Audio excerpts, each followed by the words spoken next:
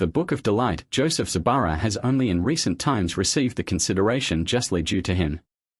Yet his Book of Delight, finished about the year 1200, is more than a poetical romance. It is a golden link between folk literature and imaginative poetry. The style is original and the framework of the story is an altogether fresh adaptation of a famous legend. The anecdotes and epigrams introduced incidentally also partake of this twofold quality.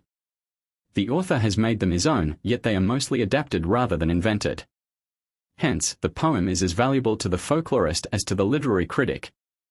4. Though Zabara's compilation is similar to such well-known models as the Book of Sinbad, the Kalila V. Dimna, and others of the same class, yet its appearance in Europe is half a century earlier than the translations by which these other products of the East became part of the popular literature of the Western world.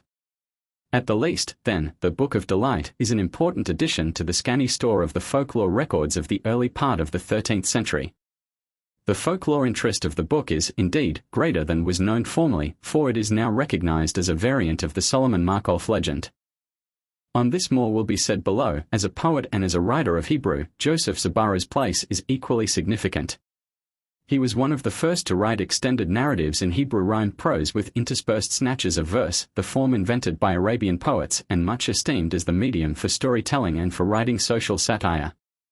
The best and best-known specimens of this form of poetry in Hebrew are Chariza's Tachkemoni and his translation of Hariri. Zabara has less art than Chariza and far less technical skill, yet in him all the qualities are in the bud that Chariza's poems present in the full-blown flower. The reader of Zabara feels that other poets will develop his style and surpass him. The reader of Chariza knows of a surety that in him the style has reached its climax. Of Joseph Zabara little is known beyond what may be gleaned from a discriminating study of the Book of Delight. That this romance is largely autobiographical in fact, as it is in form, there can be no reasonable doubt. The poet writes with so much indignant warmth of the dwellers in certain cities, of their manner of life, their morals and their culture, that one can only infer that he is relating his personal experiences. Zabara, like the hero of his romance, traveled much during the latter portion of the 12th century, as is known from the researches of Geiger. He was born in Barcelona and returned there to die. In the interval, we find him an apt pupil of Joseph Kimchi in Narbonne. Joseph Kimchi, the founder of the famous Kimchi family, carried the culture of Spain to Provence, and Joseph Zabara may have acquired from Kimchi his mastery over Hebrew, which he writes with purity and simplicity. The difficulties presented in some passages of the Book of Delight are entirely due to the corrupt state of the text. Joseph Kimchi, who flourished in Provence from 1150 to 1170, quotes Joseph Zabara twice, with approval, in explaining verses in Proverbs. It would thus seem that Zabara, even in his student days, was devoted to the proverb law on which he draws so lavishly in his maturer work. Dr. Steinschneider, to whom belongs the credit of rediscovering Zabara in modern times, infers that the poet was a physician. There is more than probability in the case, there is certainty. The romance is built by a doctor, there is more talk of medicine in it than of any other topic of discussion. Moreover, the author, who denies that he is much of a Talmudist, accepts the compliment paid to him by his visitor, Enon, that he is skilled and well informed in the science of medicine. There is, too, a professional tone about many of the quips and jibes in which Zabara indulges concerning doctors. Here, for instance, is an early form of a witticism that has been attributed to many recent humorists. A philosopher, says Zabara, was sick unto death, and his doctor gave him up, yet the patient recovered. The convalescent was walking in the street when the doctor met him. You come, said he, from the other world. Yes, rejoined the patient, I come from there, and I saw there the awful retribution that falls on doctors, for they kill their patients. Yet, do not feel alarmed. You will not suffer. I told them on my oath that you are no doctor. Again, in one of the poetical interludes, found only in the Constantinople edition, occurs this very professional sneer, a doctor and the angel of death both kill, but the former charges a fee. Who but a doctor would enter into a scathing denunciation of the current system of diagnosis, as Zabara does in a sarcastic passage, which Erda may have imitated unconsciously? And if further proof be needed that Zabara was a man of science, the evidence is forthcoming, for Zabara appeals several times to experiment in proof of his assertions. And to make assurance doubly sure, the author informs his readers in so many words of his extensive medical practice in his native place. If Zabara be the author of the other, shorter poems that accompany the Book of Delight in the Constantinople edition, though they are not incorporated into the main work, we have a further indication that Zabara was a medical man. There is a satirical introduction against the doctors that slay a man before his time. The author, with mock timidity, explains that he withholds his name, lest the medical profession turn its attention to him with fatal results. Never send for a doctor, says the satirist, for one cannot expect a miracle to happen. It is important, for our understanding of another feature in Zabara's work, to observe that his invective, directed against the practitioners rather than the science of medicine, is not more curious as coming from a medical man than are the attacks on women perpetrated by some Jewish poets, Zabara among them, who themselves amply experienced in their own and their community's life the tender and beautiful relations that subsist between Jewish mother and son, Jewish wife and husband. The life of Joseph ben Meir Zabara was not happy. He left Barcelona in search of learning and comfort. He found the former, but the latter eluded him. It is hard to say from the Book of Delight whether he was a woman-hater or not.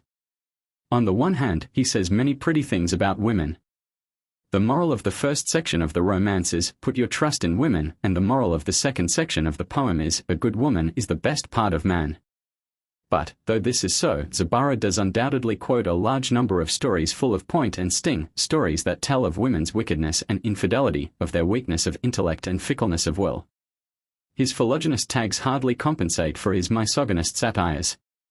He runs with the hare, but hunts energetically with the hounds.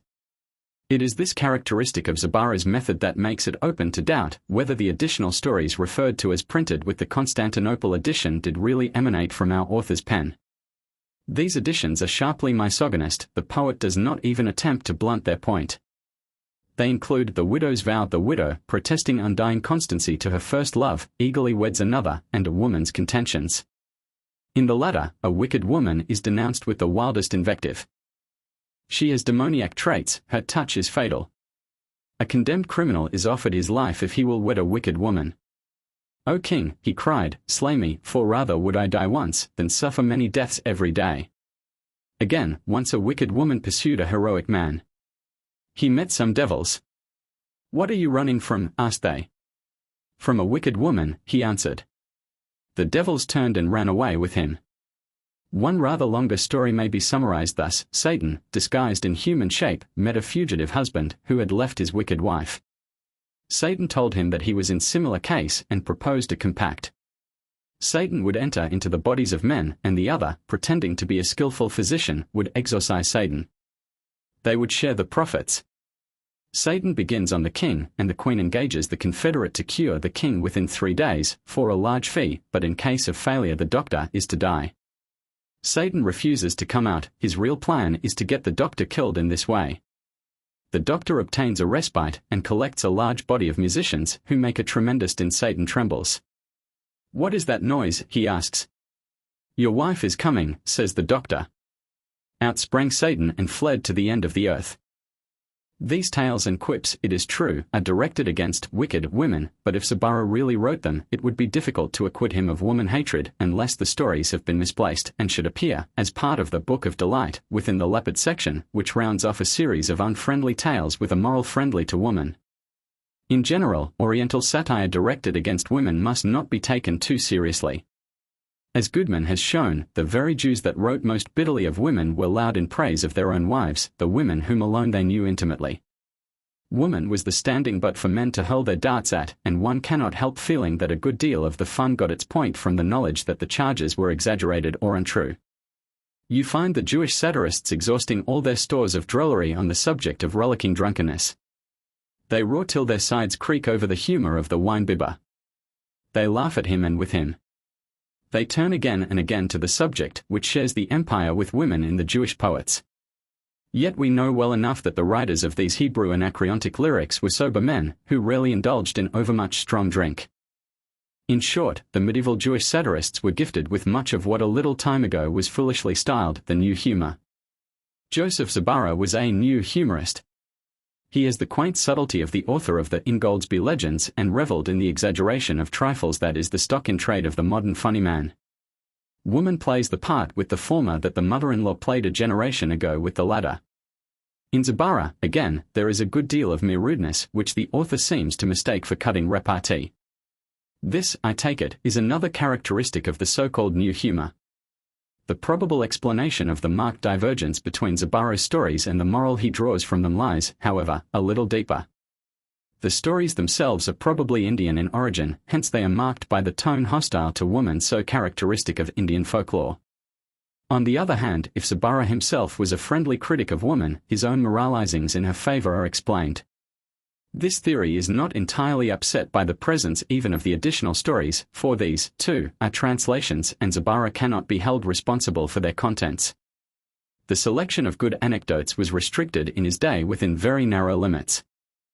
Yet Zabara's reading must have been extensive. He knew something of astronomy, philosophy, the science of physiognomy, music, mathematics, and physics, and a good deal of medicine. He was familiar with Arabian collections of proverbs and tales, for he informs his readers several times that he is drawing on Arabic sources. He knew the choice of pearls, the midrashic stories of King Solomon, the maxims of the philosophers, the proverbs of the wise, but not Sandabar in its Hebrew form. His acquaintance with the language of the Bible was thorough, but he makes one or two blunders in quoting the substance of scriptural passages. Though he disclaimed the title of a Talmudic scholar, he was not ignorant of the rabbinic literature. Everyone quotes it, the fox, the woman, Enon, and the author. He was sufficiently at home in this literature to pun therein. He also knew the story of Tobit, but, as he introduces it as a most marvelous tale, it is clear that this book of the Apocrypha was not widely current in his day. The story, as Zabara tells it, differs considerably from the apocryphal version of it. The incidents are misplaced, the story of the betrothal is disconnected from that of the recovery of the money by Tobit, and the detail of the gallows occurs in no other known text of the story. In one point, Zabara's version strikingly agrees with the Hebrew and Chaldee texts of Tobit as against the Greek. Tobit's son is not accompanied by a dog on his journey to recover his father's long-lost treasure. One of the tales told by Zabara seems to imply a phenomenon of the existence of which there is no other evidence. There seems to have been in Spain a small class of Jews that were secret converts to Christianity. They passed openly for Jews, but were in truth Christians. The motive for the concealment is unexplained, and the whole passage may be merely satirical. It remains for me to describe the texts now extant of the Book of Delight. In 1865 the Book of Delight appeared, from a 15th-century manuscript in Paris, in the second volume of a Hebrew periodical called the Lebanon.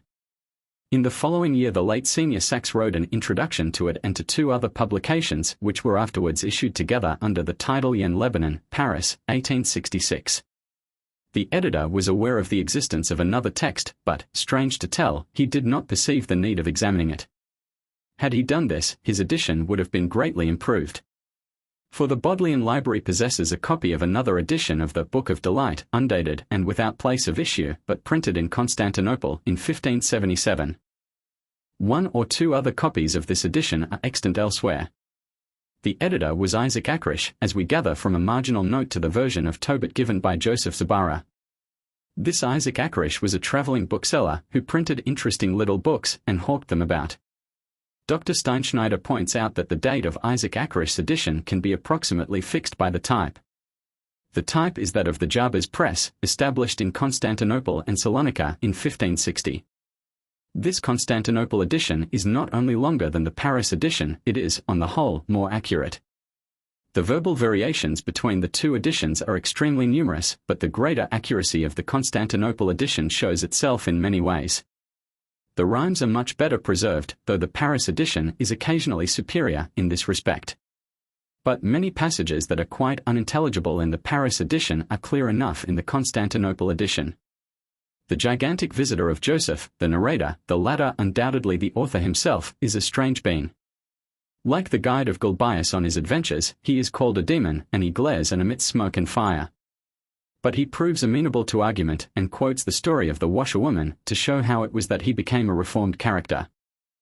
This devil quotes the rabbis and is easily convinced that it is unwise for him to wed an ignorant bride. It would seem as though Zabara were, on the one hand, hurling a covert attack against someone who had advised him to leave Barcelona to his own hurt, while, on the other hand, he is satirizing the current beliefs of Jews and Christians in evil spirits. More than one passage is decidedly anti-Christian, and it would not be surprising to find that the framework of the romance had been adopted with polemic intention. The character of the framework becomes more interesting when it is realized that Zabara derived it from some version of the legends of which King Solomon is the hero. The king had various adventures with a being more or less demoniac in character, who bears several names, Asmodeus, Saturn, Markolf, or Morolf. That the model for Zabara's visitor was Solomon's interlocutor is not open to doubt. The Solomon legend occurs in many forms, but in all Markolf, or whatever other name he bears, is a keen contester with the king in a battle of wits. No doubt, at first Markolf filled a serious, respectable role. In course of time, his character degenerated into that of a clown or buffoon.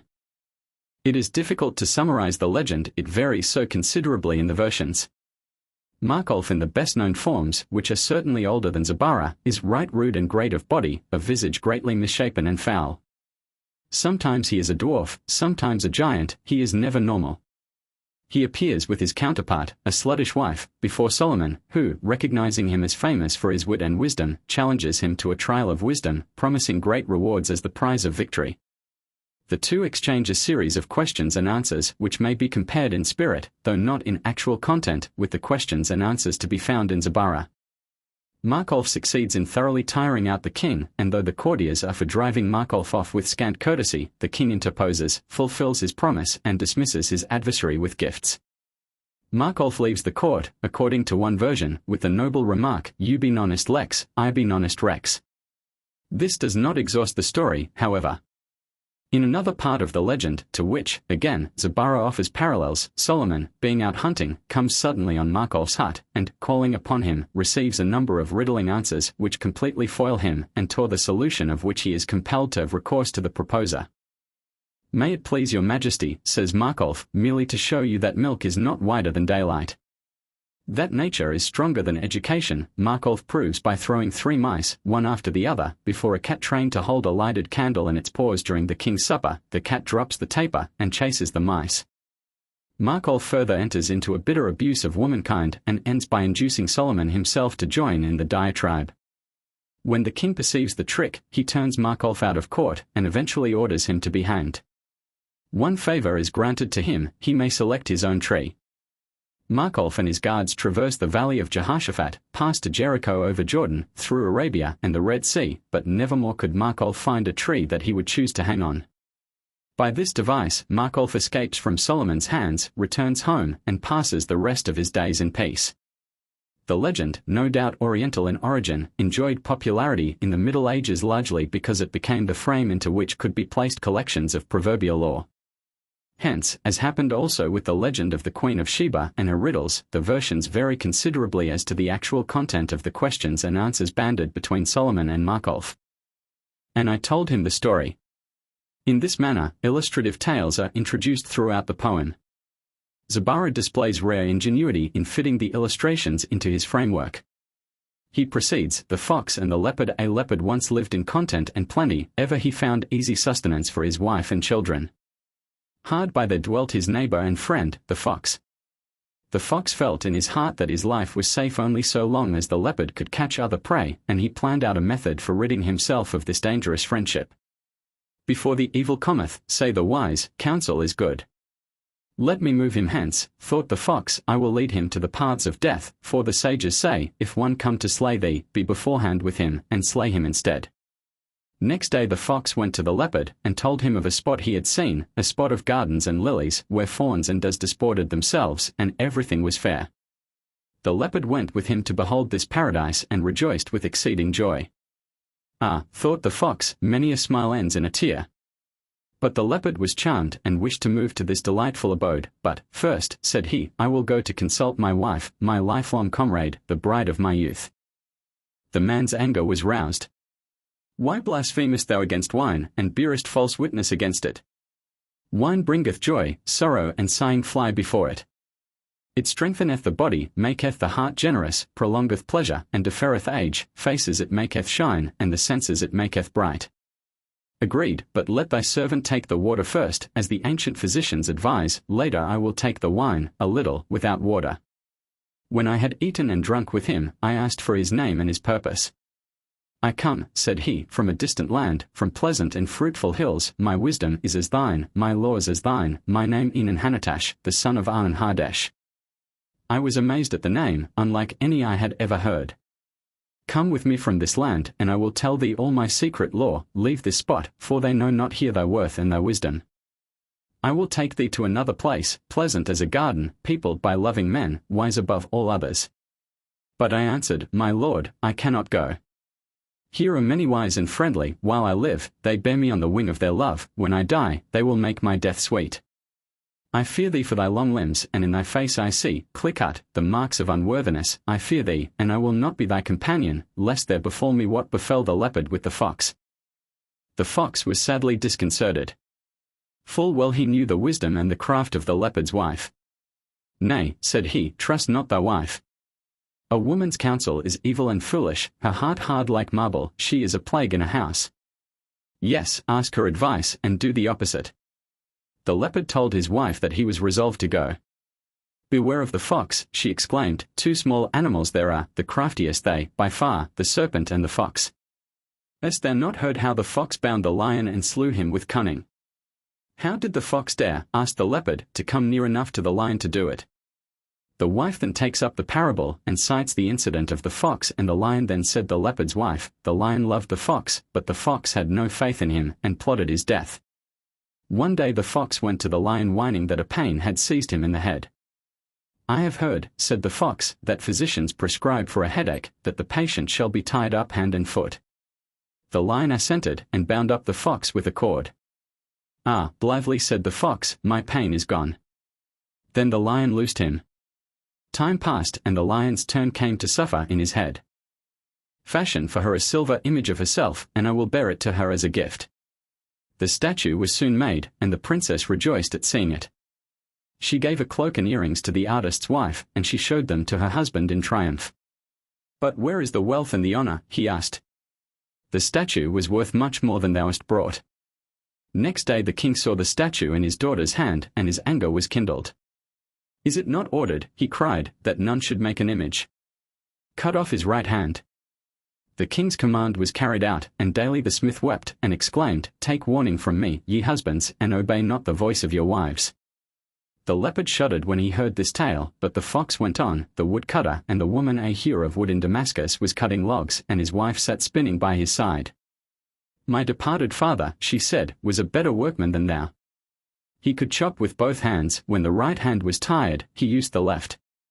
Nay, said he, no woodcutter does that. He uses his right hand, unless he be a left-handed man. Ah, my dear, she entreated, try and do it as my father did. The witless wight raised his left hand to hew the wood, but struck his right-hand thumb instead. In sore distress he went to the fox, fast as a bird to the snare, and exclaimed, Bind me up, brother, that I, too, may be healed, as happened with thee. The fox took fresh withes and bound the lion up. Then he went to fetch great stones, which he cast on the lion's head, and thus crushed him. Therefore, my dear leopard, concluded his wife, trust not the fox, for I fear him and his wiles. If the place he tells of be so fair, why does not the fox take it for himself? Nay, said the leopard, thou art a silly prattler. I have often proved my friend, and there is no dross in the silver of his love. The leopard would not hearken to his wife's advice, yet he was somewhat moved by her warning, and he told the fox of his misgiving, adding, that his wife refused to accompany him. Ah, replied the fox, I fear your fate will be like the silversmith's. Let me tell you his story, and you will know how silly it is to listen to a wife's counsel. The silversmith who followed his wife's counsel, a silversmith of Babylon, skillful in his craft, was one day at work. Listen to me, said his wife, and I will make thee rich and honored. Our lord, the king, has an only daughter, and he loves her as his life. I have something for thy ear, said the king. I have a good and desirable daughter, she is my only child. I will not give her to a king or a prince. Let me find a simple, faithful man, who will love her and hold her in esteem. Thou art such a one, thou shalt have her. But thou art married, slay thy wife tonight, and tomorrow thou shalt wed my daughter. I am unworthy, pleaded the man, to be the shepherd of thy flock, much less the husband of thy daughter. But the king would take no denial. But how shall I kill my wife? For 15 years she has eaten of my bread and drunk of my cup. She is the joy of my heart, her love and esteem grow day by day. Slay her, said the king, and be king hereafter. He went forth from the presence, downcast and sad, thinking over, and a little shaken by, the king's temptation. At home he saw his wife and his 2 babes. Better, he cried, is my wife than a kingdom. Cursed be all kings who tempt men to sip sorrow, calling it joy. The king waited his coming in vain, and then he sent messengers to the man's shop. When he found that the man's love had conquered his lust, he said, with a sneer, Thou art no man, thy heart is a woman's. In the evening the king summoned the woman secretly. Without a word he took the axe and smote her on the head, and she died. His deed was noised about, the woodcutter was seized and stoned for his crime. Therefore, continued the fox, I say unto thee, all women are deceivers and trappers of souls. And let me tell you more of these wily stratagems. The fox reinforces his argument by relating an episode in which a contrast is drawn between man's love and woman's. A king of the Arabs, wise and well-advised, was one day seated with his counselors, who were loud in the praise of women, lauding their virtues and their wisdom. Cut short these words, said the king. Never since the world began has there been a good woman. They love for their own ends. But, pleaded his sages, O king, thou art hasty. Women there are, wise and faithful and spotless, who love their husbands and tend their children. Then, said the king, here is my city before you, search it through, and find one of the good women of whom you speak. They sought, and they found a woman, chaste and wise, fair as the moon and bright as the sun, the wife of a wealthy trader, and the counselors reported about her to the king. He sent for her husband and received him with favor. She came, and the king praised her beauty and her wisdom. His heart, he said, was burning with love for her, but he could not wed another man's wife. Slay thy husband tonight, and tomorrow be my queen. With a smile, the woman consented, and the king gave her a sword made of tin, for he knew the weak mind of woman. Strike once, he said to her, the sword is sharp, you need not essay a second blow. She gave her husband a choice repast and wine to make him drunken. As he lay asleep, she grasped the sword and struck him on the head, and the tin bent, and he awoke. With some ado she quieted him, and he fell asleep again. Next morning the king summoned her, and asked whether she had obeyed his orders. Yes, said she, but thou didst frustrate thine own counsel. Then the king assembled his sages, and bade her tell all that she had attempted, and the husband, too, was fetched, to tell his story. Did I not tell you to cease your praises of women? Asked the king, triumphantly. In dispraise of woman the fox follows up these effective narratives with a lengthy string of well-worn quotations against women, of which the following are a few. Socrates, the wise and saintly, hated and despised them. His wife was thin and short. They asked him, how could a man like you choose such a woman for your wife? I chose, said Socrates, of the evil the least possible amount. Why, then, do you look on beautiful women? Neither, said Socrates, from love nor from desire, but to admire the handiwork of God in their outward form. It is within that they are foul. Once he was walking by the way, and he saw a woman hanging from a fig tree. Would, said Socrates, that all the fruit were like this. A nobleman built a new house and wrote over the door, let nothing evil pass this way. Then how does his wife go in? Asked Diogenes. Your enemy is dead, said one to another. I would rather hear that he had got married, was the reply. So much, said the fox to the leopard, I have told thee that thou mayest know how little women are to be trusted. They deceive men in life, and betray them in death. But, queried the leopard, what could my wife do to harm me after I am dead? Listen, rejoined the fox, and I will tell thee of a deed viler than any I have narrated hitherto. The widow and her husband's corpse, the kings of Rome, when they hanged a man, denied him burial until the 10th day. I cannot drag a man from his grave. I alone will do it then, said the woman, I will dig him out. It is lawful to cast a dead man from the grave, to keep a live man from being thrown in. Alas, cried the officer, when she had done the fearsome deed, the corpse I watched was bald, your husband has thick hair, the change will be detected. Nay, said the woman, I will make him bald, and she tore his hair out, with execrations, and they hung him on the tree. But a few days passed and the pair were married. And now the leopard interlude nears its close. Zabara narrates the denouement in these terms, The leopard's fate. The leopard's bones rattled while he listened to this tale. Angrily he addressed his wife, Come, get up and follow me, or I will slay thee. Together they went with their young ones, and the fox was their guide, and they reached the promised place, and encamped by the waters. The fox bade them farewell, his head laughing at his tail. 7 days were gone when the rains descended, and in the deep of the night the river rose and engulfed the leopard family in their beds. Woe is me, sighed the leopard, that I did not listen to my wife. And he died before his time. That the friends and relatives of the victim might not steal the body, an officer of high rank was set to watch the tree by night. If the body was stolen, the officer was hung up in its place. A knight of high degree once rebelled against the king, and he was hanged on a tree. The officer on guard was startled at midnight to hear a piercing shriek of anguish from a little distance. He mounted his horse and rode towards the voice, to discover the meaning. He came to an open grave, where the common people were buried, and saw a weeping woman loud in laments for her departed spouse. He sent her home with words of comfort, accompanying her to the city gate. He then returned to his post. Next night the same scene was repeated, and as the officer spoke his gentle soothings to her, a love for him was born in her heart, and her dead husband was forgotten. And as they spoke words of love, they neared the tree, and lo! The body that the officer was set to watch was gone. Begone, he said, and I will fly, or my life must pay the penalty of my dalliance. Fear not, my lord, she said, we can raise my husband from his grave and hang him instead of the stolen corpse. But I fear the prince of death. Thou tiller of the earth, said the officer, thou art earth, and eatest earth. There is snow on the hill, continued the officer, and as the month was Tammuz, the peasant laughed. They passed a road with wheat growing on each side. A horse blind in one eye has passed here, said the officer, loaded with oil on one side and with vinegar on the other. They saw a field richly covered with abounding corn, and the peasant praised it. Yes, said the officer, if the corn is not already eaten. They went on a little further and saw a lofty tower. Well fortified, remarked the peasant. Fortified without, if not ruined within, replied the officer. A funeral passed them. As to this old man whom they are burying, said the officer, I cannot tell whether he is alive or dead. And the peasant thought his companion mad to make such unintelligible remarks. They neared a village where the peasant lived, and he invited the officer to stay with him overnight.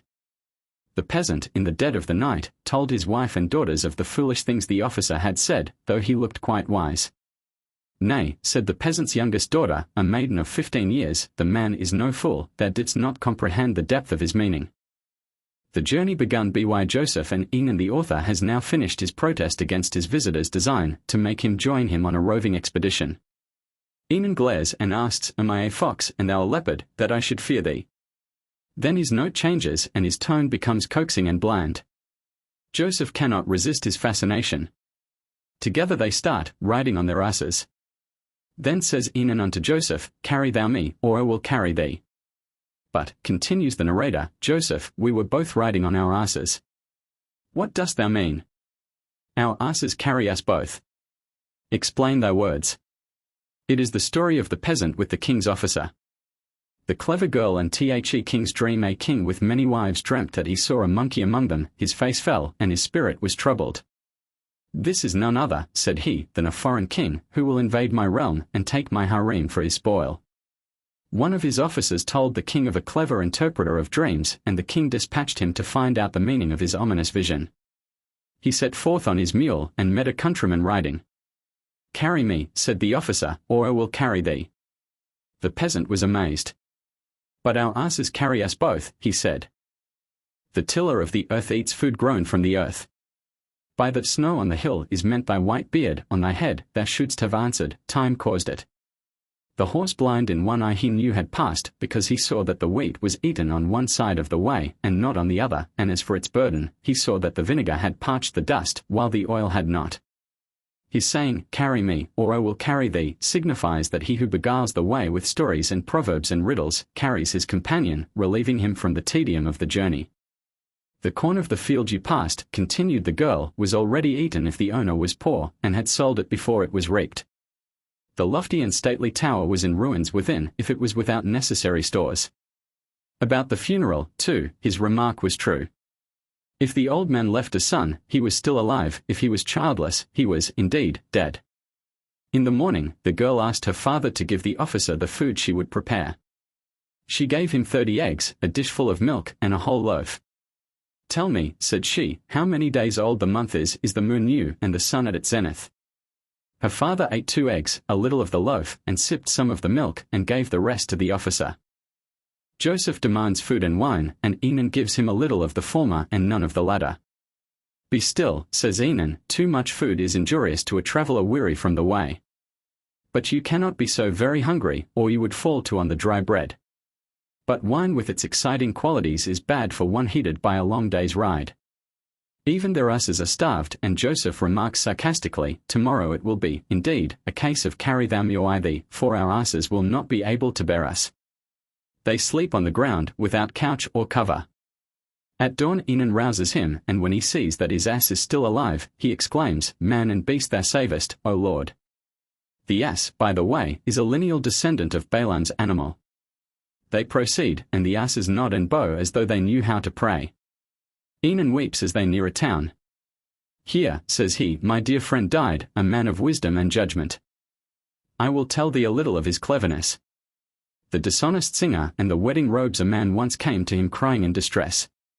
His only daughter was betrothed to a youth, and the bridegroom and his father came to the bride's house on the eve of the wedding, to view her ornaments and beautiful clothes. Tell thy daughter, he said, the sun is not full, neither is the moon, for the month is 2 days old. Ah, laughed the peasant, as he told his daughter the answers of the officer. Ah, my girl, I told you he was a fool, for we are now in the middle of the month. Did you eat anything of what I gave you? Asked the girl of her father. And he told her of the 2 eggs, the morsel of bread, and the sip of milk that he had taken. Now I know, said the girl, of a surety that the man is very wise. And the officer, too, felt that she was wise, and so he told her the king's dream. She went back with him to the king, for she told the officer that she could interpret the vision, but would do so only to the king in person, not through a deputy. Search thy harem, said the girl, and thou wilt find among thy women a man disguised in female garb. He searched, and found that her words were true. The man was slain, and the women, too, and the peasant's daughter became the king's sole queen, for he never took another wife besides her. The nights rest thus Joseph and the giant Enon journey on, and they stay overnight in a village inn. Then commences a series of semi-medical wrangles which fill up a large portion of the book. When the bride's parents rose next day, everything had vanished, jewels and trousseau together. They were in despair, for they had lavished all their possessions on their daughter. My friend, continued Enon, went back with the man to examine the scene of the robbery. The walls of the house were too high to scale. He found but one place where entry was possible, a crevice in a wall in which an orange tree grew, and its edge was covered with thorns and prickles. Next door lived a musician, Paltiel ben Agan, or Aden, by name, and my late friend, the judge, interviewed him, and made him strip. His body was covered with cuts and scratches, his guilt was discovered, and the dowry returned to the last shoe latchet. My son, said he, beware of singers, for they are mostly thieves, trust no word of theirs, for they are liars, they dally with women, and long after other people's money. They fancy they are clever, but they know not their left hand from their right, they raise their hands all day and call, but know not to whom. A singer stands at his post, raised above all other men, and he thinks he is as lofty as his place. He constantly emits sounds, which mount to his brain, and dry it up, hence he is so witless. The wife gave the servant the ornament, the theft was made manifest, and it was restored to its rightful owner. And Enon goes on, the son and the slave a merchant of measureless wealth had an only son, who, when he grew up, said, Father, send me on a voyage, that I may trade and see foreign lands, and talk with men of wisdom, to learn from their words. The father purchased a ship, and sent him on a voyage, with much wealth and many friends. The father was left at home with his slave, in whom he put his trust, and who filled his son's place in position and affection. Suddenly a pain seized him in the heart, and he died without directing how his property was to be divided. The slave took possession of everything, no one in the town knew whether he was the man's slave or his son. 10 years passed, and the real son returned, with his ship laden with wealth. As they approached the harbor, the ship was wrecked. They had cast everything overboard, in a vain effort to save it. Finally, the crew and the passengers were all thrown into the sea. The son reached the shore destitute, and returned to his father's house, but the slave drove him away, denying his identity. They went before the judge. Then Enon tells Joseph another story of his friend the judge's sagacity, the nobleman and the necklace. A man lived in Cordova, Jacob by name, the broker, he was a man of tried honesty. Once a jeweled necklet was entrusted to him for sale by the judge, the owner demanding 500 pieces of gold as its price. Jacob had the chain in his hand when he met a nobleman, one of the king's intimate friends. The nobleman offered 400 pieces for the necklet, which Jacob refused. "Come with me to my house and I will consider the price," said the would-be purchaser. The Jew accompanied him home and the nobleman went within. Jacob waited outside the gate till the evening, but no one came out. He passed a sleepless night with his wife and children and next morning returned to the nobleman. "Buy the necklace," said he, "or return it." The nobleman denied all knowledge of the jewels, so Jacob went to the judge. He sent for the nobles to address them as was his wont, and as soon as they had arrived, he said to the thief's servant, "Take your master's shoe and go to his wife. Show the shoe and say, 'Your lord bids me ask you for the necklace he bought yesterday, as he wishes to exhibit its beauty to his friends.' Find the loathly merchant's grave," he said to the slave, "and bring me the dead man's bones. I shall burn them for his neglect to leave a will, thus rousing strife as to his property." The slave started to obey, but the son stayed him. "Keep all," said he, "but disturb not my father's bones." "Thou art the son," said the judge, "take this other as thy lifelong slave." Joseph and Enon passed to the city of Tobiah. At the gate they are accosted by an old and venerable man, to whom they explain that they have been on the way for 7 days. He invites them to his home, treats them hospitably, and after supper tells them sweet and pleasant tales, among his words an incident wonderful to the highest degree. This wonderful story is none other than a distorted version of the Book of Tobit. I have translated this in full and in rhymed prose as a specimen of the original. The story of Tobit. Here, in the days of the saints of old, in the concourse of elders of age untold, there lived a man upright and true, in all his doings good fortune he knew. Rich was he and great, his eyes looked ever straight. Tobiah, the son of Ahiah, a man of Dan, helped the poor, to each gave of his store. We know one friendless died, the shroud he supplied, bore the corpse to the grave, nor thought his money to save. The men of the place, a sin-ruled race, slandering, cried, "O king, these Jewish knaves open our graves. Our bones they burn, into charms to turn, health to earn." The king angrily spoke, "I will weight their yoke, and their villainy repay. All the Jews who, from today, die in this town, to the pit take down, to the pit hurry all, without burial. Who buries a Jew, the hour shall rue, bitter his pang, on the gallows shall he hang." Soon a sojourner did die, and no friends were by, but good Tobiah the corpse did lave, and dress it for the grave. Some sinners saw the deed, to the judge the word they gave, who Tobiah's death decreed. Forth the saint they draw, to hang him as by law. But now they near the tree, lo! No man can see, a blindness falls on all, and Tobiah flies their thrall. Many friends is lost to weep, but homewards he doth creep, God's mercies to narrate, and his own surprising fate. Praise ye the Lord, dear friends, for his mercy never ends, and to his servants good intends. Fear the king distressed, his heart beat at his breast, new decrees his fear expressed. Who a Jew shall harm, the king cried in alarm, touching his person or personality, touches the apple of my eye. Let no man do this wrong, or I'll hang him amid the throng, high though his rank, and his lineage long.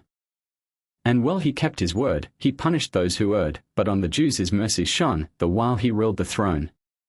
Once lay the saint at rest, and glanced upon the nest of a bird within his room. Ah! Cruel was his doom. Into his eye there went the sparrow's excrement. Tobiah's sight was gone. He had an only son, whom thus he now addressed, "When business ventures pressed, I passed from clime to clime. Well I recall the time, when long I dwelt in Ind, of wealth full stores to find. But perilous was the road, and entrusted I my load with one of honest fame, Pierre Haysman his name. And now list, beloved son, go out and hire thee one, thy steps forthwith to guide unto my old friend's side. I know his love's full stream, his trust he will redeem, when heareth he my plight, when seeth he thy sight, then will he do the right." The youth found whom he sought, a man by travel taught, the ways of Ind he knew them through and through, he knew them up and down, as a townsman knows his town. He brought him to his sire, who straightway did inquire, "Knowest thou an Indian spot, a city named Tobit?" "Full well I know the place, I spent a 2 years' space in various enterprise, its people all are wise, and honest men and true." "What must I give to you?" asked Tobiah of his guest, "to take my son in quest?" "Of pieces pure of gold, full 50 must be told." "I'll pay you that with joy, start forth now with my boy." A script the son did write, which Tobiah did indite, and on his son bestow a sign his friend would know. The father kissed his son, "In peace," said he, "get gone, may God my life maintain till thou art come again." The youth and guide to Tobit hied, and reached anon Pierre Haysman. "Why askest thou my name?" Straight the answer came, Tobiah is my sire, and he doth inquire of thy health and thy households. Then the letter he unfolds. The contents Peer espies, every doubt flies, he regards the token with no word spoken. 'Tis the son of my friend, who greeting thus doth send. Is it well with him? Say. Well, well with him alway. Then dwell thou here a while, and our sweet beguile with the tales which thou wilt tell of him I loved so well. Nay, I must forthwith part to soothe my father's heart. I am his only trust, return at once I must. Peer Haysman agrees the lad to release, gives him all his father's loan, and gifts adds of his own, raiment and 2 slaves. To music's pleasant staves, the son doth homeward wend. By the shore of the sea went the lad full of glee, and the wind blew a blast, and a fish was upward cast. Then hastened the guide to ope the fish's side, took the liver and the gall, for cure of evil's thrall, liver to give demons flight, gall to restore men's sight. The youth begged his friend these specifics to lend, then went he on his way to where his sick sire lay. Then spake the youth to his father all the truth. Send not away the guide without pay. The son sought the man, through the city he ran, but the man had disappeared. Said Tobiah, be not afeard, 'twas Elijah the seer, whom God sent here to stand by our side, our needs to provide. He bathed both his eyes with the gall of the prize, and his sight was restored by the grace of the Lord. Then said he to his son, now God his grace has shown, dost thou not yearn to do a deed in turn? My niece forthwith wed. But her husbands 3 are dead, each gave up his life as each made her his wife, to her shame and to her sorrow, they survived not to the morrow. Nay, a demon is the doer of this harm to every war. My son, obey my wish, take the liver of the fish, and burn it in full fume, at the door of her room, 'twill give the demon his doom. At his father's command, with his life in his hand, the youth sought the maid, and wedded her unafraid. For long timid hours his prayer to buy a pause, but the incense was alight, the demon took to flight, and safe was all the night. Long and happily wed, their lives sweetly sped. Their entertainer tells Joseph and Enon another story of piety connected with the burial of the dead, the paralytic's touchstone of virtue. Once upon a time there lived a saintly man, whose abode was on the way to the graveyard. Every funeral passed his door, and he would ever rise and join in the procession and assist those engaged in the burial. In his old age his feet were paralyzed, and he could not leave his bed, the dead passed his doors, and he sighed that he could not rise to display his wonted respect. Then prayed he to the Lord, O Lord, who givest eyes to the blind and feet to the lame, hear me from the corner of my sorrowful bed. Grant that when a pious man is borne to his grave, I may be able to rise to my feet. An angel's voice in a vision answered him, Lo, thy prayer is heard. And so, whenever a pious man was buried, he rose and prayed for his soul. On a day, there died one who had grown old in the world's repute, a man of excellent piety, yet the lame man could not rise as his funeral passed. Next day died a quarrelsome fellow of ill fame for his notorious sins, and when his body was carried past the lame man's door, the paralytic was able to stand. Every one was amazed, for hitherto the lame man's rising or resting had been a gauge of the departed's virtue. 2 sage men resolved to get to the bottom of the mystery. They interviewed the wife of the fellow who had died second. The wife confirmed the worst account of him, but added, he had an old father, aged 100 years, and he honored and served him. Every day he kissed his hand, gave him drink, stripped and dressed him when, from old age, he could not turn himself on his couch. Daily he brought ox and lamb bones, from which he drew the marrow, and made dainty foods of it. And the people knew that honoring his father had atoned for his transgressions. Then the 2 inquisitors went to the house of the pious man, before whom the paralytic had been unable to rise. His widow gave him an excellent character, he was gentle and pious, prayed 3 times a day, and at midnight rose and went to a special chamber to say his prayers. No one had ever seen the room but himself, as he ever kept the key in his bosom. The 2 inquisitors opened the door of this chamber, and found a small box hidden in the window sill. They opened the box, and found in it a golden figure bearing a crucifix. Thus the man had been one of those who do the deeds of Zimri, and expect the reward of Phineas. Table talk Joseph and Enon then retire to rest, and their sleep is sweet and long. By strange and devious ways they continue their journey on the morrow, starting at dawn. Again they pass the night at the house of one of Enon's friends, Rabbi Judah, a ripe old sage and hospitable, who welcomes them cordially, feeds them bountifully, gives them spiced dishes, wine of the grape and the pomegranate, and then tells stories and proverbs from the books of the Arabs. A man said to a sage, Thou braggest of thy wisdom, but it came from me. Yes, replied the sage, and it forgot its way back. Who is the worst of men? He who is good in his own esteem. Said a king to a sage, sweet would be a king's reign if it lasted forever. Had such been your predecessor's lot, replied the wise man, how would you have reached the throne? A man laid a complaint before the king, the latter drove the suppliant out with violence. I entered with one complaint, sighed the man, I leave with two. What is style? Be brief and do not repeat yourself. The king once visited a nobleman's house and asked the latter's son, whose house is better, your father's or mine?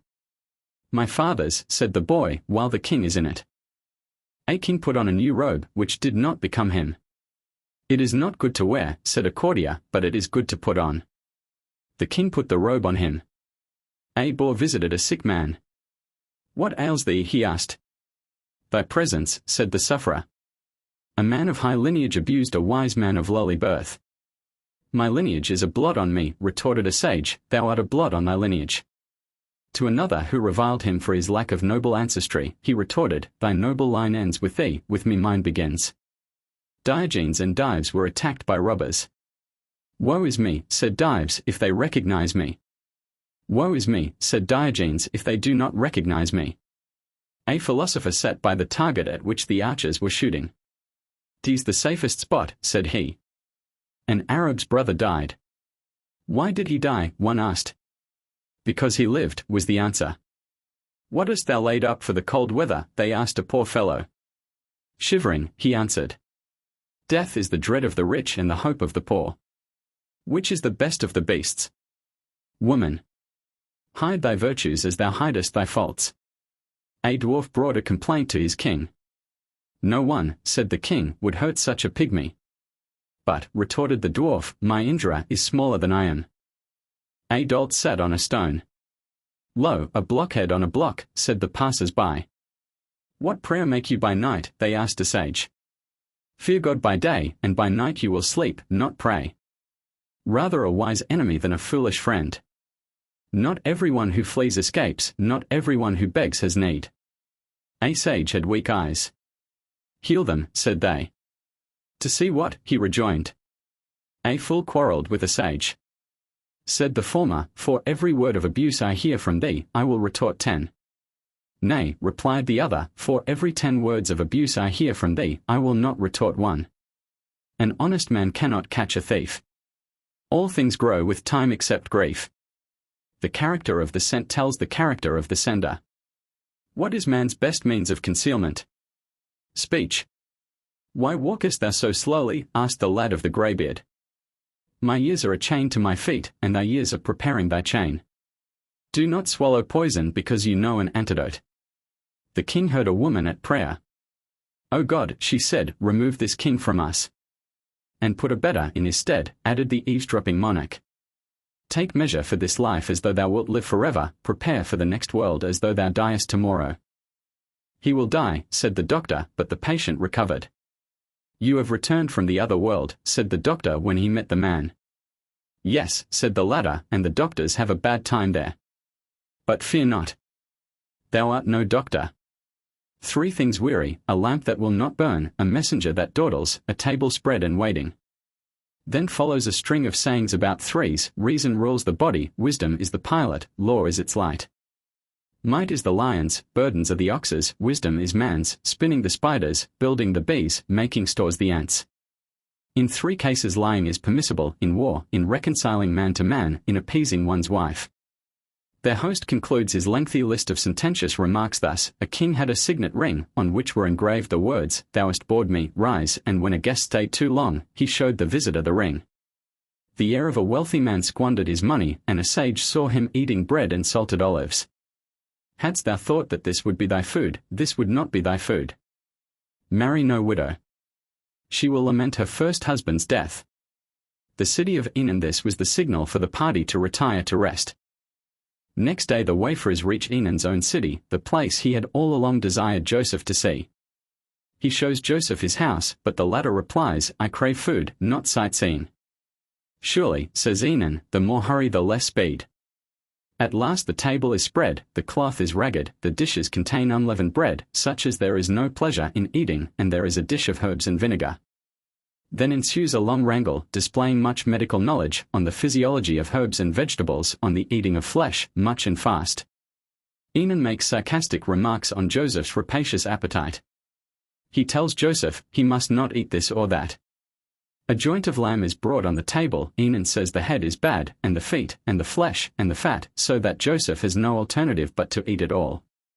I fear that what happened to the king will befall thee, said Enon. Let me feed first, said Joseph, then you can tell me what happened to the king. The princess and the rose gardener came to his garden in the winter. It was the month of Tevath, and he found some roses in flower. He rejoiced at seeing them, and he plucked them, and put them on a precious dish, carried them to the king, and placed them before him. To these questions, which Enon pours out in a stream, Joseph readily gives answers. But now Enon is hoist with his own petard. I looked at him, continues the poet, and sleep entrapped his eyes, and his eyelids kissed the irides. Ah! I laughed in my heart. Now I will talk to him, and puzzle him as he has been puzzling me. He shall not sleep, as he would not let me sleep. My lord, said I, let me now question thee. I am sleepy, said he, but ask on. What subject shall I choose? I said. Any subject, he replied, of all knowledge I know the half. Joseph asks him astronomical, musical, logical, arithmetical questions, to all of which Enon replies, I do not know. But, protests Joseph, how couldst thou assert that thou knewest half of every subject, when it is clear thou knowest nothing? Exactly, says Enon, for Aristotle says, he who says, I do not know, has already attained the half of knowledge. But he says he knows medicine, so Joseph proceeds to question him. Soon he discovers that Enon is again deceiving him, and he abuses Enon roundly for his duplicity. Enon at length is moved to retort. I wonder at thy learning, says Enon, but more at thy appetite. Then the lamp goes out, the servant falls asleep, and they are left in darkness till the morning. Then Joseph demands his breakfast and goes out to see his ass. The ass attempts to bite Joseph, who strikes it, and the ass speaks. I am one of the family of Balaam's ass, says the animal. But I am not Balaam, says Joseph, to divine that thou hast eaten nothing all night. The servant asserts that he fed the ass, but the animal had gobbled up everything, his appetite being equal to his owner's. But Joseph will not believe this, and Enon is deeply hurt. Peace, he shouts, and his eyes shoot flames, and his nostrils distill smoke. Peace, cease thy folly, or, as I live, and my ancestor Asmodeus, I will seize thee with my little finger, and will show thee the city of David. In timid tones Joseph asks him, Who is this Asmodeus, thy kinsman? Enon reveals himself. Asmodeus, said Enon, the great prince who, on his wing, bore Solomon from his kingdom to a distant strand. Woe is me, I moaned, I thought thee a friend, now thou art a fiend. Why didst thou hide thy nature? Why didst thou conceal thy descent? Why hast thou taken me from my home in guile? Nay, said Enon, where was thy understanding? I gave thee my name, thou shouldst have inverted it. The king was surprised, and the flowers were goodly in his sight, and he gave the gardener 100 pieces of gold. Then said the king in his heart, Today we will make merry, and have a feast. All his servants and faithful ministers were invited to rejoice over the joy of the roses. And he sent for his only daughter, then with child, and she stretched forth her hand to take a rose, and a serpent that lay in the dish leapt at her and startled her, and she died before night. Question and answer. But Joseph's appetite was not to be stayed by such tales as this. So Enon tells him of the lean fox and the hole, but in vain. Open not thy mouth to Satan, says Joseph. I fear for my appetite, that it becomes smaller, and goes on eating. Now Enon tries another tack, he will question him, and put him through his paces. But Joseph yawns and protests that he has eaten too much to keep his eyes open. How canst thou sleep, said Enon, when thou hast eaten everything, fresh and stale? As I live, thou shalt not seek thy bed until I test thy wisdom, until I prove whether all this provender has entered the stomach of a wise man or a fool. Then follows an extraordinary string of anatomical, medical, scientific, and Talmudic questions about the optic nerves, the teeth, why a man lowers his head when thinking over things he has never known, but raises his head when thinking over what he once knew but has forgotten, the physiology of the digestive organs, the physiology of laughter, why a boy eats more than a man, why it is harder to ascend a hill than to go down, why snow is white, why babies have no teeth, why children's first set Of teeth fall out, why saddest tears are saltest, why sea water is heavier than fresh, why hail descends in summer, why the sages said that bastards are mostly clever. But, said I, continues Joseph, how canst thou be the friend of such a one? Accursed is he, accursed is master. Nay, answered Enon, I love him not, I know his vile nature, 'tis his daughter that binds me to him, for she, with her raven locks and dove's eyes and lily cheeks, is fair beyond my power to praise. Yet I warned him against marrying the daughter of an uneducated man, an Amhares. Then follows a compilation of passages directed against ignorance. Ah, cries Enon, your warning moves me. My love for her is fled. Thou fearest God and lovest me, my friend. What is a friend? One heart in two bodies. Then find me another wife, one who is beautiful and good. Worse than a plague is a bad woman. Listen to what once befell me with such a one. Thereupon Enon introduces the last of the stories incorporated into the book, the washerwoman who did the devil's work. Once upon a time, in my wanderings to and fro upon the earth, I came to a city whose inhabitants dwelt together, happy, prosperous, and secure. I made myself well acquainted with the place and the people, but, despite all my efforts, I was unable to entrap a single one. This is no place for me, I said, I had better return to my own country. Transpose dash to shed. Enon at the beginning of the tale had announced himself as Hardesh, he now explains that meant Harshed equals the demon. Then Enon gives his pedigree, I am Enon, the Satan, son of Arnon the demon, son of the place of death, son of rage, son of death's shadow, son of terror, son of trembling, son of destruction, son of extinction, son of evil name, son of mocking, son of plague, son of deceit, son of injury, son of Asmodeus. Nevertheless Enon quiets Joseph's fears and promises that no harm shall befall him. He goes through Enon's city, sees wizards and sorcerers and sinners and fools, all giants. Enon's friend and his daughter. Then Enon introduces his own especial friend. He is good and wise, said Enon, despite his tall stature.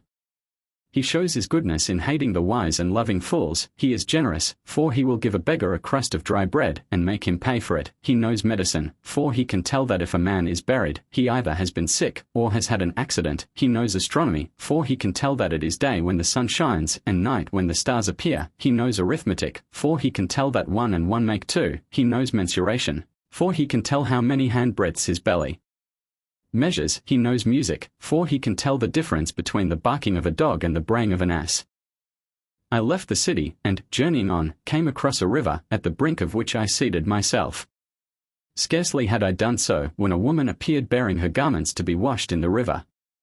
She looked at me and asked, Art thou of the children of men or of demons? Well, said I have grown up among men, but I was born among demons. But what art thou after here? Ah, I replied, I have spent a whole month in yonder city. And what have I found? A city full of friends, enjoying every happiness in common. In vain have I tried to put a little of wickedness among them. Then the woman, with a supercilious air, If I am to take thee for a specimen, I must have a very poor opinion of the whole tribe of demons.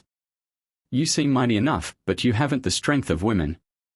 Stop here and keep an eye on the wash, but mind, play me no tricks. I will go back to the city and kindle therein fire and fury, and pour over it a spirit of mischief, and thou shalt see how I can manage things. Agreed, said I will stay here and await thy coming, and watch how affairs turn out in thy hands. The washerwoman departed, went into the city, called upon one of the great families there residing, and requested to see the lady of the house. She asked for a washing order, which she promised to execute to the most perfect satisfaction. While the housemaid was collecting the linen, the washerwoman lifted her eyes to the beautiful face of the mistress and exclaimed, Yes, they are a dreadful lot, the men, they are all alike, a malediction on them. The best of them is not to be trusted. They love all women but their own wives. What dost thou mean? Asked the lady. Merely this, she answered. Coming hither from my house, whom should I meet but thy husband making love to another woman, and such a hideous creature, too. How he could forsake beauty so rare and exquisite as thine for such disgusting ugliness, passes my understanding. But do not weep, dear lady, don't distress thyself and give way. I know a means by which I shall bring that husband of thine to his senses, so that thou shalt suffer no reproach, and he shall never love any other woman than thee. This is what thou must do. When thy husband comes home, speak softly and sweetly to him, let him suspect nothing, and when he has fallen asleep, take a sharp razor and cut off 3 hairs from his beard, black or white hairs, it matters not.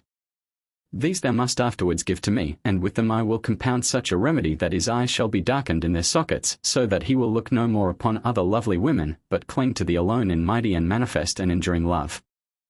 The news spread, the relations of the wife united to avenge her death, and kill the husband. In their turn his relatives resolved to avenge him, both houses were embroiled, and before the feud was at an end, 230 lives were sacrificed. The city resounded with a great cry, the like of which had never been heard. From that day, concluded Enon, I decided to injure no man more. Yet for this very reason I fear to wed an evil woman. Fear not, returned Joseph, the girl I recommend is beautiful and good. And Enon married her, and loved her. Thus Enon is metamorphosed from a public demon into something of a domestic saint. Zabara gives us an inverted Faust. Joseph returns home to Barcelona. After a while, concludes Joseph, I said to him, I have sojourned long enough in this city, the ways of which please me not. Ignorance prevails, and poetry is unknown, the law is despised, the young are set over the old, they slander and are impudent. Let me go home after my many years of wandering in a strange land. Fain would I seek the place where dwells the great prince, Rabbi Sheshet ben Venisti, of whom wisdom says, Thou art my teacher, and faith, thou art my friend. What quality, asked Enon, brought him to this lofty place of righteousness and power? His simplicity and humility, his uprightness and saintliness. All this the lady promised, and gifts besides for the washerwoman, should her plan prosper. Carrying the garments with her, the woman now sought out the lady's husband. With every sign of distress in her voice and manner, she told him that she had a frightful secret to divulge to him. She knew not if she would have the strength to do so. She would rather die first. The husband was all the more eager to know, and would not be refused. Well, then, she said, I have just been to thy house, where my lady, thy wife, gave me these garments to wash, and, while I was yet standing there, a youth, of handsome mien and nobly attired, arrived, and the two withdrew into an adjoining room, so I inclined mine ear to listen to their speech, and this is what I overheard. The young man said to thy wife, Kill thy husband, and I will marry thee. She, however, declared that she was afraid to do such a dreadful deed. Oh, answered he, with a little courage it is quite easy. When thy husband is asleep, take a sharp razor and cut his throat. In fierce rage, but suppressing all outward indication of it, the husband returned home. Pretending to fall asleep, he watched his wife closely, saw her take a razor to sever the 3 hairs for the washerwoman's spell, darted up suddenly, wrested the razor from her hands, and with it slew his wife on the spot. Yet Zabara's humor, his fluent simplicity, his easy mastery over Hebrew, his invention, his occasional gleams of fancy, his gift of satire, his unfailing charm, combined to give his poem some right to the title by which he called it, the Book of Delight. A visit to Hebron, of a land where every stone has its story, it can hardly be asserted that any one place has a fuller tale to tell than another. But Hebron has a peculiar old-world charm as the home of the founder of the Hebrew race. Moreover, one's youthful imagination associates Hebron with the giants, the sons of Anak, sons, that is, of the long neck, men of Arba, with broad, square shoulders. A sight of the place itself revives this memory. Ancient Hebron stood higher than the present city, but as things now are, though the hills of Judea reach their greatest elevation in the neighborhood, Hebron itself rests in a valley. Most towns in Palestine are built on hills, but Hebron lies low. Yet the surrounding hills are 3,200 feet above the level of the Mediterranean and 500 feet higher than Mount Olivet. For this reason Hebron is ideally placed for conveying an impression of the mountainous character of Judea. In Jerusalem you are 2,600 feet above the sea, but, being high up, you scarcely realize that you are in a mountain city. The hills about Hebron tower loftily above you and seem a fitting abode for the giants whom Joshua and Caleb overthrew. Hebron, from yet another point of view, recalls its old-world associations. Not only is Hebron one of the oldest cities in the world still inhabited, but it has been far less changed by Western influences than other famous places. Hebron is almost entirely unaffected by Christian influence. In the East, Christian influence more or less means European influence, but Hebron is still completely Oriental. It is a pity that modern travelers no longer follow the ancient route which passed from Egypt along the coast to Gaza and then struck eastwards to Hebron. By this route, the traveler would come upon Judea in its least modernized aspect. He would find in Hebron a city without a hotel and unblessed by an office of the monarch of the East, Mr. Cook. There are no modern schools in Hebron. The only institution of the kind, the Mildmay Mission School, had scarcely any pupils at the time of my visit. This is but another indication of the slight effect that European forces are producing. The most useful, so far, has been the medical mission of the United Free Church of Scotland. But Hebron has been little receptive of the educational and sanitary boons that are the chief good, and it is a great good derived from the European missions in the East. I am almost reluctant to tell the truth, as I must, of Hebron, and point out the pitiful plight of our brethren there, lest, perchance, some philanthropist set about mending the evil, to the loss of the primitiveness in which Hebron at present revels. This is the pity of it. When you employ a modern broom to sweep away the dirt of an ancient city, you are apt to remove something else as well as the dirt. Besides its low situation and its primitiveness, Hebron has a third peculiarity. Go where one may in Judea, the ancient places, even when still inhabited, wear a ruined look. Zion itself is scarcely an exception. Despite its 50,000 inhabitants, Jerusalem has a decayed appearance, for the newest buildings often look like ruins. The cause of this is that many structures are planned on a bigger scale than can be executed, and thus are left permanently unfinished, or like the windmill of Sir Moses are disused from their very birth. Hebron, in this respect again, is unlike the other cities of Judea. It had few big buildings, hence it has few big ruins. There are some houses of 2 stories in which the upper part has never been completed, but the houses are mostly of 1 story, with partially flat and partially domed roofs. The domes are the result both of necessity and design. Of necessity, because of the scarcity of large beams for rafters; of design, because the dome enables the rain to collect in a groove, or channel, whence it sinks into a reservoir. Hebron, then, produces a favorable impression on the whole. It is green and living, its hills are clad with vines, with plantations of olives, pomegranates, figs, quinces, and apricots. Nowhere in Judea, except in the Jordan Valley, is there such an abundance of water. In the neighborhood of Hebron, there are 25 springs, 10 large perennial wells, and several splendid pools. Still, as when the huge cluster was borne on 2 men's shoulders from Eshcol, the best vines of Palestine grow in and around Hebron. The only large structure in the city, the mosque which surmounts the cave of Machpelah, is in excellent repair, especially since 1894-5, when the Jewish lads from the Alliance School of Jerusalem renewed the iron gates within, and supplied fresh rails to the so-called sarcophagi of the patriarchs. The ancient masonry built round the cave by King Herod, the stones of which exactly resemble the masonry of the Wailing Place in Jerusalem, still stands in its massive strength. I have said that Hebron ought to be approached from the south or west. The modern traveler, however, reaches it from the north. You leave Jerusalem by the Jaffa Gate, called by the Mohammedans Bab el-Khalil, i.e. Hebron Gate.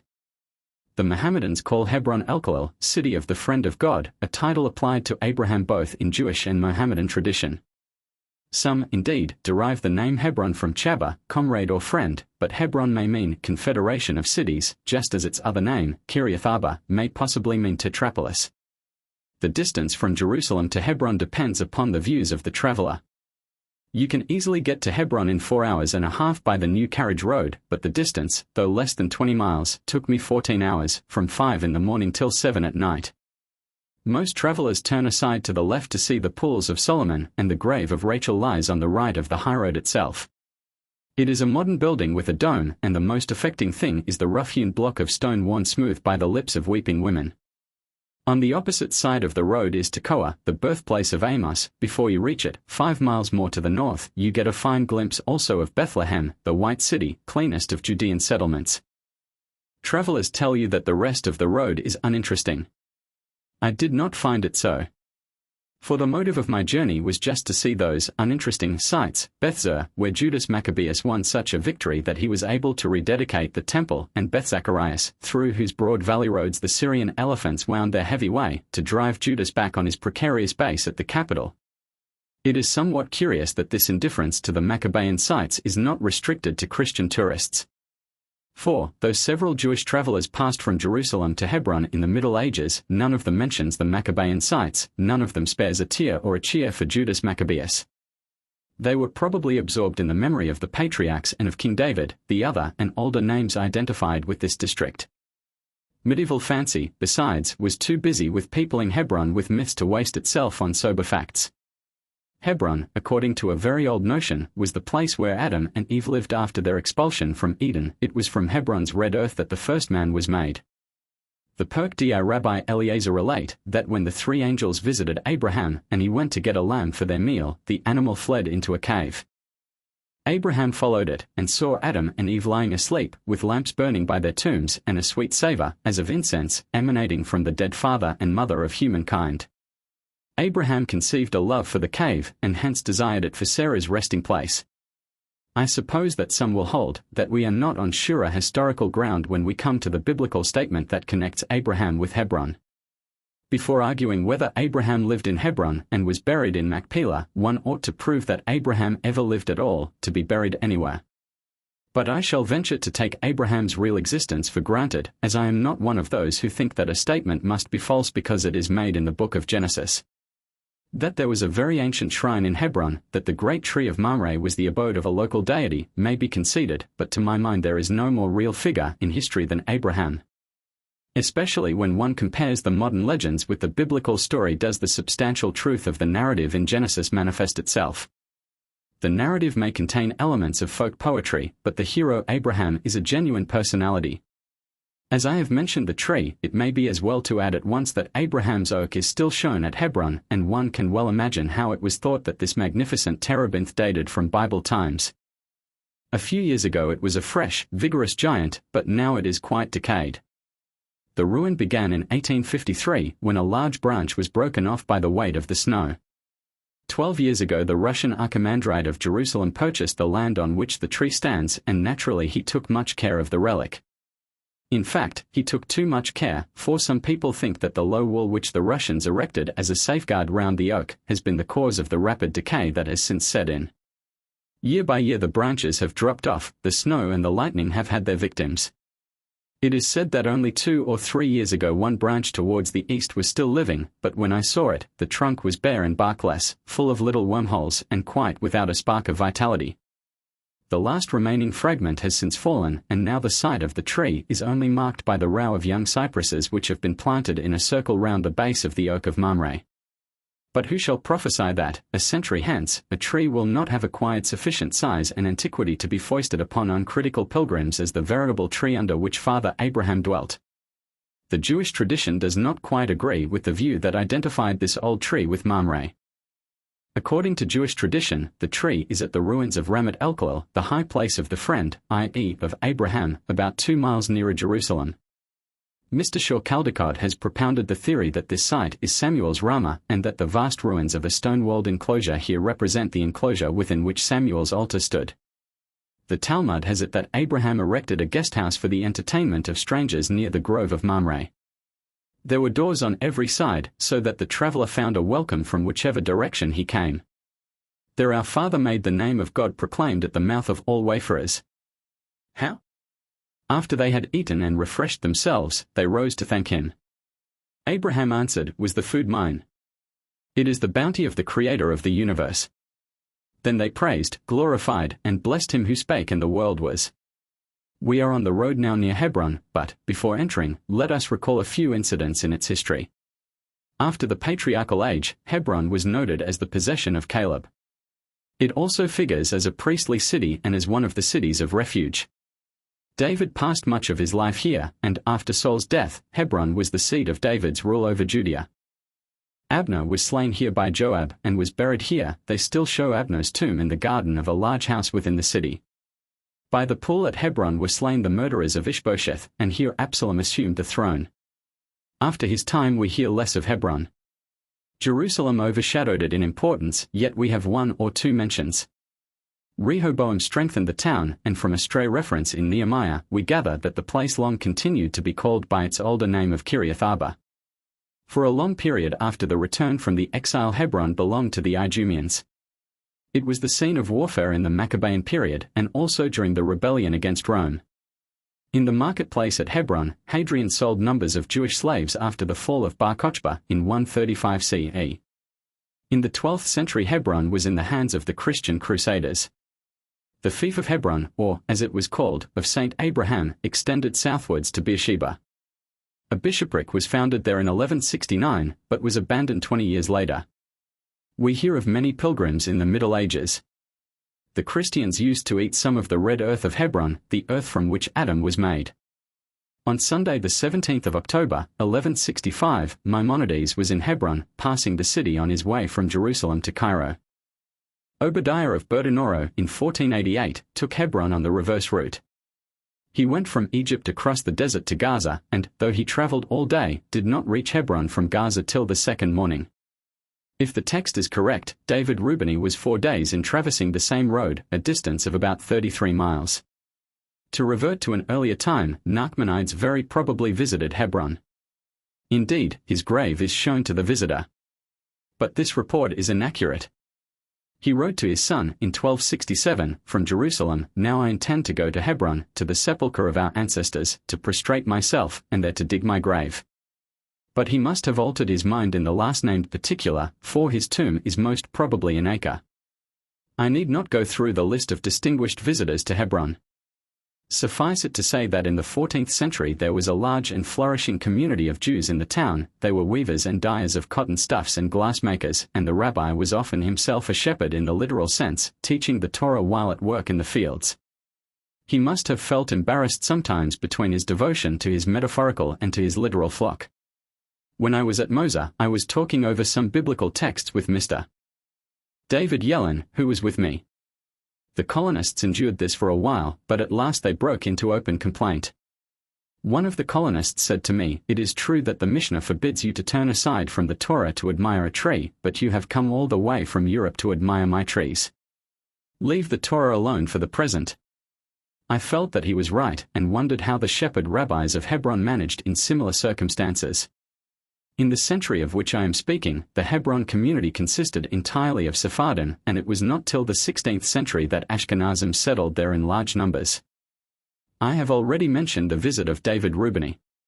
He was in Hebron in 1523, when he entered the cave of Machpelah on March 10, at noon.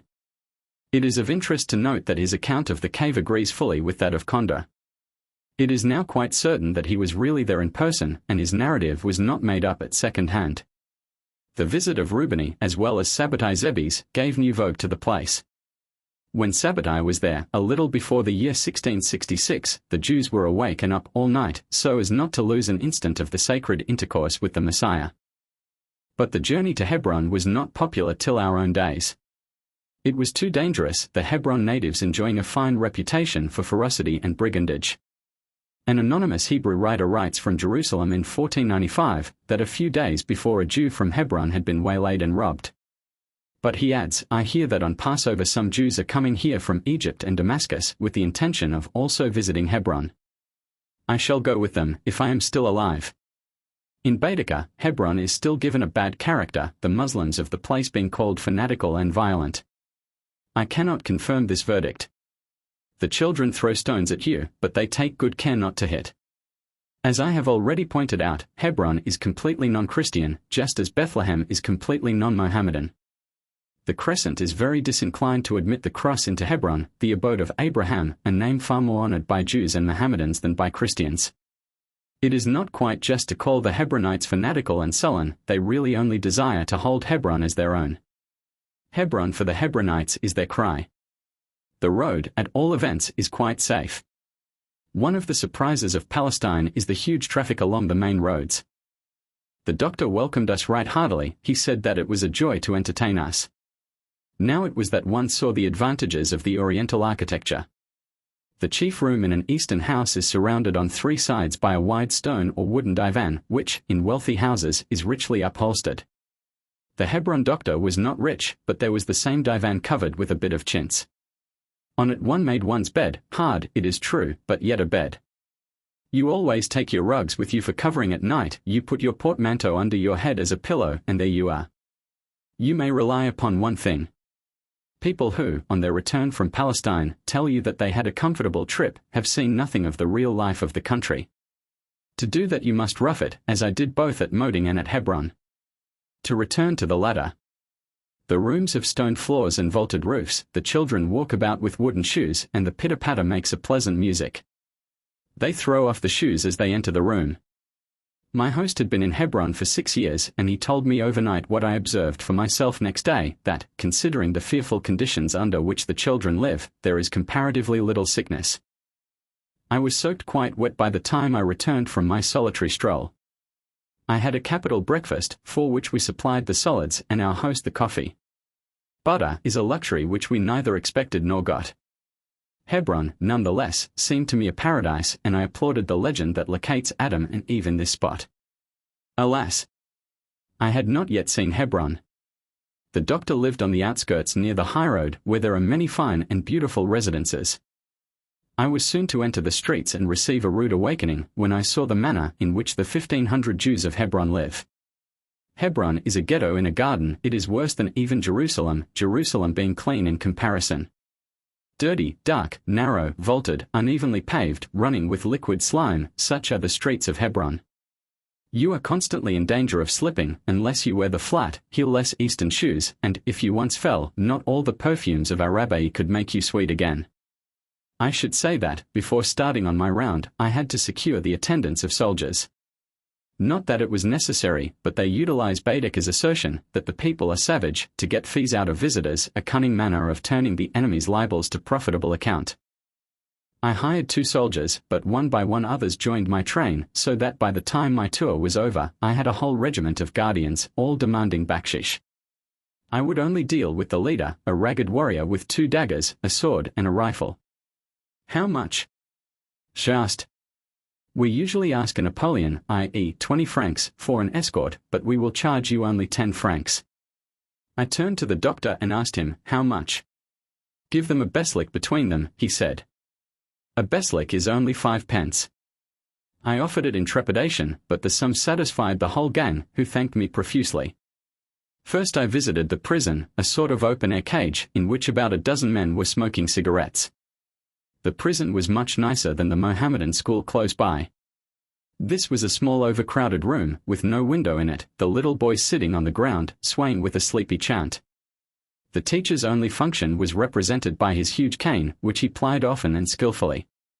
Outside the door was a barber shaving a pilgrim's head. The pilgrim was a Muslim, going on the Hajj to Mecca.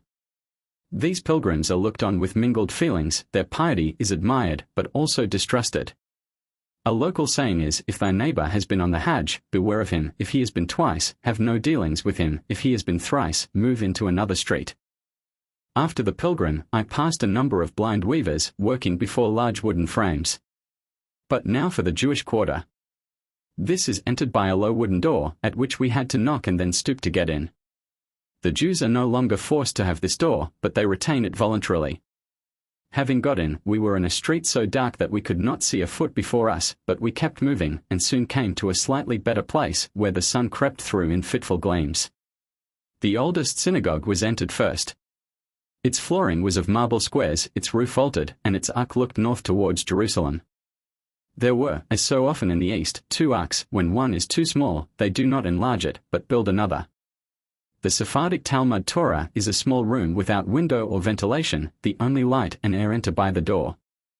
The children were huddled together on an elevated wooden platform. They could read Hebrew fluently, and most of them spoke Arabic.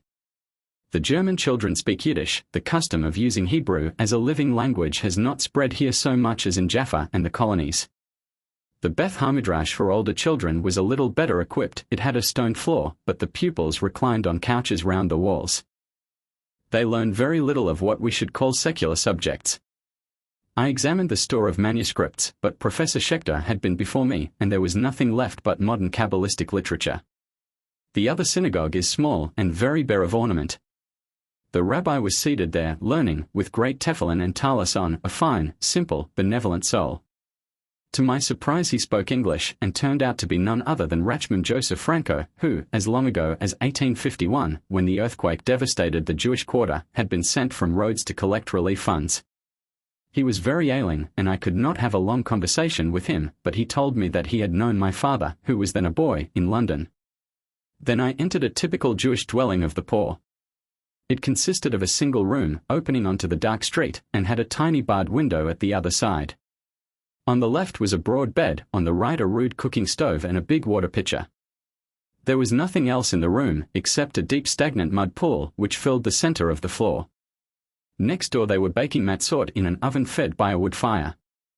It was a few days before Passover. The matzort were coarse and had none of the little holes with which we are familiar. So through streets within streets, dirt within dirt, room over room, in hopeless intricacy. Then we were brought to a standstill. A man was coming down the street with a bundle of wood, and we had to wait till he had gone by, the streets being too narrow for two persons to pass each other. Another street was impassable for a different reason. There was quite a river of flowing mud, knee-deep. I asked for a boat, but a man standing by hoisted me on his shoulders and carried me across, himself wading through it with the same unconcern as the boys and girls were wallowing in it, playing and amusing themselves. How alike children are all the world over! And yet, with it all, Hebron is a healthy place. There is little of the intermittent fever prevalent in other parts of Palestine. Illness is common, but not in a bad form. Jerusalem is far more unhealthy because of the lack of water. But the Jews of Hebron are miserably poor. How they live is a mystery. They are not allowed to own land, even if they could acquire it. There was once a little business to be done in lending money to the Arabs, but as the government refuses to help in the collection of debts, this trade is not flourishing, and a good thing, too. There are, of course, some industries. First there is the wine. I saw nothing of the vintage, as my visit was in the spring, but I tasted the product and found it good. The Arab vine owners sell the grapes to Jews, who extract the juice. Still there is room for enterprise here, and it is regrettable that few seem to think of Hebron when planning the regeneration of Judea. True, I should regret the loss of primitiveness here, as I said at the outset, but when the lives of men are concerned, aesthetics must go to the wall. The Jewish quarter was enlarged in 1875, but it is still inadequate. The Society L'Man Zion has done a little to introduce modern education, but neither the Alliance nor the Anglo-Jewish Association has a school here. Lack of means prevents the necessary efforts from being made. Most deplorable is the fact connected with the hospital. In a beautiful sunlit road above the mosque, amid olive groves, is the Jewish hospital, ready for use, well built, but though the very beds were there when T saw it, no patients could be received, as there were no funds. The Jewish doctor was doing a wonderful work. He had exiled himself from civilized life, as we Westerns understand it. His children had no school to which to go. He felt himself stagnating, without intellectual intercourse with his equals, yet active, kindly, uncomplaining, one of those everyday martyrs whom one meets so often among the Jews of Judea, men who day by day see their ambitions vanishing under the weight of a crushing duty. It was sad to see how he lingered over the farewell when I left him. I said that his house had seemed an oasis in the desert to me, that I could never forget the time spent with him. And what of me, he answered. Your visit has been an oasis in the desert to me, but you go and the desert remains. Surely, the saddest thing in life is this feeling that one's own uninteresting, commonplace self should mean so much to others. I call it sad because so few of us realize what we may mean to others, being so absorbed in our selfish thought of what others mean to us. There are two industries in Hebron besides the vintage. It supplies most of the skin bottles used in Judea, and a good deal of glassware, including lamps, is manufactured there. The Hebron tannery is a picturesque place, but no Jews are employed in it. Each bottle is made from an entire goat skin, from which only the head and feet are removed. The lower extremities are sewn up, and the neck is drawn together to form the neck of the water bottle. Some trade is also done here in wool, which the Arabs bring in and sell at the market held every Friday. In ancient times the sheep used in the temple sacrifices were obtained from Hebron. Besides the tannery, the glass factories are worth a visit. The one which I saw was in a cavern, lit only by the glow of the central furnace. Seated round the hearth, I am following Gaudier's faithful description of the scene, and served by 2 or 3 boys, were about 10 workmen, making many-colored bracelets and glass rings, which varied in size from small finger rings to circlets through which you could easily put your arm. The workmen are provided with 2 metal rods and a pair of small tongs, and they ply these primitive instruments with wonderful dexterity. They work very hard, at least 15 hours a day, 4-5 days a week. This is one of the curiosities of the East. Either the men there are loafers, or they work with extraordinary vigor. There is nothing between doing too much and doing nothing. The same thing strikes one at Jaffa. The porters who carry your baggage from the landing stage to the steamer do more work than 3 English dock labourers. They carry terrific weights. When a family moves, a porter carries all the furniture on his back.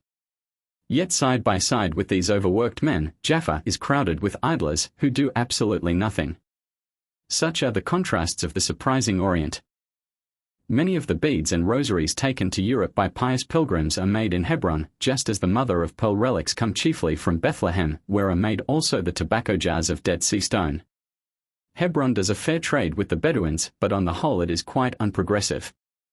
At first sight this may seem rather an unpleasant fact for lovers of peace.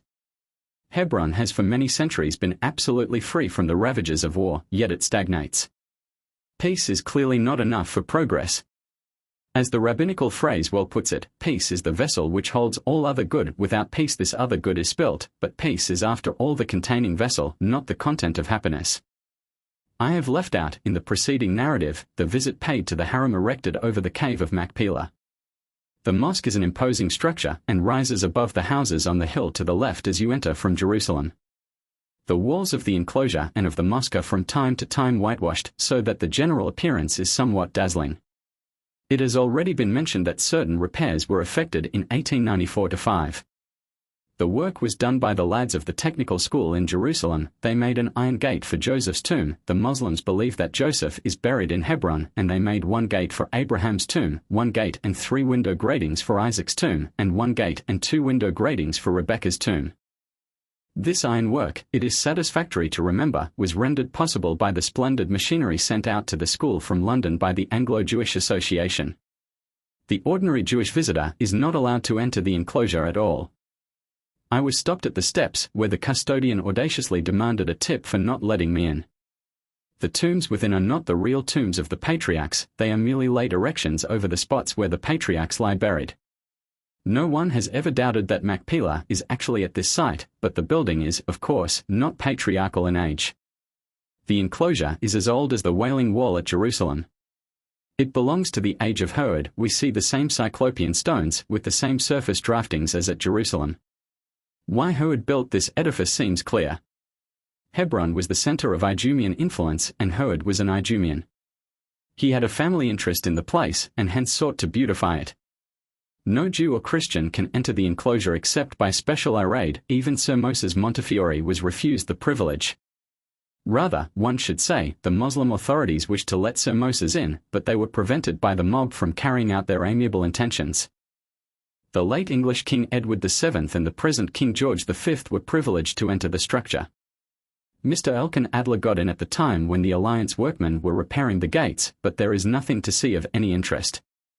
No one within historical times has penetrated below the mosque to the cavern itself. We still do not know whether it is called Machpelah because the cave is double vertically or double horizontally. The outside is much more interesting than the inside.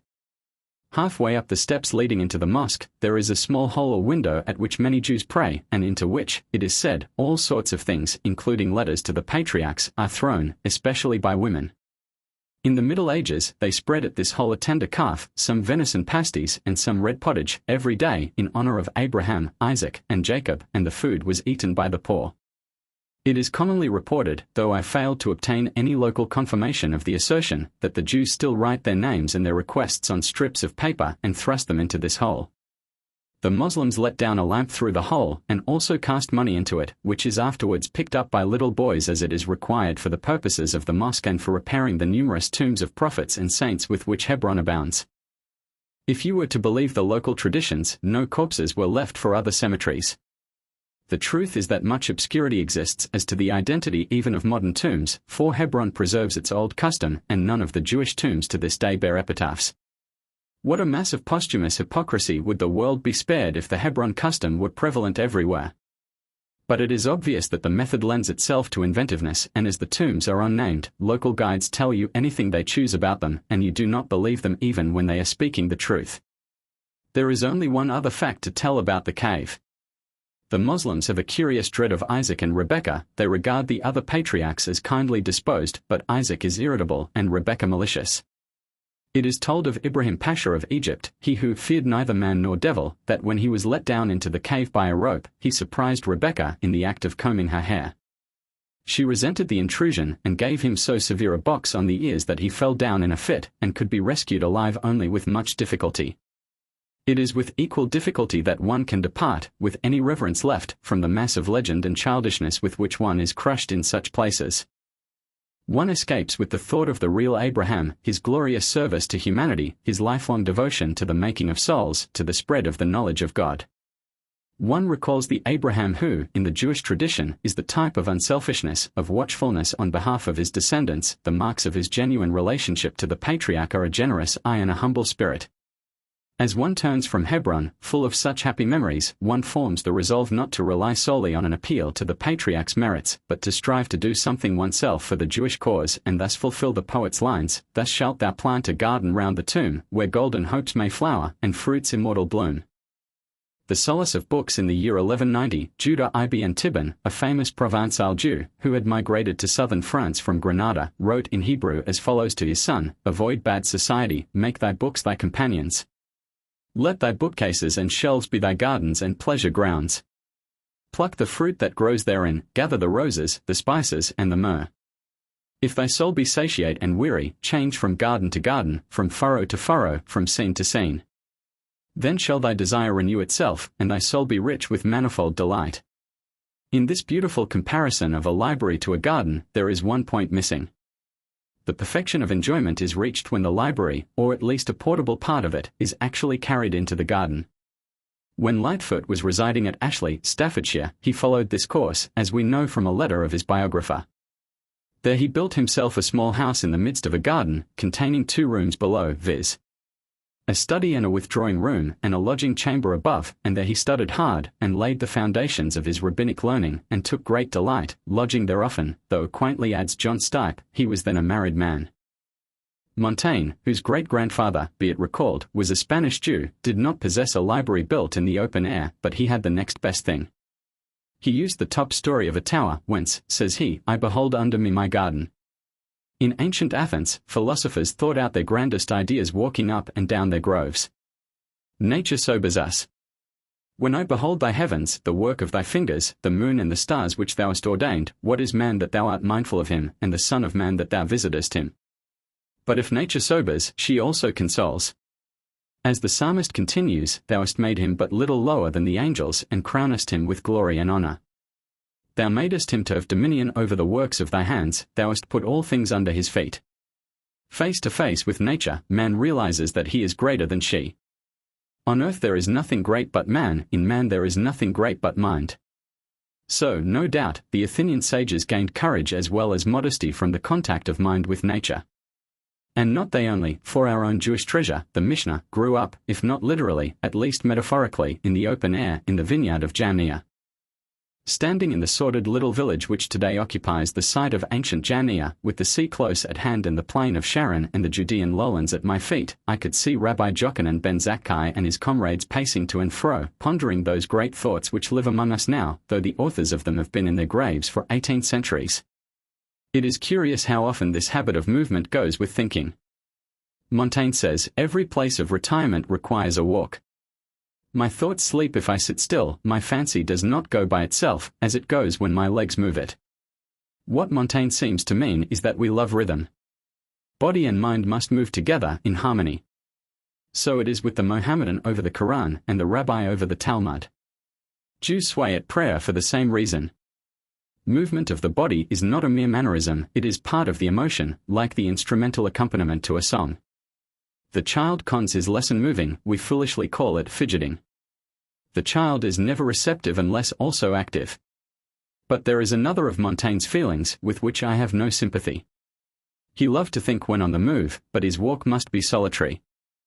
"'Tis here," he says of his library, "I am in my kingdom, and I endeavor to make myself an absolute monarch. So I sequester this one corner from all society, conjugal, filial, civil. This is a detestable habit. It is the acme of selfishness to shut yourself up with your books. To write over your study door, 'Let no one enter here,' is to proclaim your work divorced from life." Montaigne gloried in the inaccessibility of his asylum. His house was perched upon an overpeering hillock, so that in any part of it, still more in the round room of the tower, he could the better seclude myself from company and keep encroachers from me. Yet some may work best when there are others beside them. From the book the reader turns to the child that prattles near and realizes how much more the child can ask than the book can answer. The presence of the young living soul corrects the vanity of the dead old pedant. Books are most solacing when the limitations of bookish wisdom are perceived. Literature, said Matthew Arnold, is a criticism of life. This is true, despite the objections of Saintsbury, but I venture to add that life is a criticism of literature. Now, I am not going to convert a paper on the solace of books into a paper in dispraise of books. I shall not be so untrue to my theme. But I give fair warning that I shall make no attempt to scale the height or sound the depth of the intellectual phases of this great subject. I invite my reader only to dally desultorily on the gentler slopes of sentiment. One of the most comforting qualities of books has been well expressed by Richard of Bury in his famous Philobibelon, written in 1344. This is an exquisite little volume on the love of books, which Mr. Israel Gallantz has now edited in an exquisite edition, attainable for the sum of 1 shilling. How safely, says Richard, we lay bare the poverty of human ignorance to books, without feeling any shame. Then he goes on to describe books as those silent teachers who instruct us without rods or stripes, without taunts or anger, without gifts or money, who are not asleep when we approach them, and do not deny us when we question them, who do not chide us when we err, or laugh at us if we are ignorant. It is Richard of Bury's last phrase that I find so solacing. No one is ever ashamed of turning to a book, but many hesitate to admit their ignorance to an interlocutor. Your dictionary, your encyclopedia, and your other books are the recipients of many a silent confession of nescience which you would never dream of making auricular. You go to these golden pots in which manna is stored and extract food exactly to your passing taste, without needing to admit, as Esau did to Jacob, that you are hungry unto death. This comparison of books to food is of itself solacing, for there is always something attractive in metaphors drawn from the delights of the table. The metaphor is very old. Open thy mouth, said the Lord to Ezekiel, and eat that which I give thee. And when I looked, a hand was put forth unto me, and, lo, a scroll of a book was therein. Then I did eat it, and it was in my mouth as honey for sweetness. What a quaint use does Richard of Bury make of this very passage. Addressing the clergy, he says, eat the book with Ezekiel, that the belly of your memory may be sweetened within, and thus, as with the panther refreshed, to whose breath all beasts and cattle long to approach, the sweet savour of the spices it has eaten may shed a perfume without. Willing enough would I be to devote the whole of my paper to Richard of Bury. I must, however, content myself with one other noble extract, which, I hope, will whet my reader's appetite for more. Moses, the gentlest of men, teaches us to make bookcases most neatly, wherein their books may be protected from any injury. Take, he says, this book of the law and put it in the side of the ark of the covenant of the Lord your God. O fitting place and appropriate for a library, which was made of imperishable shittim, i.e. acacia wood, and was covered within and without with gold. Still we must not push this idea of costly bookcases too far. Judah the Pious wrote in the 12th century, books were made for use, not to be hidden away. This reminds me that Richard of Bury is not the only medieval book lover with whom we might spend a pleasant evening. Judah ben Samuel Sir Leon, surnamed the Pious, whom I have just quoted, wrote the Book of the Pious in Hebrew in 1190, and it has many excellent paragraphs about books. Judah's subject is, however, the care of books rather than the solace derivable from them. Still, he comes into my theme, for few people can have enjoyed books more than he. He had no selfish love for them, he not only possessed books, he lent them. He was a very prince of booklenders, for he did not object if the borrowers of his books relent them in their turn. So, on dying, he advised his sons to lend his books even to an enemy, par. 876. If a father dies, he says elsewhere, par. 919, and leaves a dog and a book to his sons, one shall not say to the other, you take the dog, and I'll take the book, as though the two were comparable in value. Poor, primitive Judah the Pious. We wiser moderns should never dream of making the comparison between a dog and a book, but for the opposite reason. Judah shrank from equaling a book to a dog, but we know better than to undervalue a dog so far as to compare it with a book. The kennel costs more than the bookcase, and love of dogs is a higher solace than love of books. To those who think thus, what more convincing condemnation of books could be formulated than the phrase coined by Gilbert de Poor in praise of his library, it is a garden of immortal fruits, without dog or dragon. I meant to part with Richard of Bury, but I must ask permission to revert to him. Some of the delight he felt in books arose from his preference of reading to oral intercourse. The truth in speech perishes with the sound, it is patent to the ear only and eludes the sight, begins and perishes as it were in a breath. Personally I share this view, and I believe firmly that the written word brings more pleasure than the spoken word. Plato held the opposite view. He would have agreed with the advice given by Chesterfield to his son, lay aside the best book when you can go into the best company, depend upon it you change for the better. Plato did, indeed, characterize books as immortal sons deifying their sires. But, on the opposite side, he has that memorable passage, part of which I now quote, from the same source that has supplied several others of my quotations, Mr. Alexander Ireland's Book Lover's Enchiridion. Writing, says Plato, has this terrible disadvantage which puts it on the same footing with painting. The artist's productions stand before you as if they were alive, but if you ask them anything, they keep a solemn silence. Just so with written discourse, you would fancy it full of the thoughts it speaks, but if you ask it something that you want to know about what is said, it looks at you always with the same one sign. And, once committed to writing, discourse is tossed about everywhere indiscriminately, among those who understand and those to whom it is naught, and who cannot select the fit from the unfit. Plato further complains, adds Mr. Martineau, that Theuth, the inventor of letters, had ruined men's memories and living command of their knowledge, by inducing a lazy trust in records ready to their hand, and he limits the benefit of the litera scripta to the compensation it provides for the failing memory of old age, when reading naturally becomes the great solace of life. Plato's tone is invariably depreciatory of everything committed to writing, with the exception of laws. This was also the early rabbinical view, for while the law might, nay, must, be written, the rest of the tradition was to be orally confided. The oral book was the specialty of the rabbinical schools. We moderns, who are to the ancients, in rabbinic phrase, as asses to angels in intellect, cannot rely upon oral teaching, our memory is too weak to bear the strain. Even when a student attends an oral lecture, he proves my point, because he takes notes. The ideal lies, as usual, in a compromise. Reading profits most when, beside the book, you have someone with whom to talk about the book. If that someone be the author of the book, good; if it be your teacher, better; if it be a fellow student, better still; if it be members of your family circle, best of all. The teacher has only succeeded when he feels that his students can do without him, can use their books by themselves and for themselves. But personal intercourse in studies between equals is never obsolete. Provide thyself with a fellow student, said the rabbi. Friendship made over a book is fast, enduring; this friendship is the great solace. How much we Jews have lost in modern times in having given up the old habit of reading good books together in the family circle. Religious literature thus had a halo of home about it, and the halo never faded throughout life. From the pages of the book in after years the father's loving voice still spoke to his child. But when it comes to the author, I have doubts whether it be at all good to have him near you when you read his book. You may take an unfair advantage of him and reject his book because you find the writer personally antipathetic. Or he may take an unfair advantage of you and control you by his personal fascination. You remember the critic of Demosthenes, who remarked to him of a certain oration, "When I first read your speech, I was convinced, just as the Athenians were, but when I read it again, I saw through its fallacies." Yes, rejoined Demosthenes, but the Athenians heard it only once. A book you read more than once, for you possess only what you understand. I do not doubt that the best readers are those who move least in literary circles, who are unprejudiced one way or the other by their personal likes or dislikes of literary men.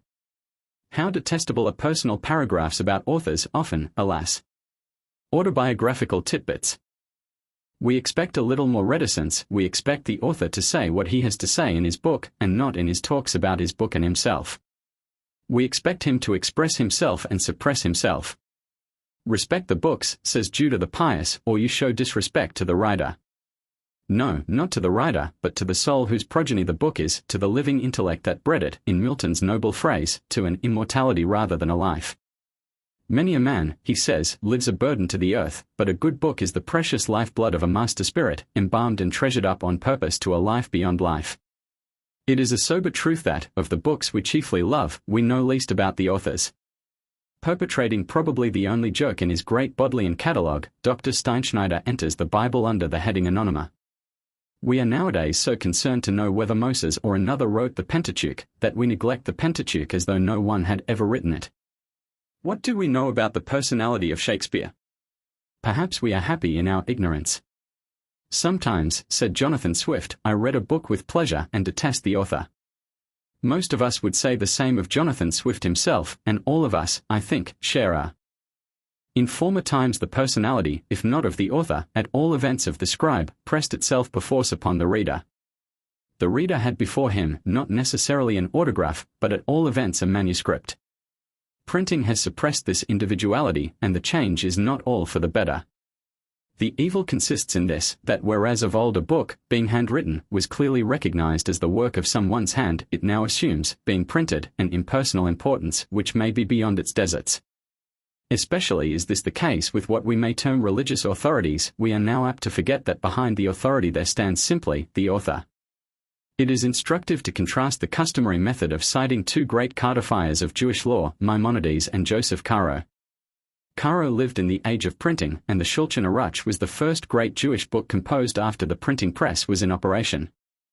The result has been that the Shulchan Aruch has become an impersonal authority, rarely cited by the author's name, while the Mishneh Torah is mostly referred to as the Rambam, i.e. Maimonides. For all that, printing has been a gain, even from the point of view at which I have just arrived. I am discussing the age, not of the author, but of the copy. As a critic, as an admirer of old printing, as an archaeologist, I feel regard for the editio princeps, but as a lover I prefer the cheap reprint. Old manuscripts certainly have their charm, but they must have been written at least before the invention of printing. Otherwise a manuscript is an anachronism, it recalls too readily the editorial, declined with thanks.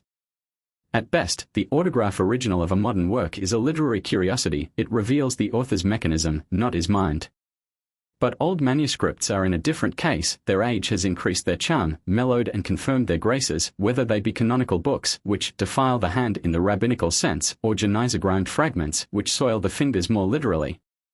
And when the dust of ages is removed, these old-world relics renew their youth, and stand forth as witnesses to Israel's unshakable devotion to his heritage. I have confessed to one Philistine habit, let me plead guilty to another. I prefer to read a book rather than hear a lecture, because in the case of the book I can turn to the last page first. I do like to know before I start whether he marries her in the end or not. You cannot do this with a spoken discourse, for you have to wait the lecturer's pleasure, and may discover to your chagrin, not only that the end is very long in coming, but that when it does come, it is of such a nature that, had you foreseen it, you would certainly not have been present at the beginning. The real interest of a love story is its process, though you may read the consummation first, you are still anxious as to the course of the courtship. But, in sober earnest, those people are who censure readers for trying to peep at the last page first. For this much abused habit has a deep significance when applied to life. You will remember the ritual rule, it is the custom of all Israel for the reader of the scroll of Esther to read and spread out the scroll like a letter, to make the miracle visible. I remember hearing a sermon just before Purim, in Vienna, and the Jewish preacher gave an admirable homiletic explanation of this rule. He pointed out that in the story of Esther the fate of the Jews has very dark moments, destruction faces them, and hope is remote. But in the end all goes well. Now, by spreading out the Megillah in folds, displaying the end with the beginning, the miracle is made visible. Once Lord Salisbury, when some timid Englishman regarded the approach of the Russians to India as a menace, told his countrymen to use large-scale maps, for these would convince them that the Russians were not so near India after all. We Jews suffer from the same nervousness. We need to use large-scale charts of human history. We need to read history in centuries, not in years. Then we should see things in their true perspective, with God changeless, as men move down the ringing grooves of change. We should then be fuller of content and confidence. We might gain a glimpse of the divine plan, and might perhaps get out of our habit of crying all is lost at every passing persecution. As if never before had there been weeping for a night. As if there had not always been abounding joy the morning after. Then let us, like God himself, try to see the end in the beginning, let us spread out the scroll, so that the glory of the finish may transfigure and illumine the gloom and sadness of the intermediate course, and thus the miracle of God's providential love will be made visible to all who have eyes to see it. What strikes a real lover of books when he casts his eye over the fine things that have been said about reading, is this: there is too much said about profit, about advantage. Reading, said Bacon, maketh a full man, and reading has been justified 1,000 times on this famous plea. But, someone else, I forget who, says, you may as well expect to become strong by always eating, as wise by always reading. Herbert Spencer was once blamed by a friend for reading so little. Spencer replied, "If I read as much as you do, I should know as little as you do." Too many of the eulogies of books are utilitarian. A book has been termed the home traveler's ship or horse, and libraries, the wardrobes of literature. Another favorite phrase is Montaigne's, "'Tis the best viaticum for this human journey," a phrase paralleled by the rabbinic use of the biblical provender for the way. The aliment of youth, the comfort of old age, so Cicero terms books. The sick man is not to be pitied when he has his cure in his sleeve, that is where they used to carry their books. But I cannot go through the long list of the beautiful, yet inadequate, similes that abound in the works of great men, many of which can be read in the book Lover's Enchiridion, to which I have already alluded. One constant comparison is of books to friends. This is perhaps best worked out in one of the epistles of Erasmus, which the Enchiridion omits. "You want to know what I am doing. I devote myself to my friends, with whom I enjoy the most delightful intercourse. With them I shut myself in some corner, where I avoid the gaping crowd, and either speak to them in sweet whispers, or listen to their gentle voices, talking with them as with myself. Can anything be more convenient than this? They never hide their own secrets, while they keep sacred whatever is entrusted to them. They speak when bidden, and when not bidden they hold their tongue. They talk of what you wish, and as long as you wish, do not flatter, feign nothing, keep back nothing, freely tell you of your faults, and take no man's character away. What they say is either amusing or wholesome. In prosperity they moderate, in affliction they console, they do not vary with fortune, they follow you in all dangers, and last out to the very grave. Nothing can be more candid than their relations with one another. I visit them from time to time, now choosing one companion and now another, with perfect impartiality. With these humble friends, I bury myself in seclusion. What wealth or what scepters would I take in exchange for this tranquil life? Tranquility is a not unworthy characteristic of the scholar, but, taking Erasmus at his word, would he not have been even a greater man than he was, had he been less tranquil and more strenuous? His great role in the history of European culture would have been greater still, had he been readier to bear the rubs which come from rough contact with the world. I will not, however, allow myself to be led off into this alluring digression, whether books or experience make a man wiser. Books may simply turn a man into a learned fool, and, on the other hand, experience may equally fail to teach any of the lessons of wisdom. As Moore says, "My only books were woman's looks, and folly's all they taught me." The so-called men of the world often know little enough of the world of men. It is a delusion to think that the businessman is necessarily businesslike. Your businessman is often the most businesslike creature imaginable. For practical ability, give me the man of letters. Life among books often leads to insight into the book of life. At Cambridge we speak of the reading men and the sporting men. Sir Richard Jebb, when he went to Cambridge, was asked, "Do you mean to be a sporting man or a reading man?" He replied, "Neither. I want to be a man who reads."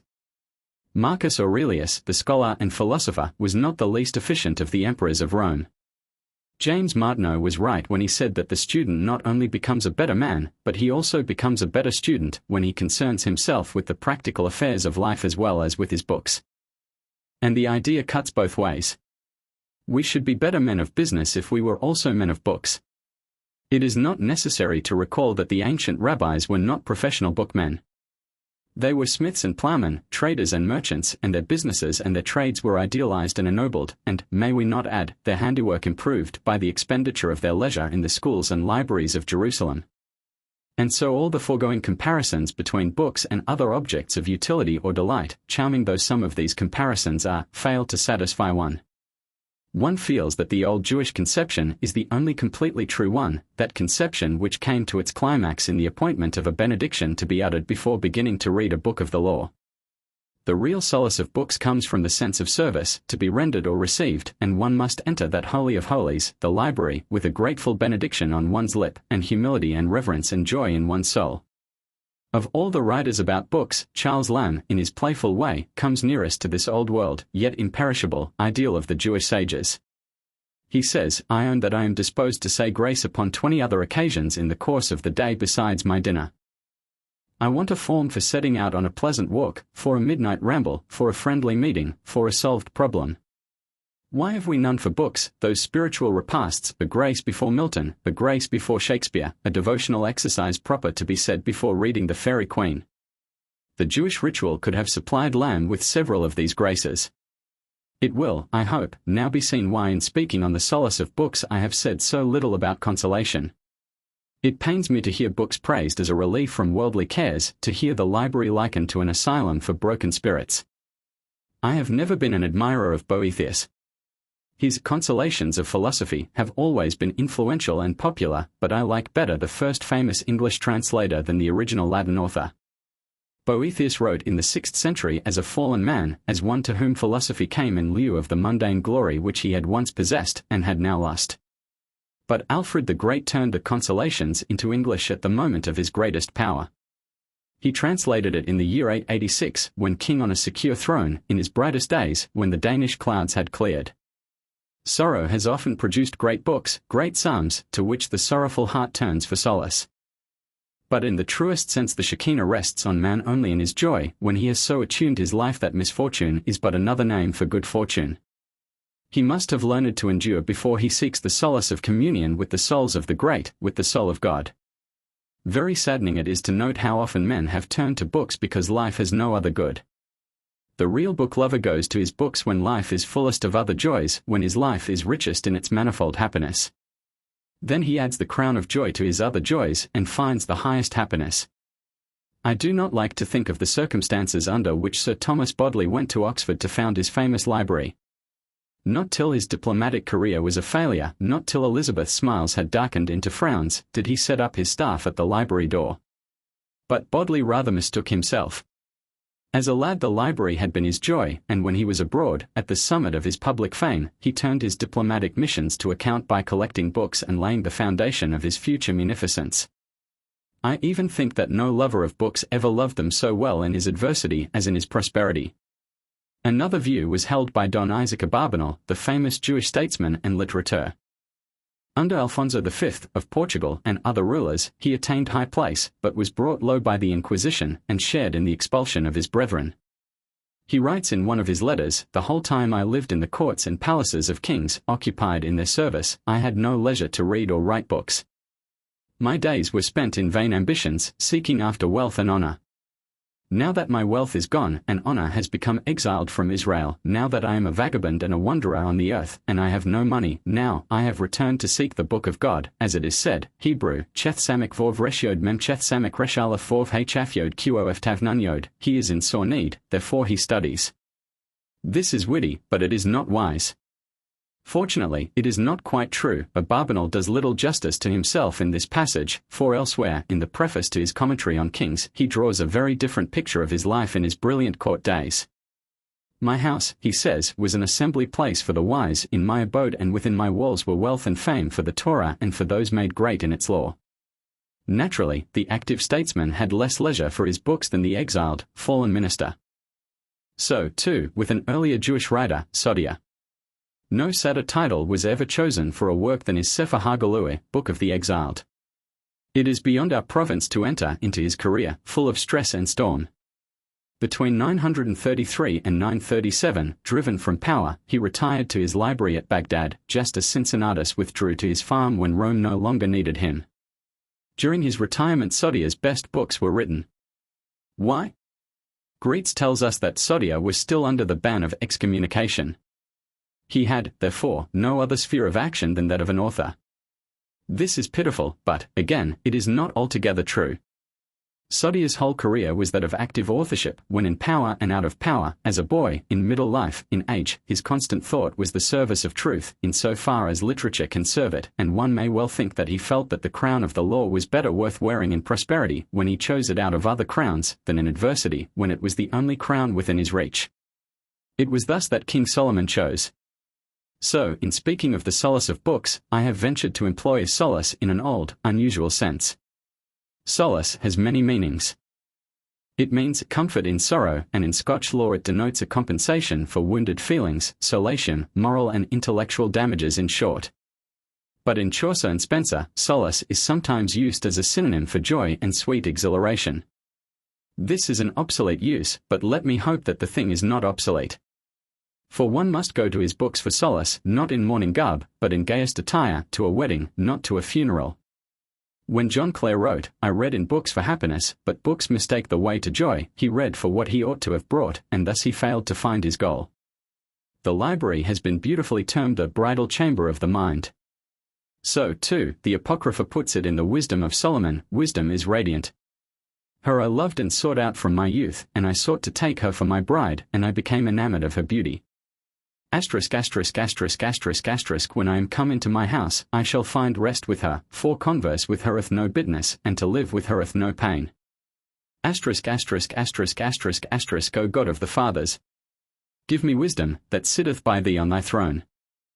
Medieval wayfaring men leave their homes because they must, or because they will. The Hebrew has experienced both motives for traveling. Irresistibly driven on by his own destiny and by the pressure of his fellow men, the Jew was also gifted with a double share of that curiosity and restlessness which often send men forth of their own free will on long and arduous journeys. He has thus played the part of the wandering Jew from choice and from necessity. He loved to live in the whole world, and the whole world met him by refusing him a single spot that he might call his very own. Tribes of the wandering foot and weary breast, how shall ye flee away and be at rest? The wild doveth her nest, the fox her cave, mankind their country, Israel but the grave. A sad chapter of medieval history is filled with the enforced wanderings of the sons of Israel. The lawgiver prophesied well, there shall be no rest for the sole of thy foot. But we are not concerned here with the victim of expulsion and persecution. The wayfarer with whom we shall deal is the traveller and not the exile. He was moved by no caprice but his own. He will excite our admiration, perhaps our sympathy, only rarely our tears. My subject, be it remembered, is not wayfarers, but wayfaring. Hence I am to tell you not the story of particular travellers, but the manner of their travelling, the conditions under which they moved. Before leaving home, a Jewish wayfarer of the Middle Ages was bound to procure two kinds of passport. In no country in those days was freedom of motion allowed to anyone. The Jew was simply a little more hampered than others. In England, the Jew paid a feudal fine before he might cross the seas. In Spain, the system of exactions was very complete. No Jew could change his residence without a license even within his own town. But in addition to the inflictions of the government, the Jews enacted voluntary laws of their own, forcing their brethren to obtain a congregational permit before starting. The reasons for this restriction were simple. In the first place, no Jew could be allowed to depart at will and leave the whole burden of the royal taxes on the shoulders of those who were left behind. Hence, in many parts of Europe and Asia, no Jew could leave without the express consent of the congregation. Even when he received the consent, it was usually on the understanding that he would continue, in his absence, to pay his share of the communal dues. Sometimes even women were included in this law, as, for instance, if the daughter of a resident Jew married and settled elsewhere, she was forced to contribute to the taxes of her native town a sum proportionate to her dowry, unless she emigrated to Palestine, in which case she was free. A further cause why Jews placed restrictions on free movement was moral and commercial. Announcements had to be made in the synagogue informing the congregation that so-and-so was on the point of departure, and anyone with claims against him could obtain satisfaction. No clandestine or unauthorized departure was permissible. It must not be thought that these communal licenses were of no service to the traveler. On the contrary, they often assured him a welcome in the next town, and in Persia were as good as a safe conduct. No Mohammedan would have dared defy the traveling order sealed by the Jewish patriarch. Having obtained his two licenses, one from the government and the other from the synagogue, the traveler would have to consider his costume. Dress shabbily was the general Jewish maxim for the tourist. How necessary this rule was may be seen from what happened to Rabbi Patakia, who traveled from Prague to Nineveh in 1175, or thereabouts. At Nineveh he fell sick, and the king's physicians attended him and pronounced his death certain. Now Patakia had traveled in most costly attire, and in Persia the rule was that if a Jewish traveler died, the physicians took half his property. Patakia saw through the real danger that threatened him, so he escaped from the perilous ministrations of the royal doctors, had himself carried across the Tigris on a raft, and soon recovered. Clearly, it was imprudent of a Jewish traveler to excite the rapacity of kings or bandits by wearing rich dresses. But it was also desirable for the Jew, if he could, to evade recognition as such altogether. Jewish opinion was very sensible on this head. It did not forbid a Jew's disguising himself even as a priest of the church, joining a caravan and mumbling Latin hymns. In times of danger, he might, to save his life, don the turban and pass as a Mohammedan even in his home. Most remarkable concession of all, the Jewess on a journey might wear the dress of a man. The law of the land was equally open to reason. In Spain, the Jew was allowed to discard his yellow badge while traveling. In Germany, he had the same privilege, but he had to pay a premium for it. In some parts, the Jewish community as a whole bought the right to travel and to discard the badge on journeys, paying a lump sum for the general privilege and itself exacting a communal tax to defray the general cost. In Rome, the traveler was allowed to lodge for 10 days before resuming his hated badge. But, curiously enough, the legal relaxation concerning the badge was not extended to the markets. The Jew made the medieval markets, yet he was treated as an unwelcome guest, a commodity to be taxed. This was especially so in Germany. In 1226, Bishop Lorenz of Breslau ordered Jews who passed through his domain to pay the same toll as slaves brought to market. The visiting Jew paid toll for everything, but he got part of his money back. He received a yellow badge, which he was forced to wear during his whole stay at the market, the finances of which he enriched, indirectly by his trade and directly by his huge contributions to the local taxes. The Jewish traveler mostly left his wife at home. In certain circumstances he could force her to go with him, as, for instance, if he had resolved to settle in Palestine. On the other hand, the wife could prevent her husband from leaving her during the first year after marriage. It also happened that families emigrated together.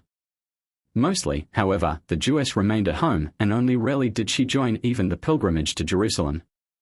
This is a striking contrast to the Christian custom, for it was the Christian woman that was the most ardent pilgrim. In fact, pilgrimages to the Holy Land only became popular in church circles because of the enthusiasm of Helena, mother of Constantine the Great, especially when, in 326, she found the true cross. We, however, read of an aged Jewess who made a pilgrimage to all the cities of Europe, for the purpose of praying in the synagogues on her route. We now know, from the Chronicle of Achamas, that Jews visited Jerusalem in the 10th century. Erroneous records a curious incident. Charles the Great, between the years 787 and 813, ordered a Jewish merchant, who often used to visit Palestine and bring precious and unknown commodities thence to the west, to hoax the Archbishop of Mainz, so as to lower the self-conceit of this vain dilettante. The Jew thereupon sold him a mouse at a high price, persuading him that it was a rare animal which he had brought with him from Judea. Early in the 11th century there was a fully organized Jewish community with a Beth Din at Ramlah, some 4 hours' drive from Jaffa. But Jews did not visit Palestine in large numbers until Saladin finally regained the holy city for Mohammedan rule, towards the end of the 12th century. From that time pilgrimages of Jews became more frequent, but the real influx of Jews into Palestine dates from 1492, when many of the Spanish exiles settled there and formed the nucleus of the present Sephardic population. On the whole, it may be said that in the Middle Ages the journey to Palestine was fraught with so much danger that it was gallantry that induced men to go mostly without their wives. And, generally speaking, the Jew going abroad to earn a living for his family could not dream of allowing his wife to share the dangers and fatigues of the way. In Elul, 1146, Rabbi Simeon the Pious returned from England, where he had lived many years, and betook himself to Cologne, thence to take ship home to Trier. On the way, near Cologne, he was slain by crusaders, because he refused baptism. The Jewish community of Cologne bought the body from the citizens and buried it in the Jewish cemetery. No doubt it was often a cruel necessity that separated husband and wife. The Jewish law, even in lands where monogamy was not legally enforced, did not allow the Jew, however, to console himself with one wife at home and another abroad. Josephus, we know, had one wife in Tiberias and another in Alexandria, and the same thing is told us of royal officers in the Roman period, but the Talmudic legislation absolutely forbids such license, even though it did not formally prohibit a man from having more than one wife at home. We hear occasionally of the wife's growing restive in her husband's absence and taking another husband. In 1272, Isaac of Erfurt went on a trading journey, and though he was only gone from March 9, 1271, to July 1272, he found, on his return, that his wife had wearied of waiting for him. Such incidents on the side of the wife were very rare. The number of cases in which wife desertion occurred was larger. In her husband's absence, the wife's lot, at best, was not happy. "Come back," wrote one wife, "or send me a divorce." "Nay," replied the husband, "I can do neither. I have not yet made enough provision for us, so I cannot return. And, before heaven, I love you, so I cannot divorce you." The rabbi advised that he should give her a conditional divorce, a kindly device which provided that, in case the husband remained away beyond a fixed date, the wife was free to make other matrimonial arrangements. The rabbis held that traveling diminishes family life, property, and reputation. Move from house to house and you lose a shirt, go from place to place and you lose a life, so ran the rabbinic proverb. This subject might be enlarged upon, but enough has been said to show that this breaking up of the family life was one of the worst effects of the Jewish travels of the Middle Ages and even more recent times. Whether his journey was devotional or commercial, the rites of religion formed part of the traveler's preparations for the start. The prayer for wayfarers is Talmudic in origin. It may be found in many prayer books, and I need not quote it. But one part of it puts so well, in a few pregnant words, the whole story of danger, that I must reproduce them. On approaching a town, the Jew prayed, "May it be thy will, O Lord, to bring me safely to this town." When he had entered, he prayed, "May it be thy will, O Lord, to take me safely from this town." And when he actually left, he uttered similar words, pathetic and painfully significant. In the 1st century of the Christian era, much traveling was entailed by the conveyance of the didrachman, sent by each Jew to the temple from almost every part of the known world. Philo says of the Jews beyond the Euphrates, every year the sacred messengers are sent to convey large sums of gold and silver to the temple which have been collected from all the subordinate governments. They travel over rugged and difficult and almost impassable roads, which, however, they look upon as level and easy, inasmuch as they serve to conduct them to piety. And the road was made easy in other ways. It must often have been shortened to the imagination by the prevalent belief that by supernatural aid the miles could be actually lessened. Rabbi Natronai was reported to be able to convey himself a several days' journey in a single instant. So Benjamin of Tudela tells how Elroy, who claimed to be the Messiah in the 12th century, not only could make himself visible or invisible at will, but could cross rivers on his turban, and, by the aid of the divine name, could travel a 10 days' journey in 10 hours. Another Jewish traveler calmed the sea by naming God, another by writing the sacred name on a shard and casting it into the sea. "Have no care," said he, on another occasion, to his Arab comrade, as the shadows fell on a Friday afternoon and they were still far from home, "Have no care, we shall arrive before nightfall," and, exercising his wonder-working powers, he was as good as his word. But, besides, an Amharis, using the word in its later sense of ignoramus, would be too dull for edifying conversation, and one might as well or as ill journey alone as with a bore. "But thou shalt speak of them by the way," says Deuteronomy of the Commandments, and this, to say nothing of the danger, was one of the reasons why solitary traveling was disapproved. A man walking alone was more likely to turn his mind to idle thoughts than if he had a congenial partner to converse with, and the Mishnah is severe against him who turns aside from his peripatetic study to admire a tree or a fallow. This does not imply that the Jews were indifferent to the beauties of nature. Jewish travelers often describe the scenery of the parts they visit, and Patakia literally revels in the beautiful gardens of Persia, which he paints in vivid colors. Then, again, few better descriptions of a storm at sea have been written than those composed by Jehuda Halevi on his fatal voyage to Palestine. Similarly, Cheriza, another Jewish wayfarer, who laughed himself over half the world, wrote verses as he walked, to relieve the tedium. He is perhaps the most entertaining of all Jewish travelers. Nothing is more amusing than his conscious habit of judging the characters of the men he saw by their hospitality, or the reverse, to himself. After the impoverishment caused by the Bar Kokhba War, the students were glad to dine at the table of the wealthy patriarch Judah I. In the medieval period there were also such. These Bachurim, who, young as they were often married, accomplished enormous journeys on foot. They walked from the Rhine to Vienna, and from North Germany to Italy. Their privations on the road were indescribable. Bad weather was naturally a severe trial. "Hearken not to the prayers of wayfarers," was the petition of those who stayed at home. This quaint Talmudic saying refers to the selfishness of travelers, who always clamor for fine weather, though the farmer needs rain. Apart from the weather, the Bachurim suffered much on the road. Their ordinary food was raw vegetables culled from the fields, they drank nothing but water.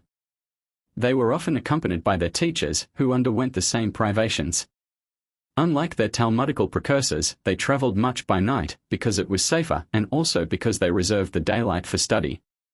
The dietary laws make Jewish traveling particularly irksome. We do, indeed, find Jews lodging at the ordinary inns, but they could not join the general company at the table d'hôte. The Sabbath, too, was the cause of some discomfort, though the traveler always exerted his utmost efforts to reach a Jewish congregation by Friday evening, sometimes, as we have seen, with supernatural aid. We must interrupt this account of the Bacha to record a much earlier instance of the awkward situation in which a pious Jewish traveler might find himself because of the Sabbath regulations. In the very last year of the 4th century, Synesius of Cyrene, writing to his brother of his voyage from Alexandria to Constantinople, supplies us with a quaint instance of the manner in which the Sabbath affected Jewish travelers. Synesius uses a sarcastic tone, which must not be taken as seriously unfriendly. His voyage homeward, says Mr. Glover, was adventurous. It is a pity that space cannot be found for a full citation of Synesius's enthralling narrative. His Jewish steersman is an entertaining character. There were 12 members in the crew, the steersman making the 13th. More than half, including the steersman, were Jews. It was, says Synesius, the day which the Jews call the preparation, Friday, and they reckon the night to the next day, on which they are not allowed to do any work, but they pay it especial honor, and rest on it. So the steersman let go the helm from his hands, when he thought the sun would have set on the land, and threw himself down, and what mariner should choose might trample him.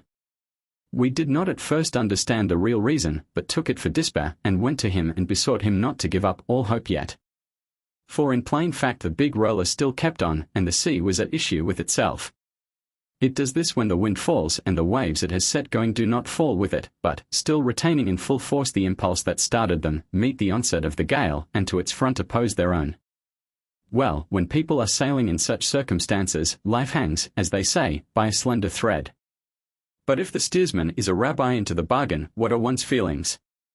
When, then, we understood what he meant in leaving the helm, for when we begged him to save the ship from danger, he went on reading his book, we despaired of persuasion, and tried force.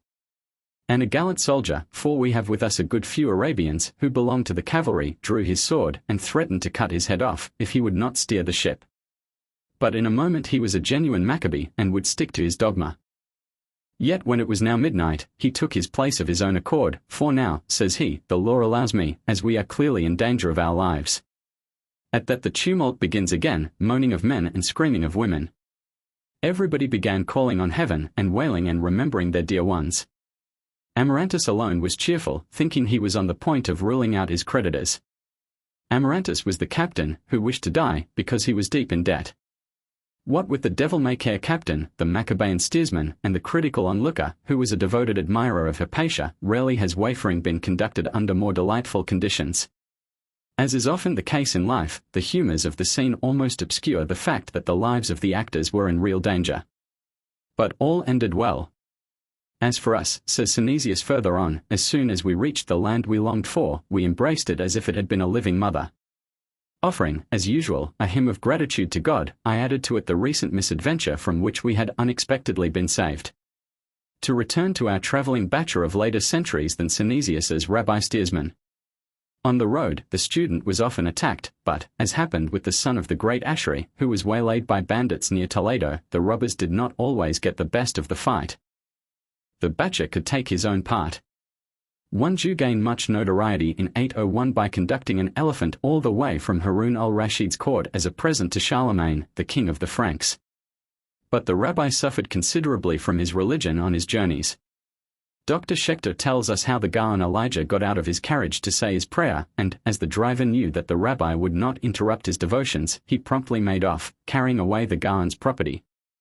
But the account was not all on one side. If the bachelor suffered for his religion, he received ample compensation. When he arrived at his destination, he was welcomed right heartily. We read how cordially the Shilaite Kollel was received in Algiers in the 15th to 18th centuries. It was a great popular event, as is nowadays the visit of the Alliance Inspector. This was not the case with all Jewish travelers, some of whom received a very cold shoulder from their brethren. Why was this?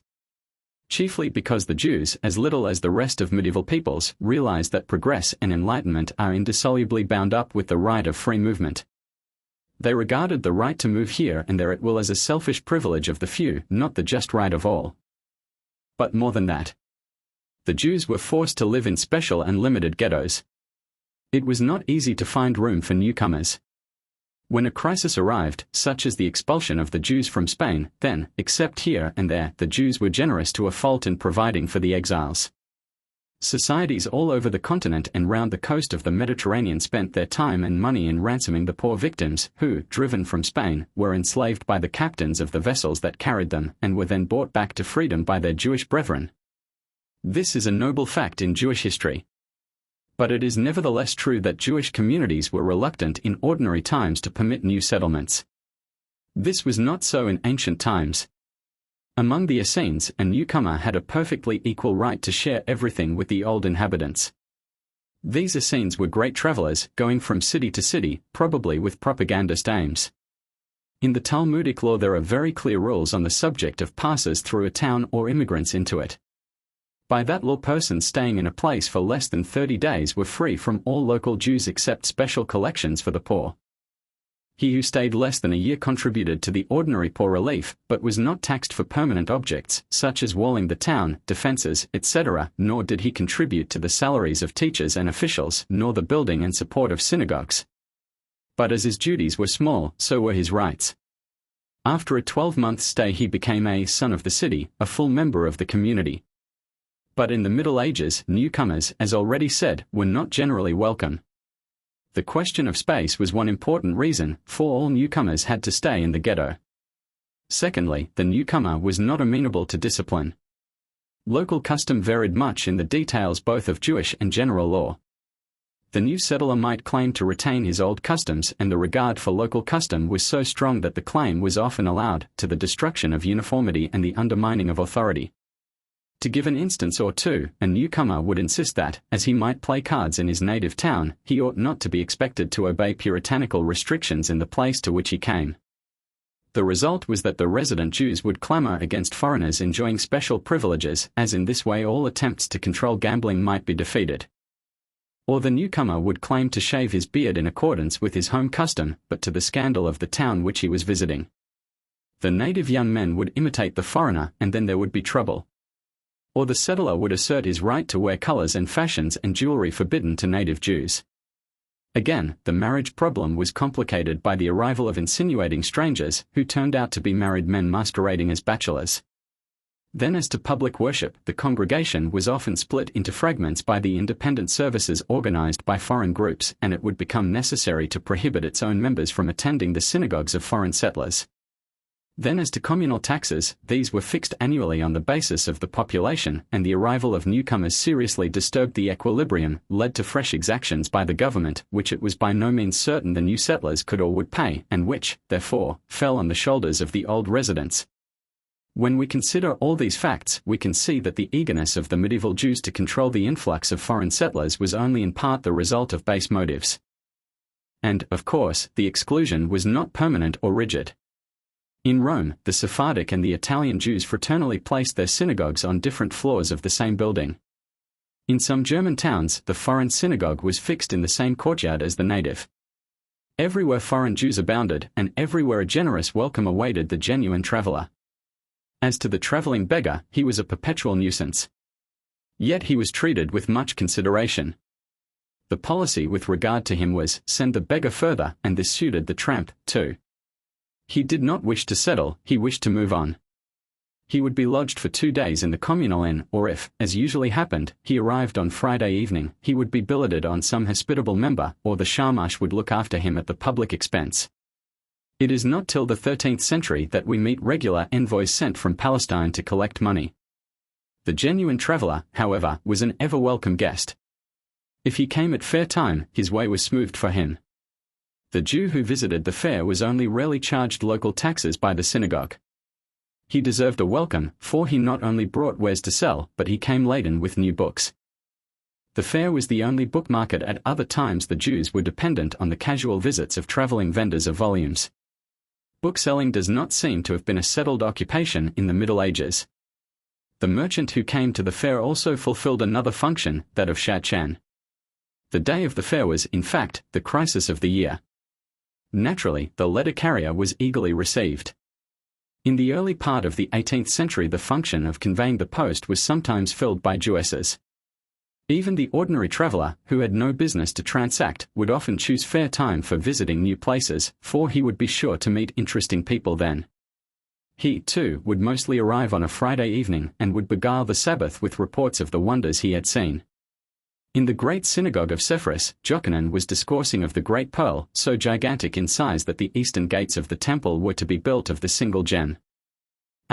Assented an auditor, who had been a notorious skeptic until he had become a shipwrecked sailor. Had not mine own eyes beheld such a pearl in the ocean bed, I should not have believed it. And so the medieval traveller would tell his enthralling tales. He would speak of a mighty Jewish kingdom in the East, existing in idyllic peace and prosperity. He would excite his auditors with news of the latest Messiah. He would describe the river Sambachin, which keeps the Sabbath, and, mingling truth with fiction, with one breath would truly relate how he crossed a river on an inflated skin, and with the next breath romance about Hillel's tomb, how he had been there, and how he had seen a large hollow stone, which remains empty if a bad fellow enters. But at the approach of a pious visitor fills up with sweet, pure water, with which he washes, uttering a wish at the same time, sure that it will come true. It is impossible even to hint at all the wonders of the tombs. Jews were ardent believers in the supernatural power of sepulchres. They made pilgrimages to them to pray and to beg favors. Jewish travelers' tales of the Middle Ages are heavily laden with these legends. Of course, the traveler would also bring genuine news about his brethren in distant parts, and sober information about foreign countries, their ways, their physical conformation, and their strange birds and beasts. These stories were in the main true. For instance, Patakia tells of a flying camel which runs 15 times as fast as the fleetest horse. He must have seen an ostrich, which is still called the flying camel by Arabs. But we cannot linger over this matter. Suffice it to say that, as soon as Sabbath was over, the traveller's narrative would be written out by the local scribe and treasured as one of the communal prizes. The traveller, on his part, often kept a diary and himself compiled a description of his adventures. In some congregations there was kept a communal notebook in which were entered decisions brought by visiting rabbis from other communities. The most welcome of guests, even more welcome than long-distance travellers or globe-trotters, were the Bachurim and travelling rabbis. The Talmudic rabbis were most of them travelers. Akiba's extensive journeys were, some think, designed to rouse the Jews of Asia Minor generally to participate in the insurrection against Hadrian. But my narrative must be at this point confined to the medieval students. For the Bachurim, or students, there was a special house in many communities and they lived together with their teachers. In the 12th century, the great Academy of Narbonne, under Abraham Ibn Daud, attracted crowds of foreign students. These, as Benjamin of Tudela tells us, were fed and clothed at the communal cost. At Beaucaire, the students were housed and supported at the teacher's expense.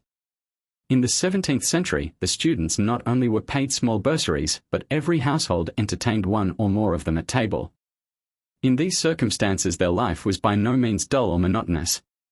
A Jewish student endures much, but he knows how to get the best out of life. This optimism, this quickness of humor, saved the rabbi and his pupil from many a melancholy hour. Take Abraham ibn Ezra, for instance.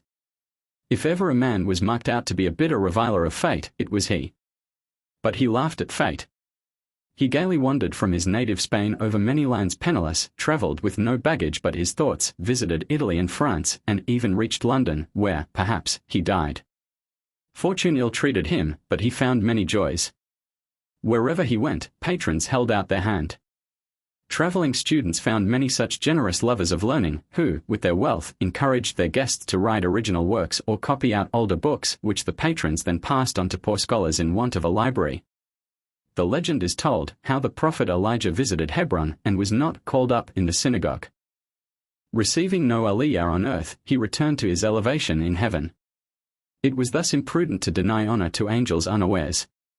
Usually the scholar was treated as such a possible angel. When he arrived, the whole congregation would turn out to meet him. He would be taken in procession to the synagogue, where he would say the benediction Ha Gormal in thanks for his safety on the road.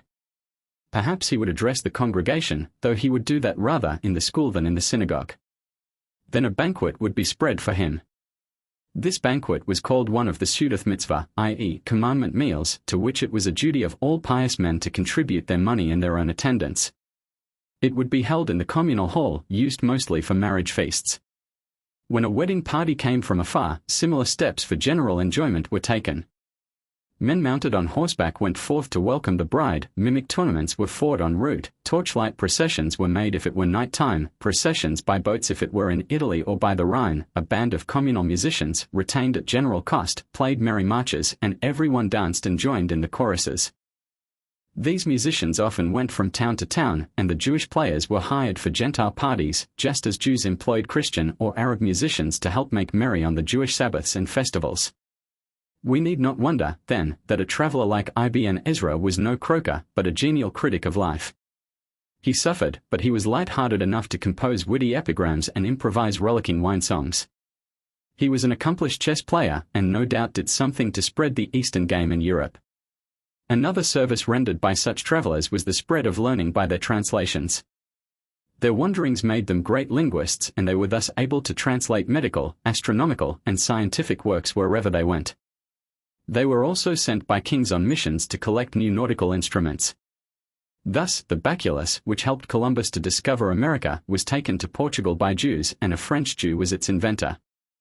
They were much in demand as traveling doctors, being summoned from afar to effect specific cures. But they also carried other delights with them. Not only were they among the troubadours, but they were also the most famous of the traveling conteurs. It was the Jews, like Berechiah, Cherezer, Zabara, Abraham ibn Chasdai, and other incessant travelers, who helped to bring to Europe Aesop, Bidpai, the Buddhist legends, who translated them from the Indian, and were partly responsible for this rich poetical gift to the Western world. Looking back on such a life, Ibn Ezra might well detect a divine providence in his own pains and sorrows. So, Jew-like, he retained his hope to the last, and after his buffetings on the troubled seas of life, remembering the beneficent results of his travels to others, if not to himself, he could write in this faithful strain, "My hope God knoweth well, my life he made full sweet, Whene'er his servant fell, God raised him to his feet. Within the garment of his grace, my faults he did enfold, hiding my sin, his kindly face my God did ne'er withhold. Requiting with fresh good, my black ingratitude." There remained the great merchant travelers to be told about. They sailed over all the world and brought to Europe the wares, the products, the luxuries of the East. They had their own peculiar dangers.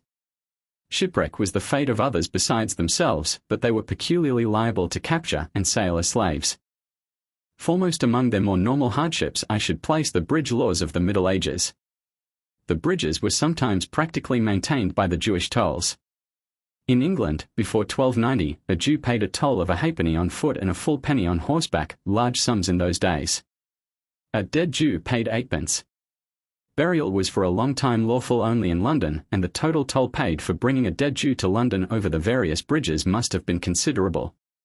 In the Kirkforts, for instance, the Jewish traveller had to pay the usual white penny for every mile, but also a heavy general fee for the whole journey.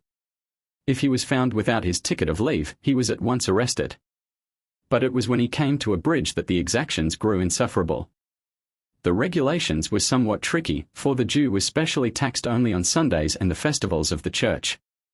But every other day was some saint's festival, and while, in Mannheim, even on those days the Christian traveller paid 1 kreutzer if he crossed the bridge on foot, and 2 if on horseback, the Jew was charged 4 kreutzer if on foot, 12 if on a horse, and for every beast of burden he, unlike the Christian wayfarer, paid a further toll of 8 kreutzer. The Jewish quarter often lay near the river, and Jews had great occasion for crossing the bridges, even for local needs.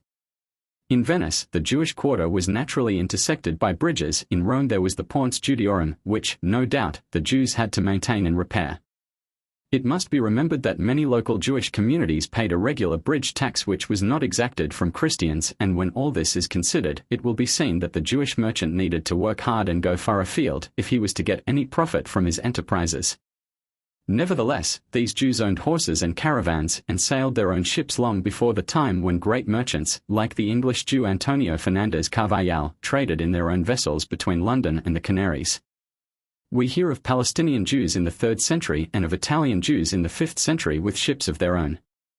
Jewish sailors abounded on the Mediterranean, which tended to become a Jewish lake. The trade routes of the Jews were chiefly two.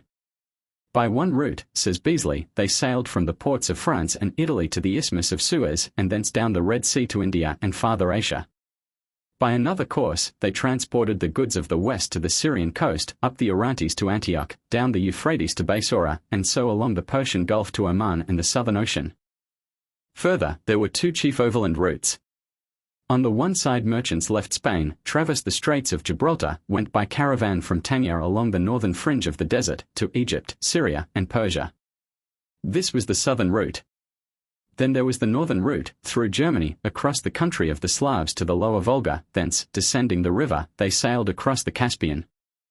Then the traveller proceeded along the Oxus Valley to Balkh, and, turning northeast, traversed the country of the Tagazgaz Turks, and found himself at last on the frontier of China. When one realizes the extent of such a journey, it is not surprising to hear that the greatest authorities are agreed that in the Middle Ages, before the rise of the Italian trading republics, the Jews were the chief middlemen between Europe and Asia. Their vast commercial undertakings were productive of much good. Not only did the Jews bring to Europe new articles of food and luxury, but they served the various states as envoys and as intelligencers. The great Anglo-Jewish merchant Carvajal provided Cromwell with valuable information, as other Jewish merchants had done to other rulers of whom they were loyal servants. In the 15th century, Henry of Portugal applied to Jews for intelligence respecting the interior of Africa, and a little later John, king of the same land, derived accurate information respecting India from two Jewish travellers that had spent many years at Ormuz and Calcutta. But it is unnecessary to add more facts of this type. The Jewish merchant traveller was no mere tradesman. He observed the country, especially did he note the numbers and occupations of the Jews, their synagogues, their schools, their vices and their virtues. In truth, the Jewish traveller, as he got farther from home, was more at home than many of his contemporaries of other faiths when they were at home. He kept alive that sense of the oneness of Judaism which could be most strongly and completely achieved because there was no political bias to separate it into hostile camps. But the interest between the traveller and his home was maintained by another bond. A striking feature of Jewish wayfaring life was the writing of letters home.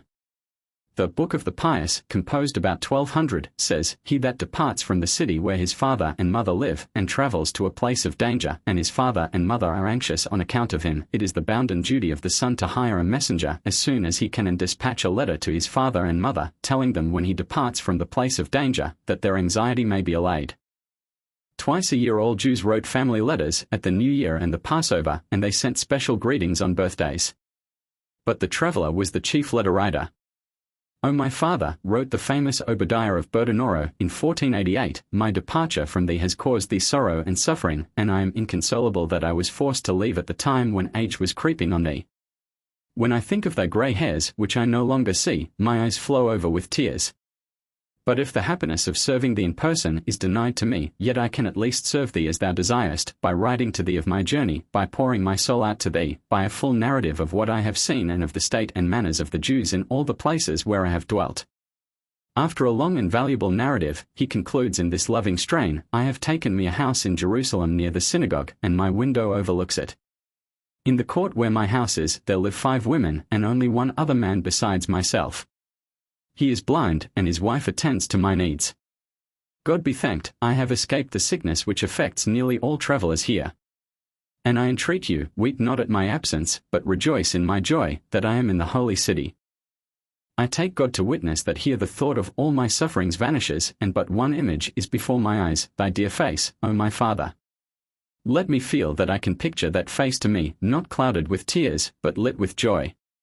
You have other children around you, make them your joy, and let my letters, which I will ever and anon renew, bring solace to your age, as your letters bring solace to me. Much more numerous than the epistles of sons to fathers are the letters of fathers to their families. When these come from Palestine, there is the same mingling of pious joy and human sorrow, joy to be in the Holy Land, sorrow to be separated from home." Another source of grief was the desolation of Palestine. One such letter writer tells sadly how he walked through the market at Zion, thought of the past, and only kept back his tears lest the Arab onlookers should see and ridicule his sorrow. Yet another medieval letter writer, Nachmanides, reaches the summit of sentiment in these lines, which I take from Dr. Schechter's translation: "I was exiled by force from home, I left my sons and daughters, and with the dear and sweet ones whom I brought up on my knees, I left my soul behind me. My heart and my eyes will dwell with them forever. But oh, the joy of a day in thy courts, O Jerusalem! Visiting the ruins of the temple and crying over the desolate sanctuary, where I am permitted to caress thy stones, to fondle thy dust, and to weep over thy ruins. I wept bitterly, but found joy in my tears."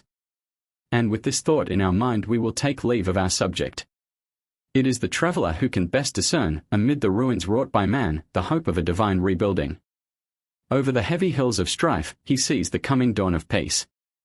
The world must still pass through much tribulation before the New Jerusalem shall arise, to enfold in its loving embrace all countries and all men.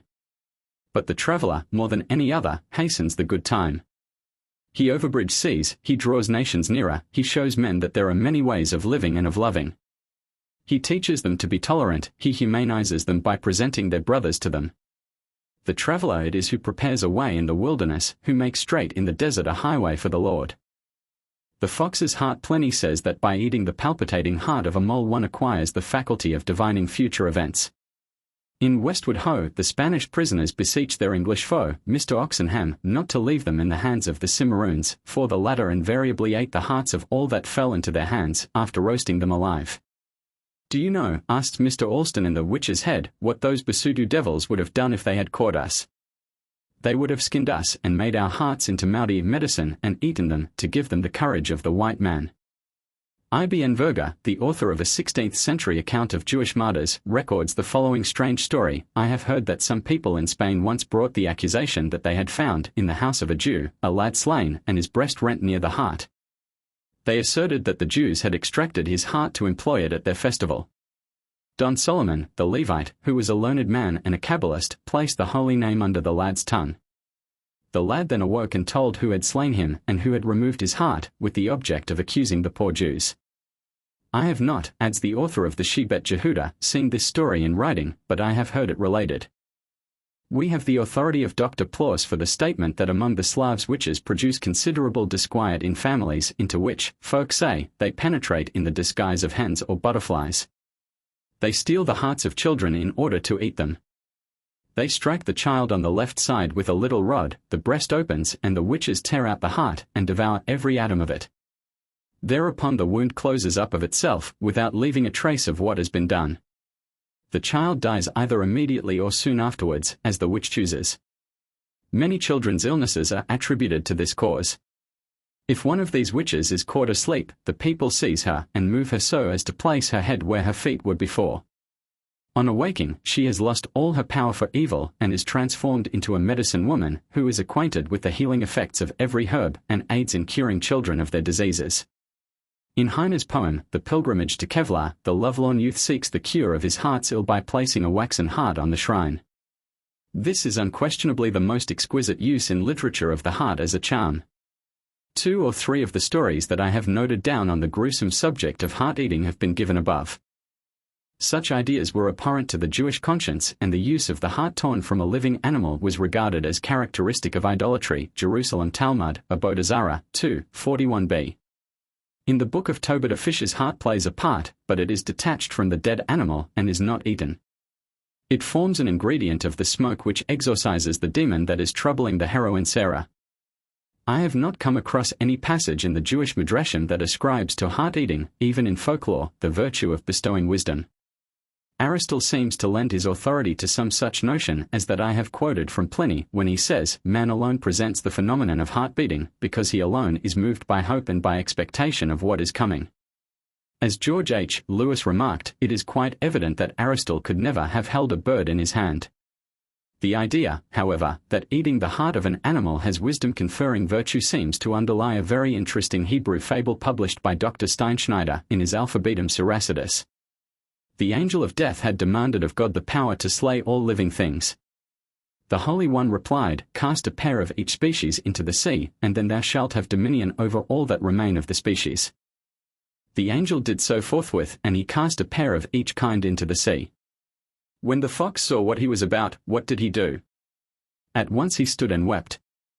Then said the angel of death unto him, why weepest thou? For my companions, whom thou hast cast into the sea, answered the fox. Where, then, are thy companions? Said the angel. The fox ran to the seashore with his wife, and the angel of death beheld the reflection of the fox in the water, and he thought that he had already cast in a pair of foxes, so, addressing the fox by his side, he cried, be off with you. The fox at once fled and escaped. The weasel met him, and the fox related what had happened and what he had done, and so the weasel went and did likewise. At the end of the year, the Leviathan assembled all the creatures in the sea, and lo! The fox and the weasel were missing, for they had not come into the sea. He sent to ask, and he was told how the fox and the weasel had escaped through their wisdom. They taunted the Leviathan, saying, "The fox is exceedingly cunning." The Leviathan felt uneasy and envious, and he sent a deputation of great fishes with the order that they were to deceive the fox and bring him before him. They went and found him by the seashore. When the fox saw the fishes disporting themselves near the bank, he was surprised, and he went among them. They beheld him and asked, "Who art thou?" "I am the fox," said he. "Knowest thou not," continued the fishes, "that a great honor is in store for thee, and that we have come here on thy behalf?" "What is it?" asked the fox. "The Leviathan," they said, "is sick, and like to die. He has appointed thee to reign in his stead, for he has heard that thou art wiser and more prudent than all other animals. Come with us, for we are his messengers and are here to thy honor." "But," objected the fox, "how can I come into the sea without being drowned?"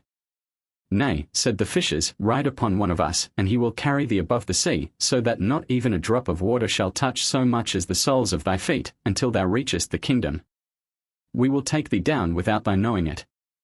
Come with us and reign over us, and be king, and be joyful all thy days. No more wilt thou need to seek for food, nor will wild beasts, stronger than thou, meet thee and devour thee." The fox heard and believed their words.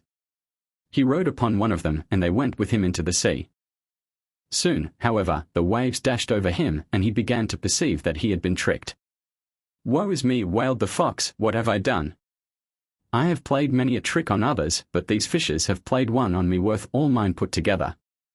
Now I have fallen into their hands, how shall I free myself?" "Indeed," he said, turning to the fishes, "now that I am fully in your power, I shall speak the truth.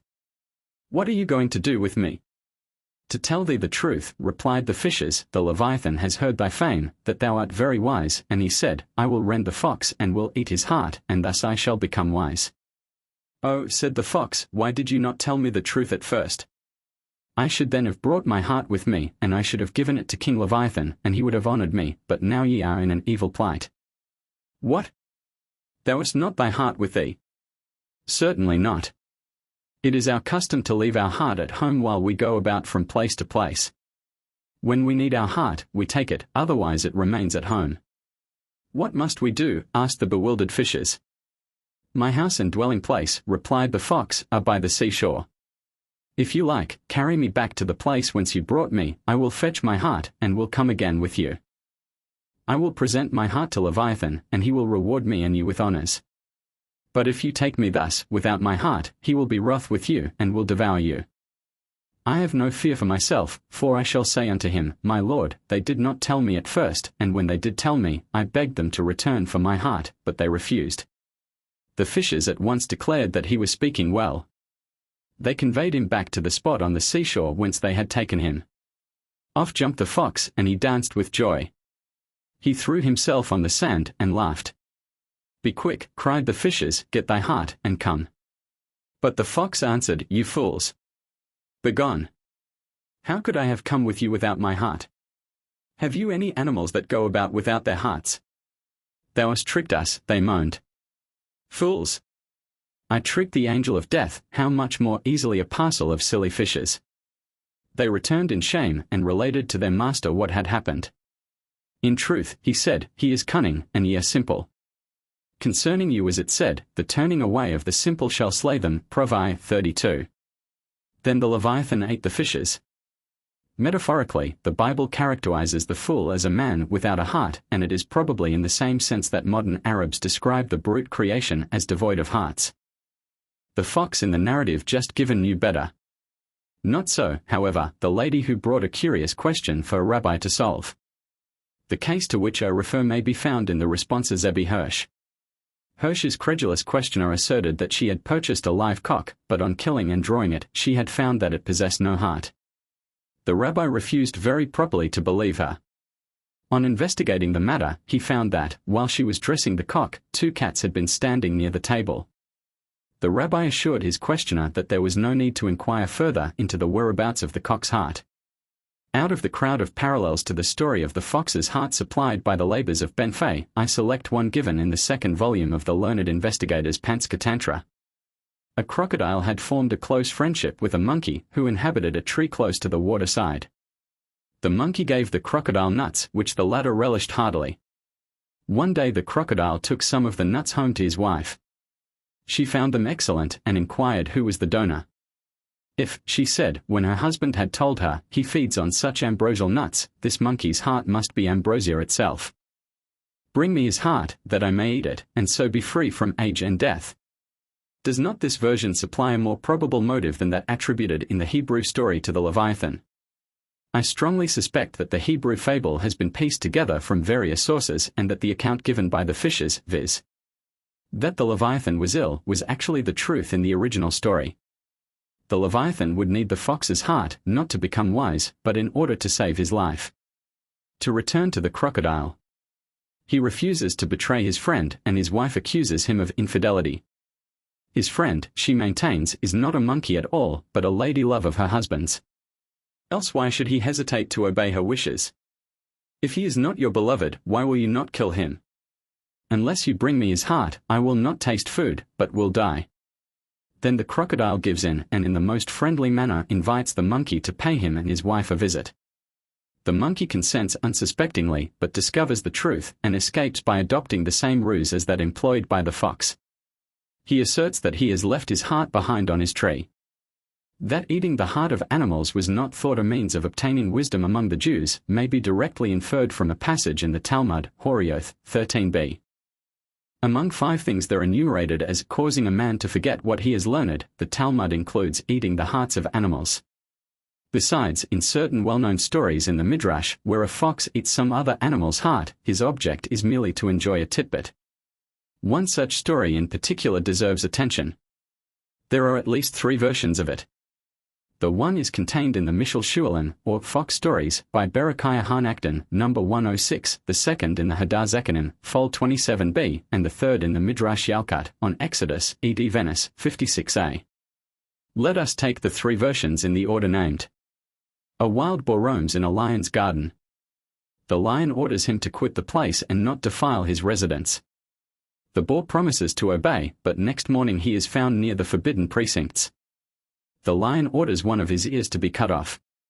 He then summons the fox and directs that if the boar still persists in his obnoxious visits, no mercy shall be shown to him. The boar remains obstinate and loses his ears, one had already gone, and eyes, and finally he is killed. The lion bids the fox prepare the carcass for his majesty's repast, but the fox himself devours the boar's heart. Hearts, in folklore, have been eaten for revenge, as in the grim story of the lover's heart told by Boccaccio. The jealous husband forces his wife, whose fidelity he doubts, to make a meal of her supposed lover's heart. In the story of the great bird's egg, again, the brother who eats the heart becomes rich, but not wise. Various motives, no doubt, are assigned in other margin for choosing the heart, but in these particular Hebrew fables it is merely regarded as a born bouch. Possibly the Talmudic caution, that eating the heart of a beast brings forgetfulness, may have a moral significance. It may mean that one who admits bestial passions into his soul will be destitute of a mind for nobler thoughts. This suggestion I have heard, and I give it for what it may be worth. As a rule, there is no morality in folklore. Stories with morals belong to the later and more artificial stage of poet lore. Homiletical folklore, of course, stands on a different basis. Now, in the Yalkut version of the fox and the lion fable, all that we are told is, the fox saw the ass's heart, he took it, and ate it. But Berechiah leaves us in no doubt as to the fox's motive. The fox saw that his heart was fat, and so he took it. In the remaining version, the fox saw that the heart was good, so he ate it. This needs no further comment. Of course, it has been far from my intention to dispute that the heart was regarded by Jews as the seat both of the intellect and the feelings, of all mental and spiritual functions, indeed.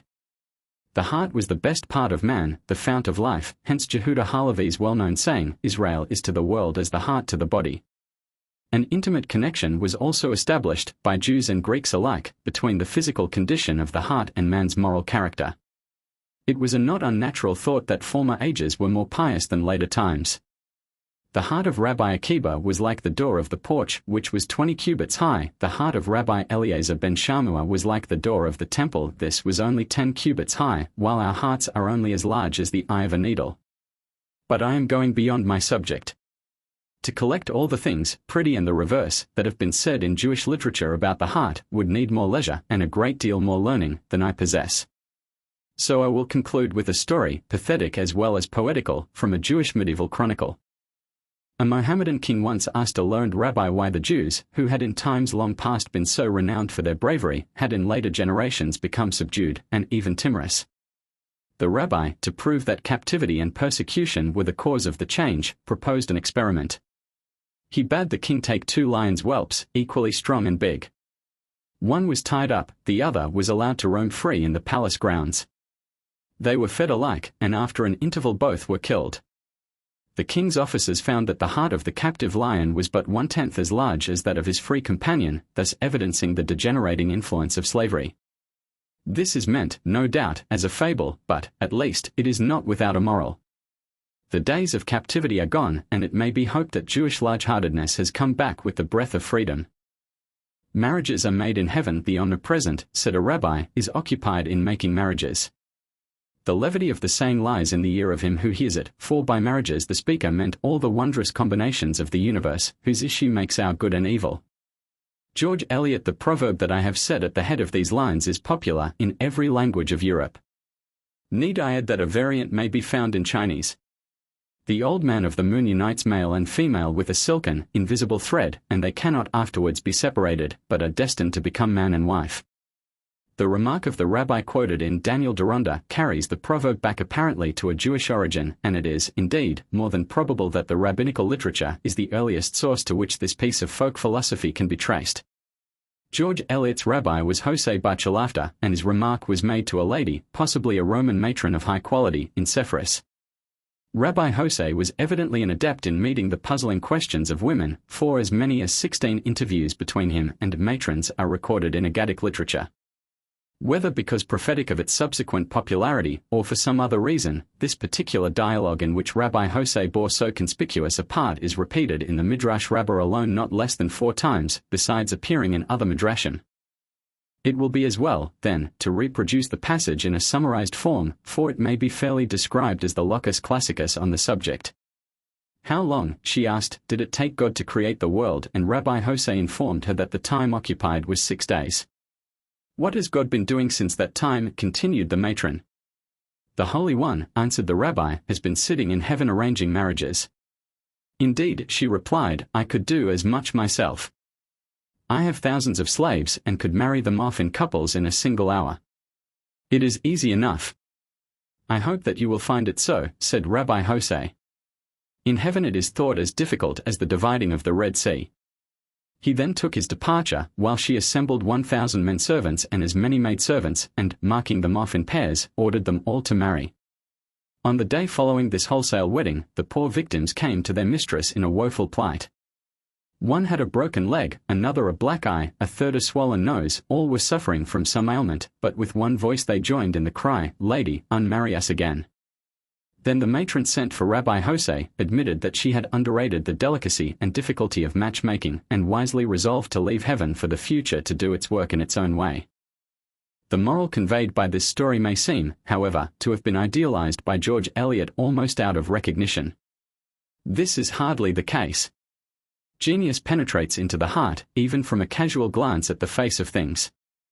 Though it is unlikely that she had ever seen the full passages in the Midrash to which she was alluding, yet her insight was not at fault. For the saying that God is occupied in making marriages is, in fact, associated in some passages of the Midrash with the far wider problems of man's destiny, with the universal effort to explain the inequalities of fortune and the changes with which the future is heavy. Rabbi José's proverbial explanation of connubial happiness was not merely a bon mot invented on the spur of the moment to silence an awkward questioner. It was a firm conviction which finds expression in more than one quaint utterance, but also in more than one matter-of-fact assertion. To take the latter first, Rabbi Phineas in the name of Rabbi Abahu said, we find in the Torah, in the prophets, and in the holy writings, evidence that a man's wife is chosen for him by the Holy One, blessed be he. Whence do we deduce it in the Torah? From Genesis XXIV. 50. Then Laban and Bethuel answered and said in reference to Rebekah's betrothal to Isaac, the thing proceedeth from the Lord. In the prophets it is found in Judges 14. 4. Where it is related how Samson wished to mate himself with a woman in Timnath, of the daughters of the Philistines, but his father and mother knew not that it was of the Lord. In the holy writings the same may be seen, for it is written, Proverbs 19. 14. House and riches are the inheritance of fathers, but a prudent wife is from the Lord. Many years ago, a discussion was carried on in the columns of notes and queries concerning the origin of the saying round which my present desultory jottings are centered. One correspondent, with unconscious plagiarism, suggested that the maxim was derived from Proverbs 19. 14. Another text that might be appealed to is Tobit 6. 18. The angel encourages Tobit to marry Sarah, though her 7 husbands, one after the other, had died on their wedding eves. Fear not, said Raphael, for she is appointed unto thee from the beginning. Here we may, for a moment, pause to consider whether any parallels to the belief in heaven-made marriages exist in other ancient literatures. It appears in English as early as Shakespeare. God, the best maker of all marriages, combine your hearts in one. Henry V v. 2. This, however, is too late to throw any light on its origin. With a little ingenuity, one might, perhaps, torture some such notion out of certain fantastic sentences of Plato. In the Symposium, par. 192, however, God is represented as putting obstacles in the way of the union of fitting lovers in consequence of the wickedness of mankind. When men become, by their conduct, reconciled with God, they may find their true loves. Astrological divinations on the subject are certainly common enough in Eastern stories. A remarkable instance will be given later on. At the present day, Lane tells us, the numerical value of the letters in the names of the 2 parties to the contract are added for each name separately, and one of the totals is subtracted from the other. If the remainder is uneven, the inference drawn is favorable, but if even, the reverse. The pursuit of gematria is apparently not limited to Jews. Such methods, however, hardly illustrate my present point, for the identity of the couple is not discovered by the process. Whether the diviner's object is to make this discovery, or the future lot of the married pair, is all that he seeks to reveal. In both cases, though he chown never so wisely, it does not fall within the scope of this inquiry. Without stretching one's imagination too much, some passages in the Pantschatantra seem to imply a belief that marriage-making is under the direct control of Providence. Take, for instance, the story of the beautiful princess who was betrothed to a serpent, Devasurma's son. Despite the various attempts made to induce her to break off so hideous a match, she declines steadfastly to go back from her word, and bases her refusal on the ground that the marriage was inevitable and destined by the gods. As quaint illustrations may be instanced the following: Raba heard a certain man praying that he might marry a certain damsel. Raba rebuked him with the words, If she be destined for thee, nothing will part thee from her. If thou art not destined for her, thou art denying Providence in praying for her. Afterwards Raba heard him say, If I am not destined to marry her, I hope that either I or she may die, meaning that he could not bear to witness her union with another. Despite Raba's protest, other instances are on record of prayers similar to the one of which he disapproved. Or, again, the Midrash offers a curious illustration of Psalm LXI. 10. Surely men of low degree are a breath, and men of high degree a lie. The first clause of the verse alludes to those who say in the usual way of the world, that a certain man is about to wed a certain maiden, and the second clause to those who say that a certain maiden is about to wed a certain man. In both cases people are in error in thinking that the various parties are acting entirely of their own free will. As a matter of fact, the whole affair is predestined. I am not quite certain whether the same idea is intended by the Alkut Rubani, in which the following occurs: Know that all religious and pious men in this our generation are handpicked by their wives, the reason being connected with the mystery of the golden calf. The men on that occasion did not protest against the action of the mixed multitude, at whose door the charge of making the calf is laid, while the women were unwilling to surrender their golden ornaments for idolatrous purposes. Therefore they rule over their husbands. One might also quote the bearing of the mystical theory of transmigration on the predestination of bridal pairs.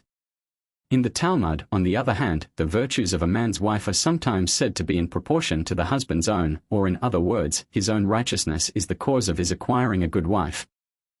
The obvious objection, raised by the Talmud itself, is that a man's merits can hardly be displayed before his birth, and yet his bride is destined for him at that early period. Yet more quaint, I should perhaps rather term it consistent, were not consistency rare enough to be indistinguishable from quaintness, was the confident belief of a maiden of whom mention is made in the Sefer HaChassidim, par. 384. She refused persistently to deck her person with ornaments. People said to her, If you go about thus unadorned, no one will notice you nor court you. She replied with firm simplicity, It is the Holy One, blessed be He, that settles marriages. I need have no concern on the point myself. Virtue was duly rewarded, for she married a learned and pious husband.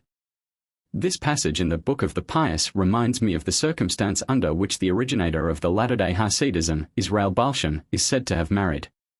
When he was offered the daughter of a rich and learned man of Brody named Abraham, he readily accepted the alliance because he knew that Abraham's daughter was his bride destined by heaven. For, like Moses Mendelssohn, in some other respects the antagonist of the Chassidim, Balsham accepted the declaration of Rabbi Judah in the name of Rab, 40 days before the creation of a girl, a proclamation, Bathkol, is made in heaven, saying, the daughter of such a one shall marry such and such a one. The belief in the divine ordaining of marriages affected the medieval synagogue liturgy. To repeat what I have written elsewhere, when the bridegroom, with a joyous retinue, visited the synagogue on the Sabbath following his marriage, the congregation chanted the chapter of Genesis, XXIV, that narrates the story of Isaac's marriage, which, as Abraham's servant claimed, was providentially arranged. This chapter was sung, not only in Hebrew, but in Arabic, in countries where the latter language was the vernacular. These special readings, which were additional to the regular scripture lesson, seem to have fallen out of use in Europe in the 17th century, but they are still retained in the East. But all over Jewry the beautiful old belief is contained in the wording of the fourth of the 7 benedictions sung at the celebration of a wedding. Blessed art thou, O Lord our God, King of the universe, who hast made man in thine image, after thy likeness, and hast prepared unto him out of his very self a perpetual fabric. Here is recalled the creation of Eve, of whom God himself said, I will make for man a helpmeet unto him. Not only the marriage, but also the bride was heaven-made, and the wonderful wedding benediction enshrines this idea. In an Agadic story, the force of this predestination is shown to be too strong even for royal opposition.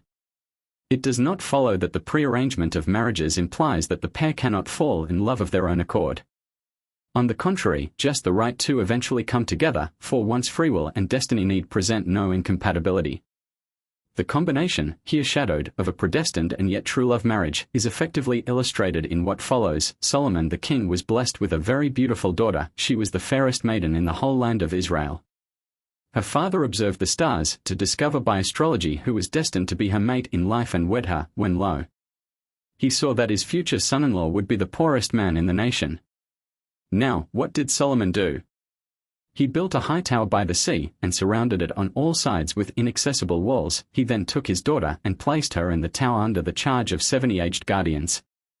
He supplied the castle with provisions, but he had no door made in it, so that none could enter the fortress without the knowledge of the guard. Then the king said, I will watch in what way God will work the matter. Love laughs at obstacles. So, using some drops of his own blood as ink, the marriage was secretly solemnized, and he said, God is my witness today, and Michael and Gabriel likewise. When the matter leaked out, the dismayed custodians of the princess hastily summoned Solomon. The king at once obeyed their call, and asked for the presumptuous youth. He looked at his son-in-law, inquired of him as to his father and mother, family and dwelling place, and from his replies the king recognized him for the selfsame man whom he had seen in the stars as the destined husband of his daughter. Then Solomon rejoiced with exceeding joy and exclaimed, Blessed is the Omnipresent who giveth a wife to man and establisheth him in his house. The moral of which seems to be that, though marriages are made in heaven, love must be made on earth. If, as Milton said, poetry should be simple, sensuous, passionate, then here we have poetry of singular beauty and power. Such unaffected delight in all things fair as we find here is rare in any literature, and is especially remarkable in ancient Hebrew literature. The beauty of the world and of the creatures in it has been so deeply and warmly felt, that even today the ancient poet's emotion of joy in them thrills through the reader. It is superfluous to justify this eulogy by quotation. It is impossible also, unless the quotation extend to the whole book. Yet one scene shall be cited, the exquisite, lyrical dialogue of spring, beginning with the 10th verse of the 2nd chapter. It is a dialogue, though the whole is reported by one speaker, the Shulamite maid. Her shepherd lover calls to her as she stands hidden behind a lattice in the palace in Lebanon, whither she has been decoyed, or persuaded to go, by the ladies of Jerusalem. The shepherd lover calls, Rise up, my love, my fair one, come away. For, lo, the winter is past, the rain is over and gone, the flowers appear on the earth, the birds' singing time is here, and the voice of the turtle dove is heard in our land. The fig tree ripens red her winter fruit, and blossoming vines give forth fragrance. Rise up, my love, my fair one, come away. Shulamith makes no answer, though she feels that the shepherd is conscious of her presence. She is, as it were, in an unapproachable steep, such as the wild dove selects for her shy nest. So he goes on, O my dove, that art in the clefts of the rock, in the covert of the steep. Let me see thy face, let me hear thy voice, for sweet is thy voice, and thy face comely. She remains tantalizingly invisible, but becomes audible. She sings a snatch from a vineyard watcher's song, hinting, perhaps, at the need in which a person, her vineyard, as she elsewhere calls it, stands of protection against royal foxes, small and large. Shulamith sings, Take us the foxes, the little foxes, that spoil the vineyards, for our vines are in blossom. Then, in loving rapture, Shulamith speaks in an aside, My beloved is mine, and I am his, he feedeth his flock among the lilies. But she cannot refuse her lover one glance at herself, even though she appear only to warn him of his danger, to urge him to leave her and return when the day is over. Shulamith entreatingly to her lover until the evening breeze blows and the shadows disappear, at sunset, turn, my beloved. Be thou as a young hart upon the cleft-riven hills. This is but one of the many dainty love idyls of this divine poem. Or, again, could the curious helplessness of the dreamer in a dream and the yearning of a maiden's affection be more exquisitely expressed than in the lines beginning, I was asleep, but my heart waked? But, indeed, as the critic I am quoting continues, the felicities of expression and the happy imaginings of the poem are endless. The spring of nature and of love has been caught and fixed in its many exquisite lines, as only Shakespeare elsewhere has done it, and, understood as we think it must be understood, it has that ethical background of sacrifice and self-forgetting which all love must have to be thoroughly worthy. It is this ethical, or, as I prefer to term it, spiritual, background that discriminates the Song of Songs on the one hand from the Idylls of Theocritus, and, on the other, from the Syrian popular ditties. Some moderns, notably Buddy, hold that the Book of Canticles is merely a collection of popular songs used at Syrian weddings in which the bride figures as queen and her maid as king, just as Buddy, wrongly, conceives them to figure in the biblical song. Buddy suggests that there were guilds of professional singers at weddings and that we have in the Song of Songs simply the repertoire of some ancient guild brother who, in order to assist his memory, wrote down at random all the songs he could remember or those he thought the best. But this theory has been generally rejected as unsatisfying. The book, despite its obscurities, is clearly a unity. It is no haphazard collection of love songs. There is a sustained dramatic action leading up to a noble climax. Some passages almost defy the attempt to fit them into a coherent plot, but most moderns detect the following story in Canticles: a beautiful maid of Shulam, perhaps another form of Shunem, beloved by a shepherd swain, is the only daughter of well-off but rustic parents. She is treated harshly by her brothers, who set her to watch the vineyards, and this exposure to the sun somewhat mars her beauty. Straying in the gardens, she is on a day in spring surprised by Solomon and his train, who are on a royal progress to the north. She is taken to the palace in the capital, and later to a royal abode in Lebanon. There the ladies of Jerusalem seek to win her affections for the king, who himself pays her his court. But she resists all blandishments and remains faithful to her country lover. Surrendering graciously to her strenuous resistance, Solomon permits her to return unharmed to her mountain home. Her lover meets her, and as she draws near her native village, the maid, leaning on the shepherd's arm, breaks forth into the glorious panegyric of love, which, even if it stood alone, would make the poem deathless. But it does not stand alone. It is in every sense a climax to what has gone before. And what a climax! It is a vindication of true love, which weighs no allurements of wealth and position against itself, a love of free inclination, yet altogether removed from license. Nor is it an expression of that lower love which may prevail in a polygamous state of society, when love is dissipated among many. We have here the love of one for one, an exclusive and absorbing devotion. For though the Bible never prohibited polygamy, the Jews had become monogamous from the Babylonian exile at latest. The splendid praise of the virtuous woman at the end of the book of Proverbs gives a picture, not only of monogamous home life, but of woman's influence at its highest. The virtuous woman of Proverbs is wife and mother, deft guide of the home, open-handed dispenser of charity, with the law of kindness on her tongue, but her activity also extends to the world outside the home, to the mart, to the business of life. Where, in olden literature, are woman's activities wider or more manifold, her powers more fully developed. Now, the Song of Songs is the lyric companion to this prose picture. The whole song works up towards the description of love in the last chapter, towards the culmination of the thought and feeling of the whole series of episodes. The Shulamite speaks, "Set me as a seal upon thy heart, as a seal upon thine arm, for love is strong as death, jealousy is cruel as the grave, the flashes thereof are flashes of fire, a very flame of God. Many waters cannot quench love, neither can the floods drown it. If a man would give the substance of his house for love, he would be utterly contemned." The vindication of the Hebrew song from degradation to the level of the Syrian wasf is easy enough. But some may feel that there is more plausibility in the case that has been set up for the connection between canticles and another type of love song, the Idylls of Theocritus, the Sicilian poet whose Greek compositions gave lyric distinction to the Ptolemaic court at Alexandria, about the middle of the 3rd century B.C.E. It is remarkable how reluctant some writers are to admit originality in ideas. Such writers seem to recognize no possibility other than supposing Theocritus to have copied canticles, or canticles Theocritus. It does not occur to them that both may be original, independent expressions of similar emotions. Least original among ideas is this denial of originality in ideas. Criticism has often stultified itself under the obsession that everything is borrowed. On this theory there can never have been an original note. The poet, we are told, is born, not made, but poetry, apparently, is always made, never born. The truth rather is that as human nature is everywhere similar, there must necessarily be some similarity in its literary expression. This is emphatically the case with the expression given to the emotional side of human nature. The love of man for maid, rising everywhere from the same spring, must find lyric outlets that look a good deal alike. The family resemblance between the love poems of various peoples is due to the elemental kinship of the love. Every true lover is original, yet most true lovers, including those who have no familiarity with poetical literature, fall instinctively on the same terms of endearment. Differences only make themselves felt in the spiritual attitudes of various ages and races towards love. Theocritus has been compared to canticles by some on the ground of certain Orientalisms of his thought and phrases, as in his praise of Ptolemy.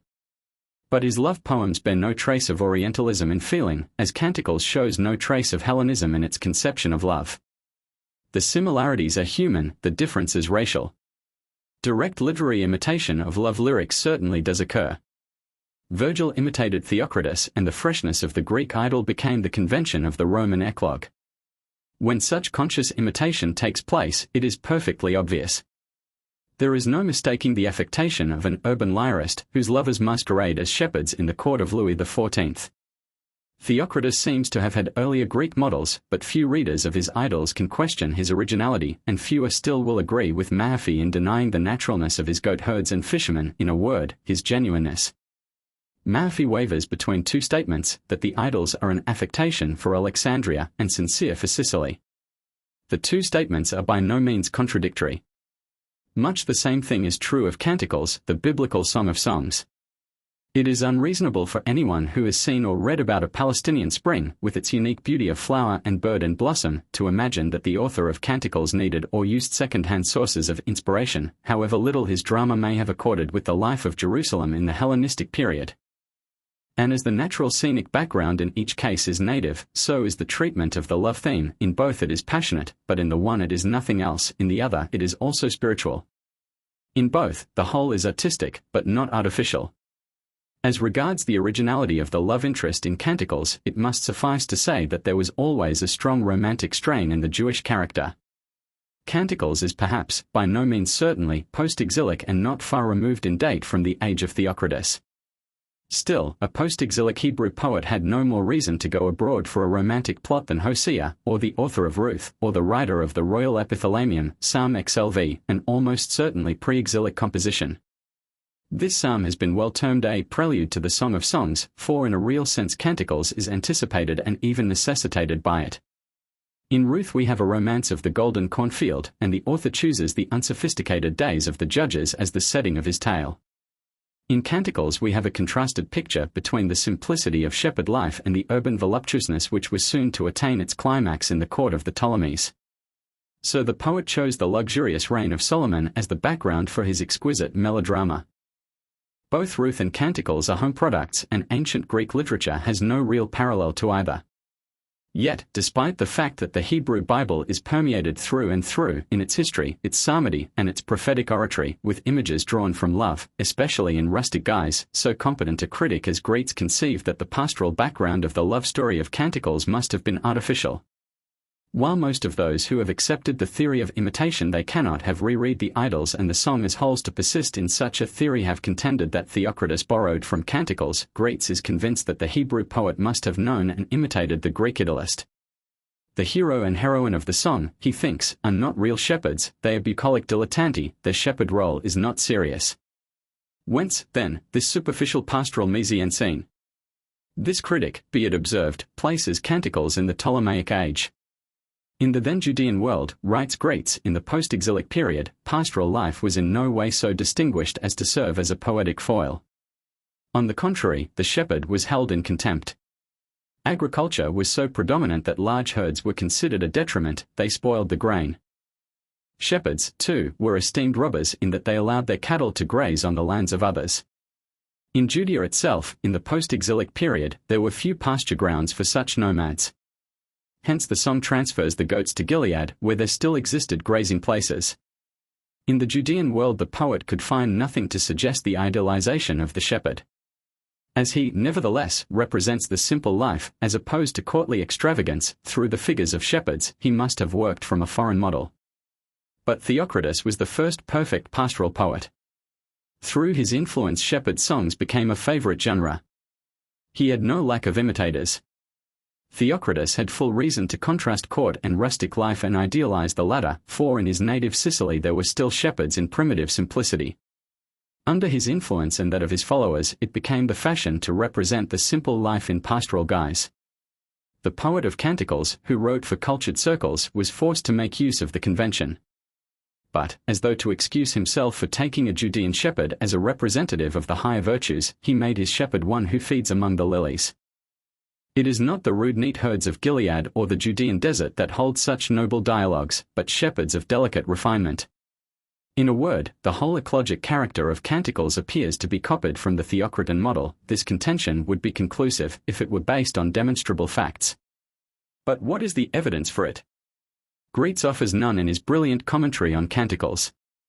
In proof of his startling view that, throughout post-exilic times, the shepherd vocation was held in low repute among Israelites, he merely refers to an article in his Monatsschrift, 1870, page 483. When one turns to that, one finds that it concerns a far later period, the second Christian century, when the shepherd vocation had fallen to the grade of a small and disreputable trade. The vocation was then no longer a necessary corollary of the sacrificial needs of the temple. While the altar of Jerusalem required its holocausts, the breeders of the animals would hardly have been treated as pariahs. In the century immediately following the destruction of the temple, the shepherd began to fall in moral esteem, and in the next century he was included among the criminal categories. No doubt, too, as the tender of flocks was often an Arab raider, the shepherd had become a dishonest poacher on other men's preserves. The attitude towards him was, further, an outcome of the deepening antagonism between the schoolmen and the peasantry. But even then it was by no means invariable. One of the most famous of rabbis, Akiba, who died a martyr in 135 CE, was not only a shepherd, but he was also the hero of the most romantic of rabbinic love episodes. At the very time when Greats thinks that agriculture had superseded pastoral pursuits in general esteem, the book of Ecclesiasticus was written. On the one side, Sirach, the author of this apocryphal work, does not hesitate, chapter XXIV, to compare his beloved wisdom to a garden in the same rustic images that we find in canticles, and, on the other side, he reveals none of that elevated appreciation of agriculture which Greats would have us expect. Sirach, XXVII. 25, asked sarcastically, How shall he become wise that holdeth the plough, that glorieth in the shaft of the goad, that driveth oxen, and is occupied with their labours, and whose talk is of bullocks?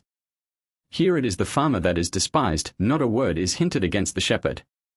Sirach also has little fondness for commerce, and he denies the possibility of wisdom to the artisan and craftsman, in whose ear is ever the noise of the hammer. IB. v. 28. Sirach, indeed, is not attacking these occupations, he regards them all as a necessary evil, without these cannot a city be inhabited. v. 32. Our Jerusalem savant, as Dr. Schechter well terms him, of the 3rd or 4th century B.C.E., is merely illustrating his thesis, that the wisdom of the scribe cometh by opportunity of leisure, and he that hath little business shall become wise, or, as he puts it otherwise, sought for in the council of the people, and chosen to sit in the seat of the judge. This view finds its analogue in a famous saying of the later Jewish sage Hillel, "Not everyone who increaseth business attains wisdom." Aboth 2. 5. Undeniably, the shepherd lost in dignity in the periods of Jewish prosperity and settled city life. But, as George Adam Smith points out accurately, the prevailing character of Judea is naturally pastoral, with husbandry only incidental. Judea, indeed, offers as good ground as there is in all the East for observing the grandeur of the shepherd's character, his devotion, his tenderness, his opportunity of leisurely communion with nature. The same characterization must have held in ancient times. And, after all, as Greets himself admits, the poet of Canticles locates his shepherd in Gilead, the wild jasmine and other flowers of his pastures, the lilies of the song, still excite the admiration of travelers. Lawrence Oliphant is lost in delight over the anemones, cyclamens, asphodels, iris, which burst on his view as he rode knee-deep through the long, rich, sweet grass, abundantly studded with noble oak and terebinth trees, and all this in Gilead. When, then, the Hebrew poet placed his shepherd and his flocks among the lilies, he was not trying to conciliate the courtly aristocrats of Jerusalem, or reconcile them to his theocritan conventions, he was simply drawing his picture from life. And as to the poetical idealization of the shepherd, how could a Hebrew poet fail to idealize him, under the ever-present charm of his traditional law, of Jacob the shepherd patriarch, Moses the shepherd lawgiver, David the shepherd king, and Amos the shepherd prophet? So God becomes the shepherd of Israel, not only explicitly in the early 23rd Psalm, but implicitly also in the late 119th. The same idealization is found everywhere in the rabbinic literature as well as in the New Testament.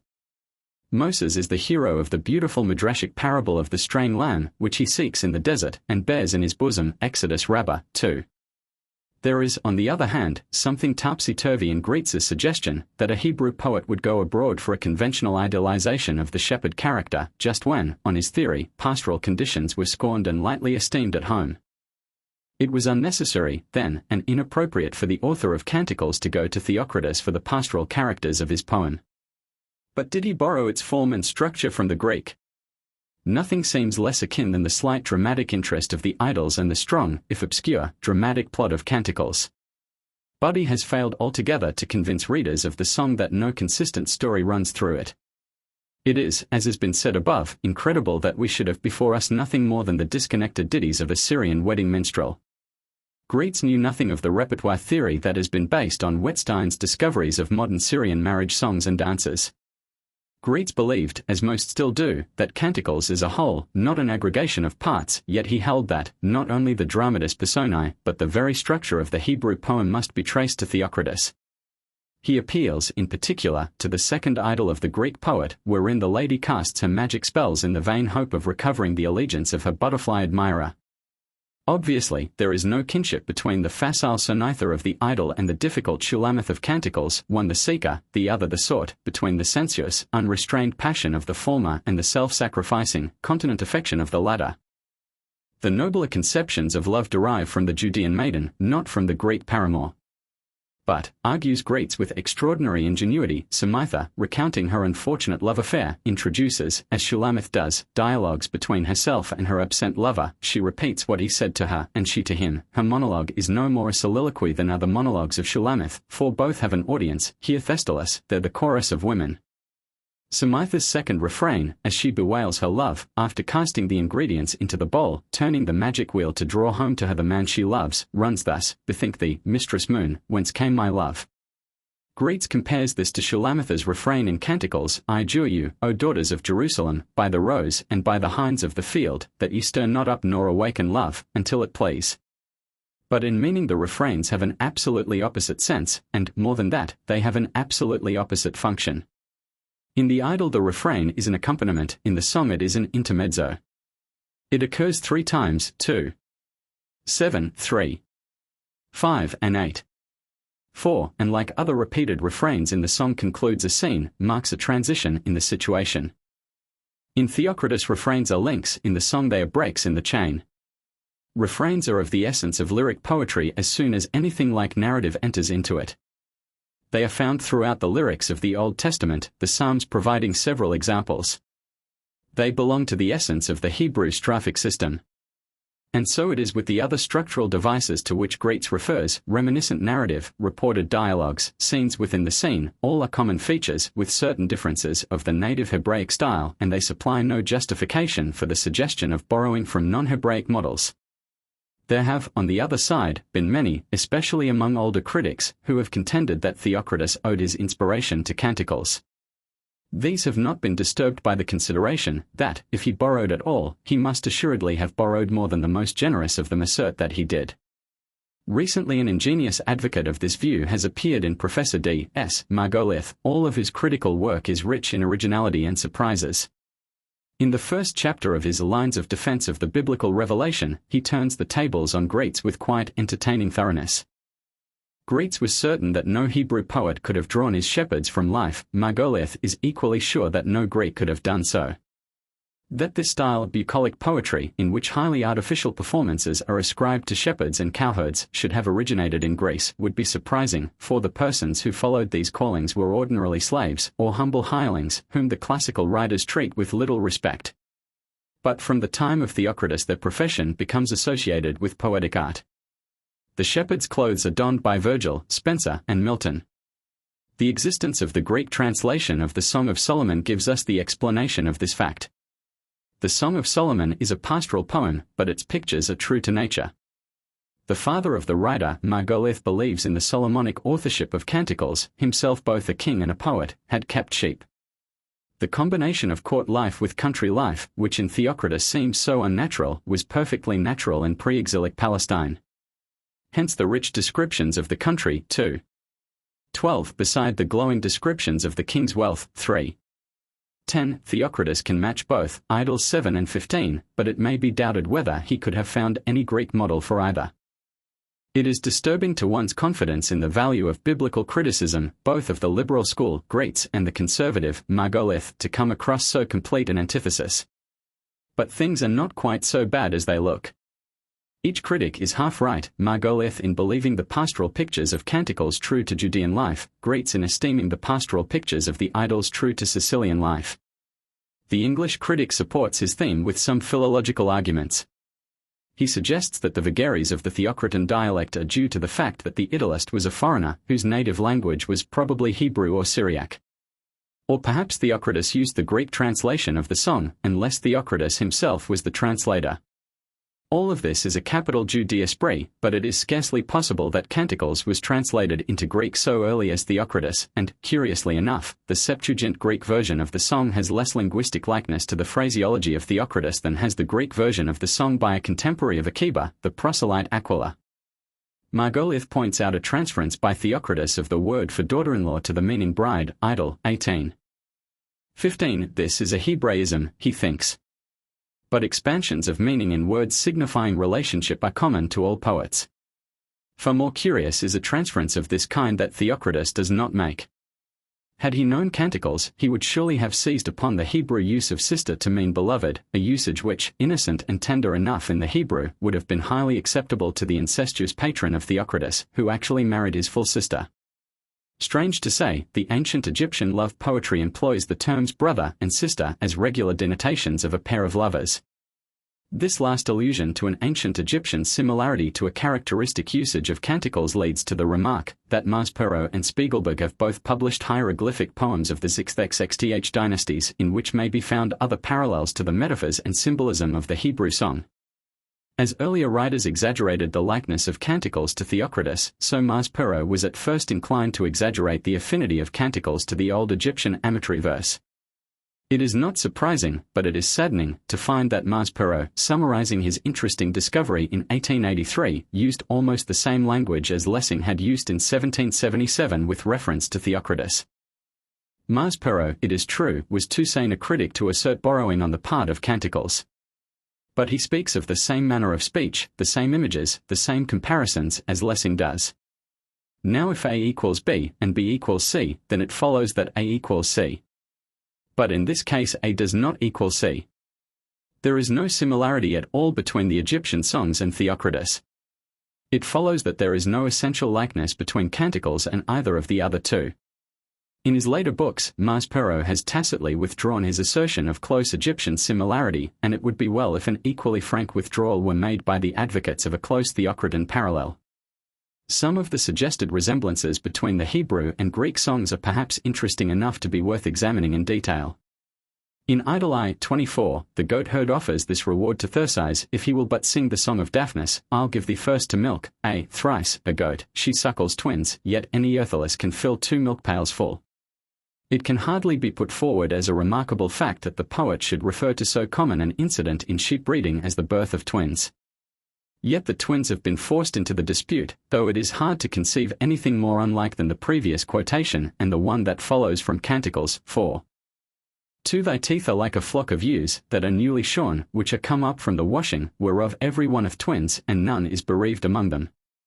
It is doubtful whether the Hebrew knows anything at all of the twin-bearing ewes. The penultimate line ought rather to be rendered, as in the margin of the Revised Version, thy teeth, which are all of them in pairs. But, however rendered, the Hebrew means this. Theocritus speaks of the richness of the goat's milk, for, after having fed her twins, she has still enough milk to fill 2 pails. In Canticles, the maiden's teeth, spotlessly white, are smooth and even, they run accurately in pairs, the upper corresponding to the lower, and none of them is wanting harper. Even more amusing is the supposed indebtedness on one side or the other in the reference made by Theocritus and Canticles to the ravages of foxes in vineyards. Theocritus has these beautiful lines in his first Idyll, lines 44 et seq. Hard by that wave-beat sire a vineyard bends beneath its graceful load of burnished grapes, a boy sits on the rude fence watching them. Near him 2 foxes, down the rows of grapes one ranging steals the ripest, one assails with whiles the poor lad's scrip, to leave him soon stranded and supperless. He plats meanwhile with ears of corn a right fine cricket trap, and fits it in a rush, 4 vines, 4 scrip, little he cares, enamoured of his toy. How different the scene in Canticles 2. 14 et seq, that has been quoted above. Take us the foxes, the little foxes, that spoil the vineyards, for our vineyards are in blossom. Canticles alludes to the destruction of the young shoots, Theocritus pictures the foxes devouring the ripe grapes. Comp. Also Idyll v. 112. Foxes commit both forms of depredation, but the poets have seized on different aspects of the fact. Even were the aspects identical, it would be ridiculous to suppose that the Sicilian or Judean had been guilty of plagiarism. Today, as of old, in the vineyards of Palestine you may see the little stone huts of the watchers on the lookout for the foxes or jackals, whose visitations begin in the late spring and continue to the autumn. In Canticles we have a genuine fragment of native Judean folk song, in Theocritus an equally native item of every season's observation. So with most of the other parallels. It is only necessary to set out the passages in full to see that the similarity is insignificant in relation to the real differences. One would have thought that any poet dealing with rustic beauty might light on the fact that a sunburnt skin may be attractive. Yet Margolith dignifies this simple piece of observation into a theory. The theory that swarthiness produced by sunburning need not be disfiguring to a woman is, Margolith holds, taken by Theocritus from Canticles. Greets, as usual, reverses the relation, Canticles took it from Theocritus. But beyond the not very recondite idea that a sunburnt maid may still be charming, there is no parallel. Bada sings, Idyll X 26 et seq. Fair Bombica. Thee do men report lean, dusk, a gypsy, I alone nut brown. Violets and penciled hyacinths are swart, yet first of flowers they are chosen for a crown. As goats pursue the clover, whirls the goat, and cranes the ploughman, upon the I dote. In Canticles the Shulamite protests, I 5 et seq. I am black but comely, O ye daughters of Jerusalem. Blacker as the tents of Kedar, comely as the curtains of Solomon. Despise me not because I am swarthy, because the sun hath scorched me. My mother's sons were incensed against me, they made me the keeper of the vineyards, but mine own vineyard I have not kept. 2 exquisite lyrics these, of which it is hard to say which has been more influential as a keynote of later poetry. But neither of them is derived, each is too spontaneous, too fresh from the poet's soul. Before turning to one rather arrestive parallel, a word may be said on Greets's idea that Canticles uses the expression, love's arrows. Were this so, the symbolism could scarcely be attributed to other than a Greek original. The line occurs in the noble panegyric of love cited before, with which Canticles ends, and in which the whole drama culminates. There is no room in this eulogy for Gretz's rendering, her arrows are fiery arrows, nor can the Hebrew easily mean it. The flashes thereof are flashes of fire is the best translation possible of the Hebrew line. There is nothing Greek in the comparison of love to fire, for fire is used in common Hebrew idiom to denote any powerful emotion, comp the association of fire with jealousy in Ezekiel XXXI. 4. Ewald, while refusing to connect the idols with canticles, admitted that one particular parallel is at first sight forcible. It is the comparison of both Helen and Shulamith to a horse. Margoliouth thinks the Greek inexplicable without the Hebrew, Gretz thinks the Hebrew inexplicable without the Greek. In point of fact, the Hebrew and the Greek do not explain each other in the least. In the Epithalamium, Idol 18. 30, Theocritus writes, or as in a chariot a mare of Thessalian breed, so is rose-red Helen, the glory of Lacedaemon. The exact point of comparison is far from clear, but it must be some feature of beauty or grace. Such a comparison, says Margoliouth, is extraordinary in a Greek poet, he must have derived it from a non-Greek source. But it has escaped this critic and all the commentaries on Theocritus, that just this comparison is perfectly natural for a Sicilian poet, familiar with several series of Syracusan coins of all periods on which appear chariots with Nike driving horses of the most delicate beauty, fit figures to compare to a maiden's grace of form. Theocritus, however, does not actually compare Helen to the horse, she beautifies or sets off Lacedaemon as the horse sets off the chariot. Gretz, convinced that the figure is Greek, pronounces the Hebrew unintelligible without it. But it is quite appropriate to the Hebrew poet. Having identified his royal lover with Solomon, the poet was almost driven to make some allusion to Solomon's famed exploit in importing costly horses and chariots from Egypt, 1 Kings X 26-29. And so Canticles says, 9 I have compared thee, O my love, to a team of horses in Pharaoh's chariots. Thy cheeks are comely with rows of pearls, thy neck with chains of gold. The last couplet refers to the ornaments of the horse's bridle and neck. Now, to the Hebrew the horse was almost invariably associated with war. The Shulamite is elsewhere 6. 4 termed terrible as an army with banners. In Theocritus the comparison is primarily to Helen's beauty, in Canticlesto the Shulamite's awesomeness, turn away thine eyes from me, for they have made me afraid. These foregoing points of resemblance are the most significant that have been adduced. And they are not only seen to be each unimportant and inconclusive, but they have no cumulative effect. Taken as wholes, as was said above, the idols and canticles are the poles asunder in their moral attitude towards love and in their general literary treatment of the theme. Of course, poets describing the spring will always speak of the birds, Greek and Hebrew loved flowers, Jew and Egyptian heard the turtle dove as a harbinger of nature's rebirth, sun and moon are everywhere types of warm and tender feelings, love is the converter of a winter of discontent into a glorious summer. In all love poems the wooer would fain embrace the wooed. And if she prove coy, he will tell of the menial parts he would be ready to perform, to continue unrebuked in her vicinity. Anacreon's lover, XX, would be water in which the maid should bathe, and the Egyptian sighs, were I but the washer of her clothes, I should breathe the scent of her. Or the Egyptian will cry, O were I the ring on her finger, that I might be ever with her, just as the Shulamite bids her beloved, though in another sense, place me as a seal on thine hand, Cant 8. 6. Love intoxicates like wine, the maiden has a honeyed tongue, her forehead and neck are like ivory. Nothing in all this goes beyond the identity of feeling that lies behind all poetical expression. But even in this realm of metaphor and image and symbolism, the North Semitic was and even more the Hebraic parallels given in other parts of the Bible are close afar. Hosea 14. 6-9, with its lilies, its figure of Israel growing in beauty as the olive tree, and his smell as Lebanon, Proverbs, with its eulogy of faithful wedded love, its lips dropping honeycomb, its picture of a bed perfumed with myrrh, aloes, and cinnamon, the wife to love whom is to drink water from one's own well, and she the pleasant roe and loving hind, these and the royal epithalamium, P.S. XLV, and other biblical passages too numerous to quote, constitute the real parallels to the imagery and idealism of Canticles. The only genuine resemblance arises from identity of environment. If Theocritus and the poet of Canticles were contemporaries, they wrote when there had been a somewhat sudden growth of town life both in Egypt and Palestine.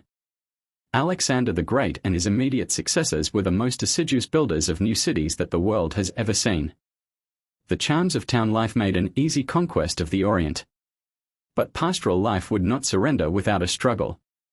It would, during this violent revolution in habits, reassert itself from time to time.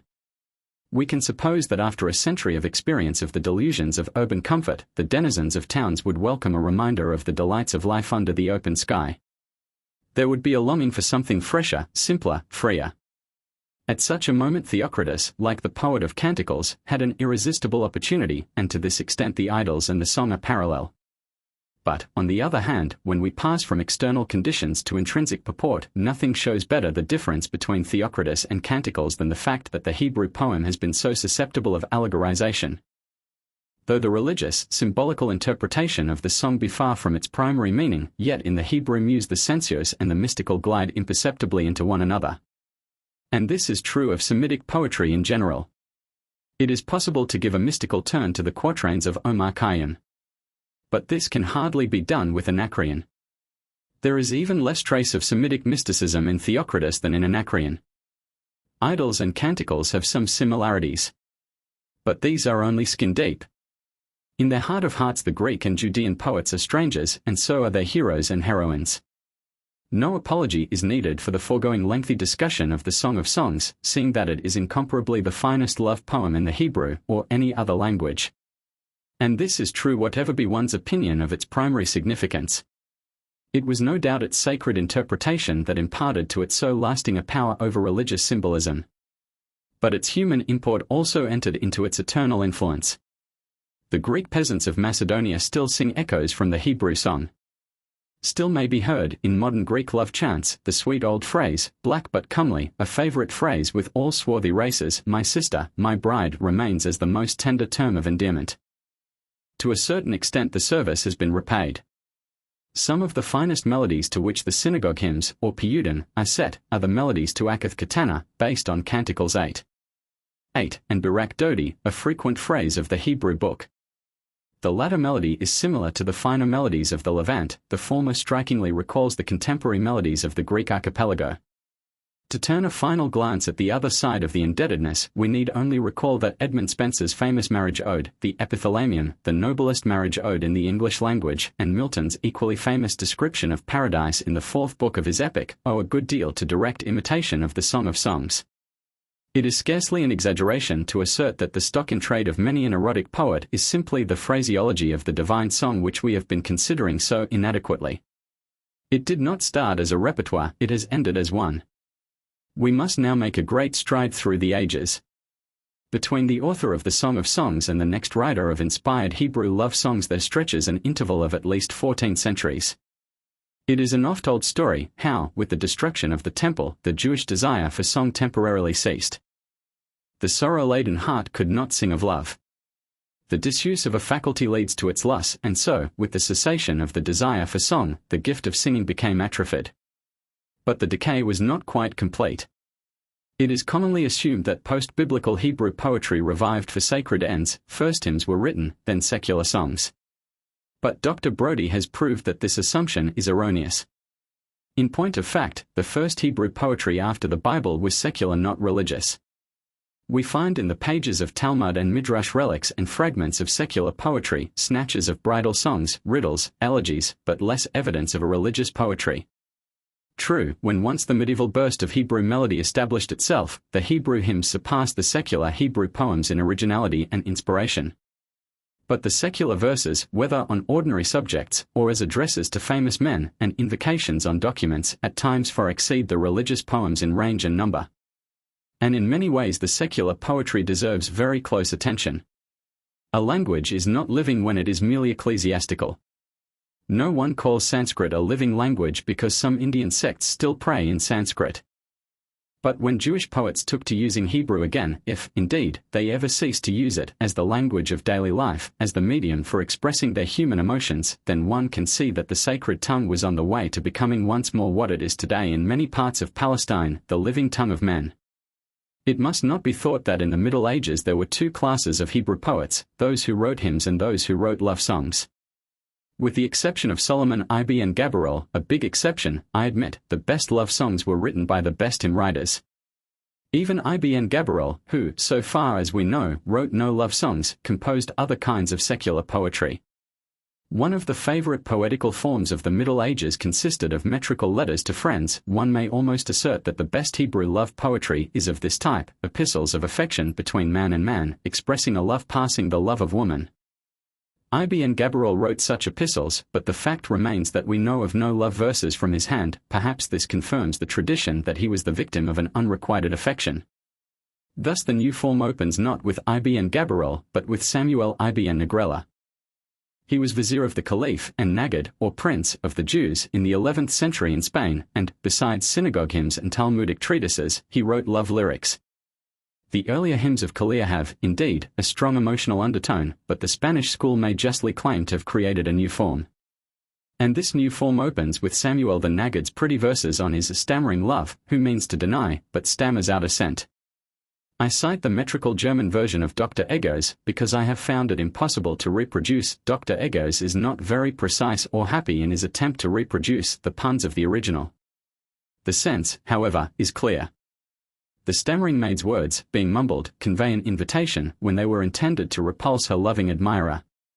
Wo ist mein stammelnd Lieb? Wo ist die Wursgie blieb? Verdunkelt der Mund der Stern liegt, überstrahlt den Mund ihr Angesicht. Wie Schwalbe, wie Chronik, die bei ihrer Ankunft gieren, vertraut auf ihren Gott Orchesai in ihrer Sungeren. Mir schmalend rief Sai Ersdieb, herver doch horcht Sai Hersdieb, hint springe ich zum Hersleb. Loser stat zu weren, her, loser, last Sai horen, ne rasche die begeren Fault, ich zu kosen, die lieblich ist wie Rosen. This poem deserves attention, as it is one of the first, if not actually the very first, of its kind. The Hebrew poet is forsaking the manner of the Bible for the manner of the Arabs. One point of resemblance between the New Hebrew and the Arabic love poetry is obscured in the translation. In the Hebrew of Samuel the Nagid, the terms of endearment, applied though they are to a girl, are all in the masculine gender. This, as Dr. Eggers observes, is a common feature of the Arabic and Persian love poetry of ancient and modern times. An Arab poet will praise his fair one's face as bearded with garlands of lilies.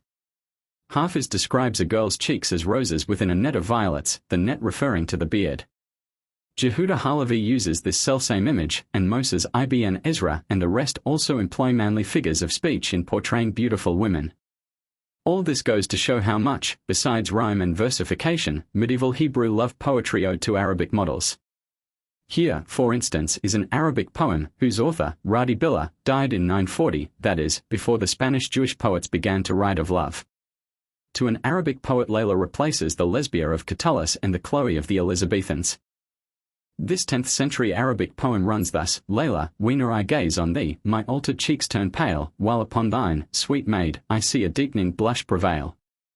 Layla, shall I the cause impart why such a change takes place? The crimson stream deserts my heart to mantle on thy face.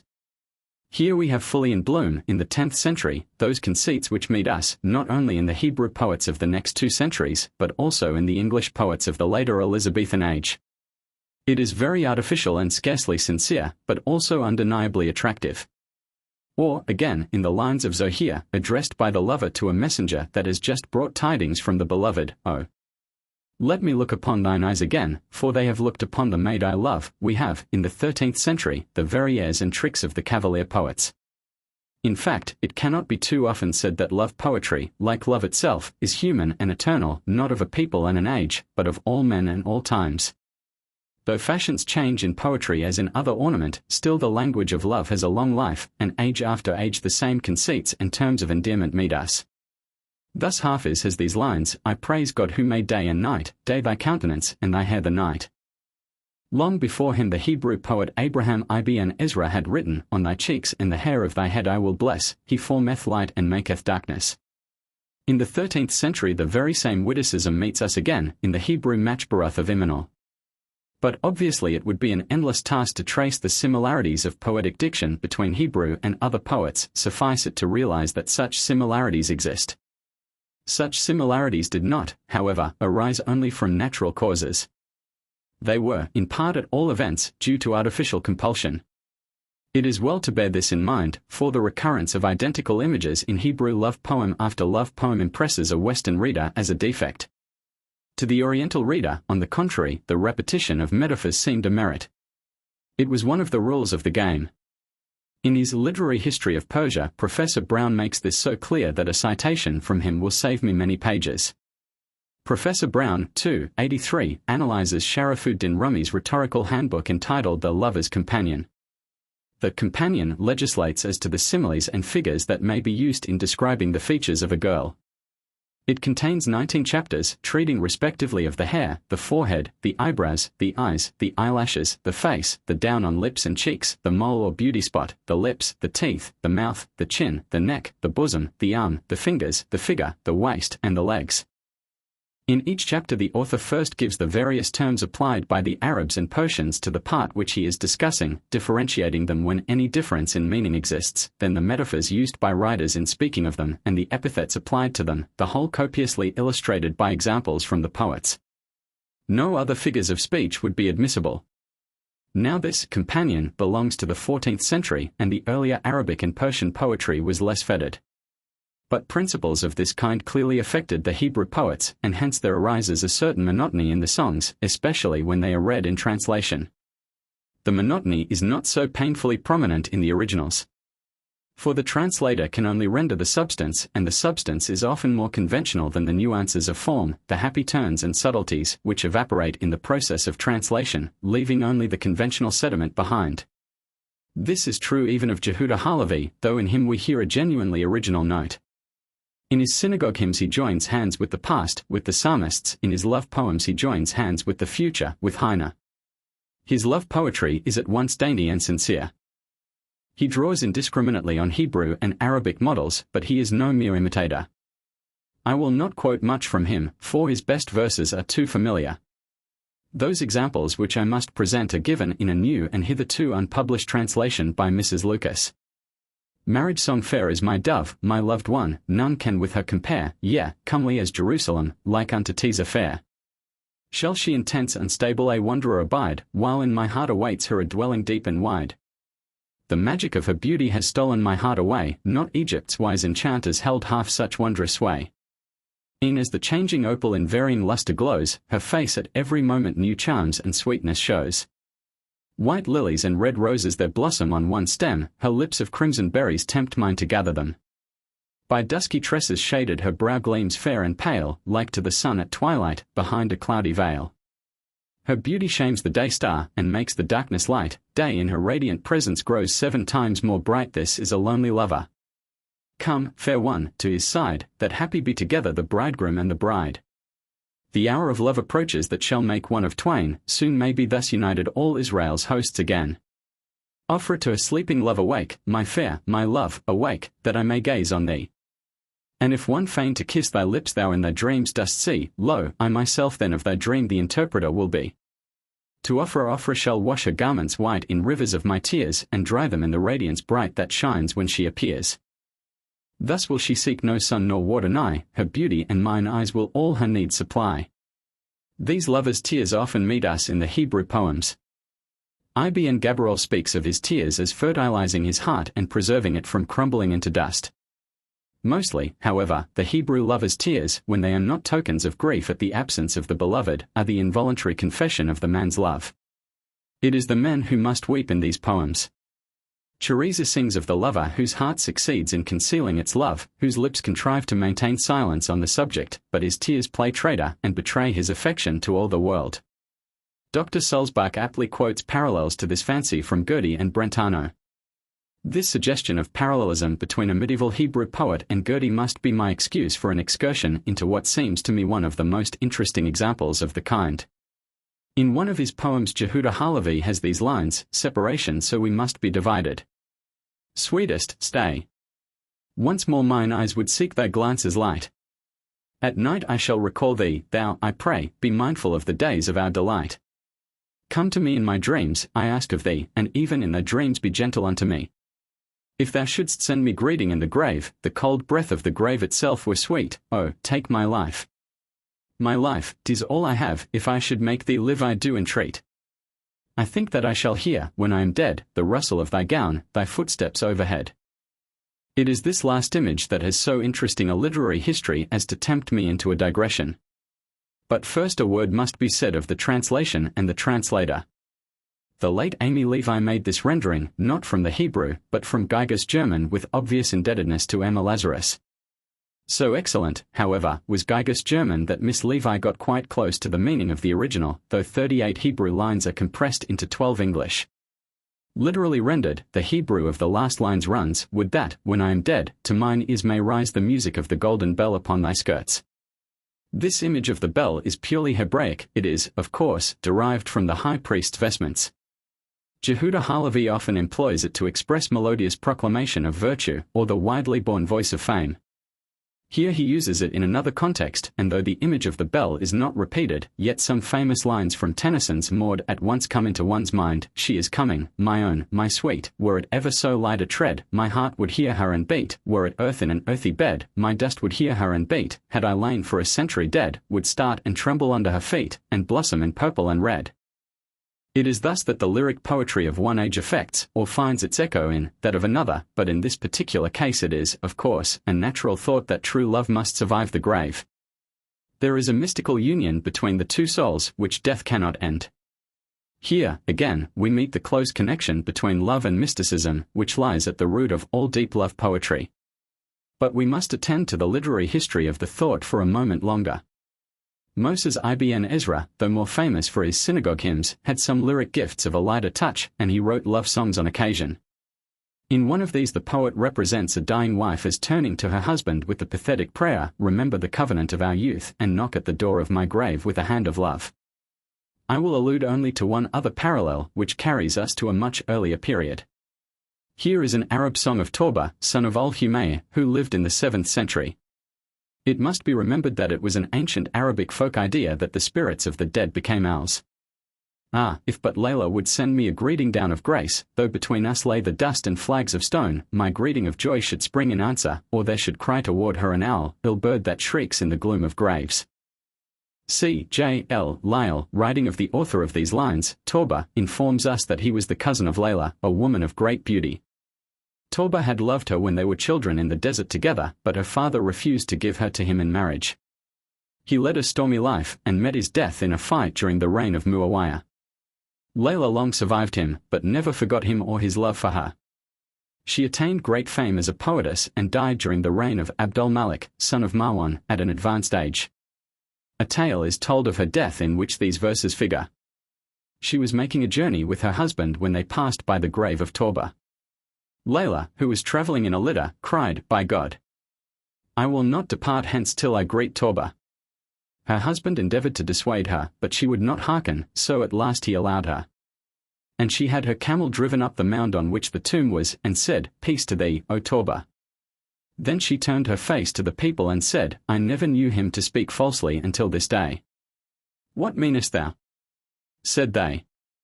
"Was it not he," she answered, "who said, if but Layla would send a greeting down of grace, though between us lay the dust and flags of stone, my greeting of joy should spring in answer, or there should cry toward her an owl, ill bird that shrieks in the gloom of graves. Nay, but I have greeted him, and he has not answered as he said."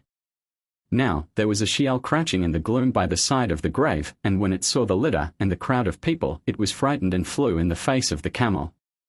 And the camel was startled and cast Layla headlong on the ground, and she died that hour, and was buried by the side of Tawba. The fascination of such parallels is fatal to proportion in an essay such as this. But I cannot honestly assert that I needed the space for other aspects of my subject. I have elsewhere fully described the wedding odes which Yehuda Halevi provided so abundantly, and which were long a regular feature of every Jewish marriage. But, after the brilliant Spanish period, Hebrew love songs lose their right to high literary rank. Satires on woman's wiles replace praises of her charms. On the other hand, what of inspiration the Hebrew poet felt in the erotic field beckoned towards mysticism. In the paper which opens this volume, I have written sufficiently and to spare of the woman haters.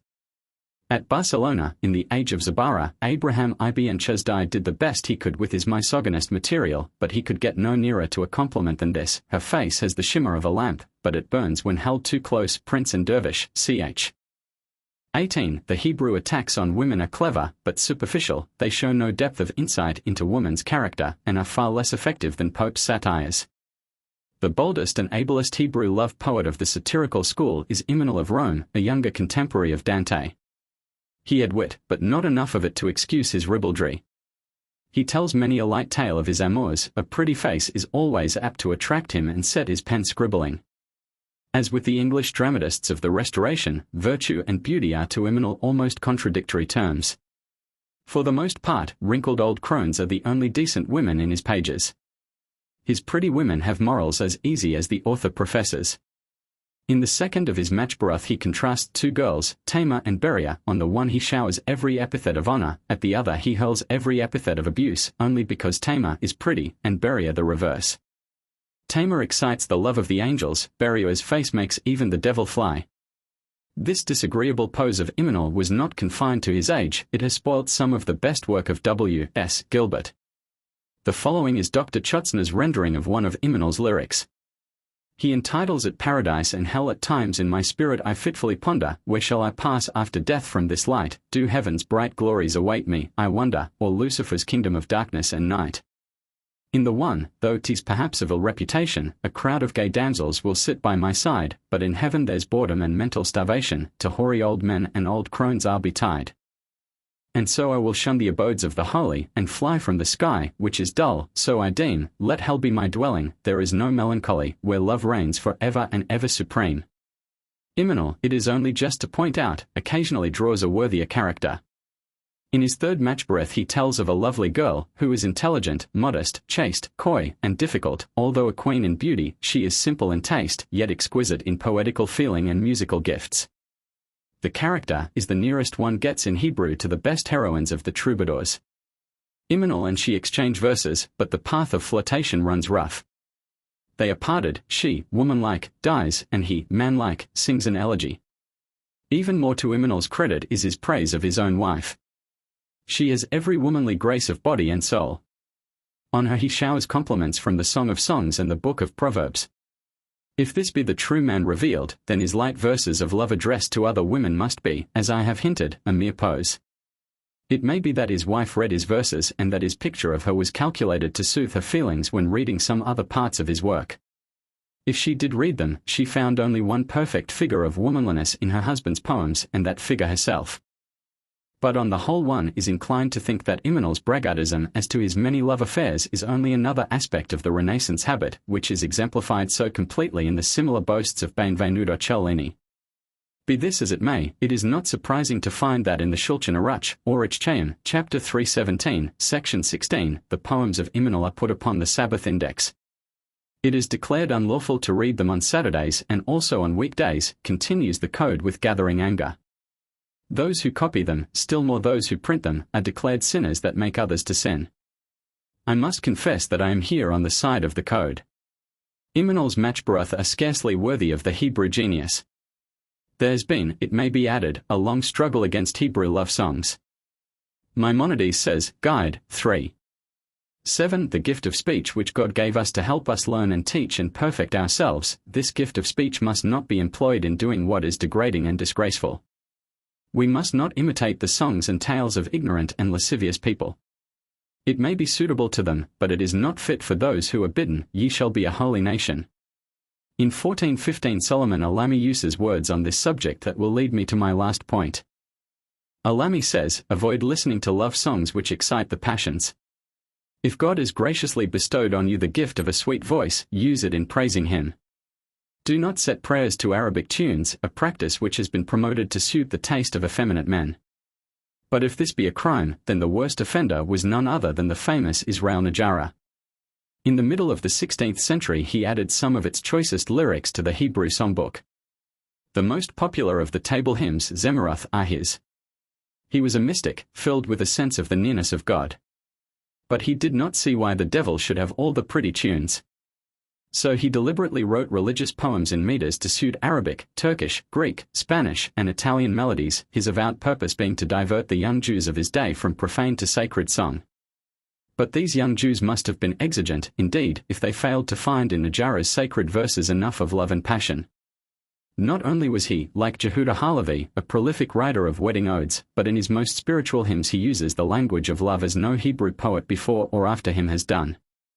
Starting with the assumption that the Song of Songs was an allegory of God's espousal with the bride Israel, Najara did not hesitate to put the most passionate words of love for Israel into God's mouth. He was strongly attacked, but the saintly mystic Isaac Luria retorted that Najara's hymns were listened to with delight in heaven, and if ever a man had the right to speak of heaven it was Luria. And Hebrew poetry has no need to be ashamed of the passionate affection poured out by these mystic poets on another beloved, the Queen Sabbath. This is not the place to speak of the Hebrew drama and of the form which the love interest takes in it.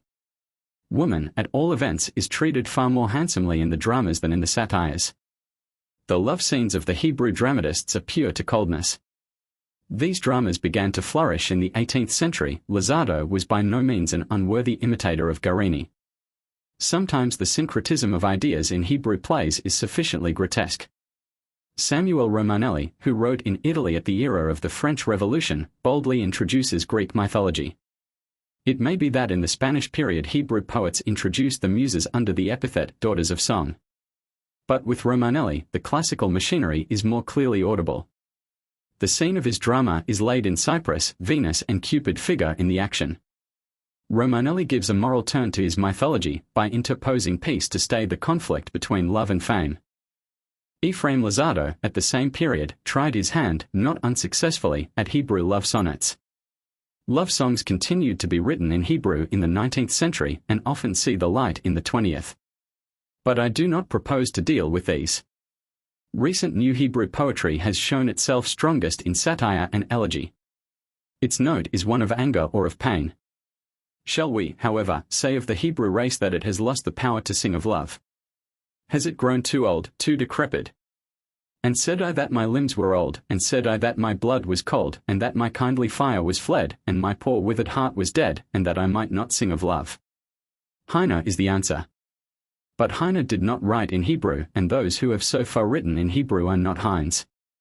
It is, I think, vain to look to Europe for a new outburst of Hebrew love lyrics.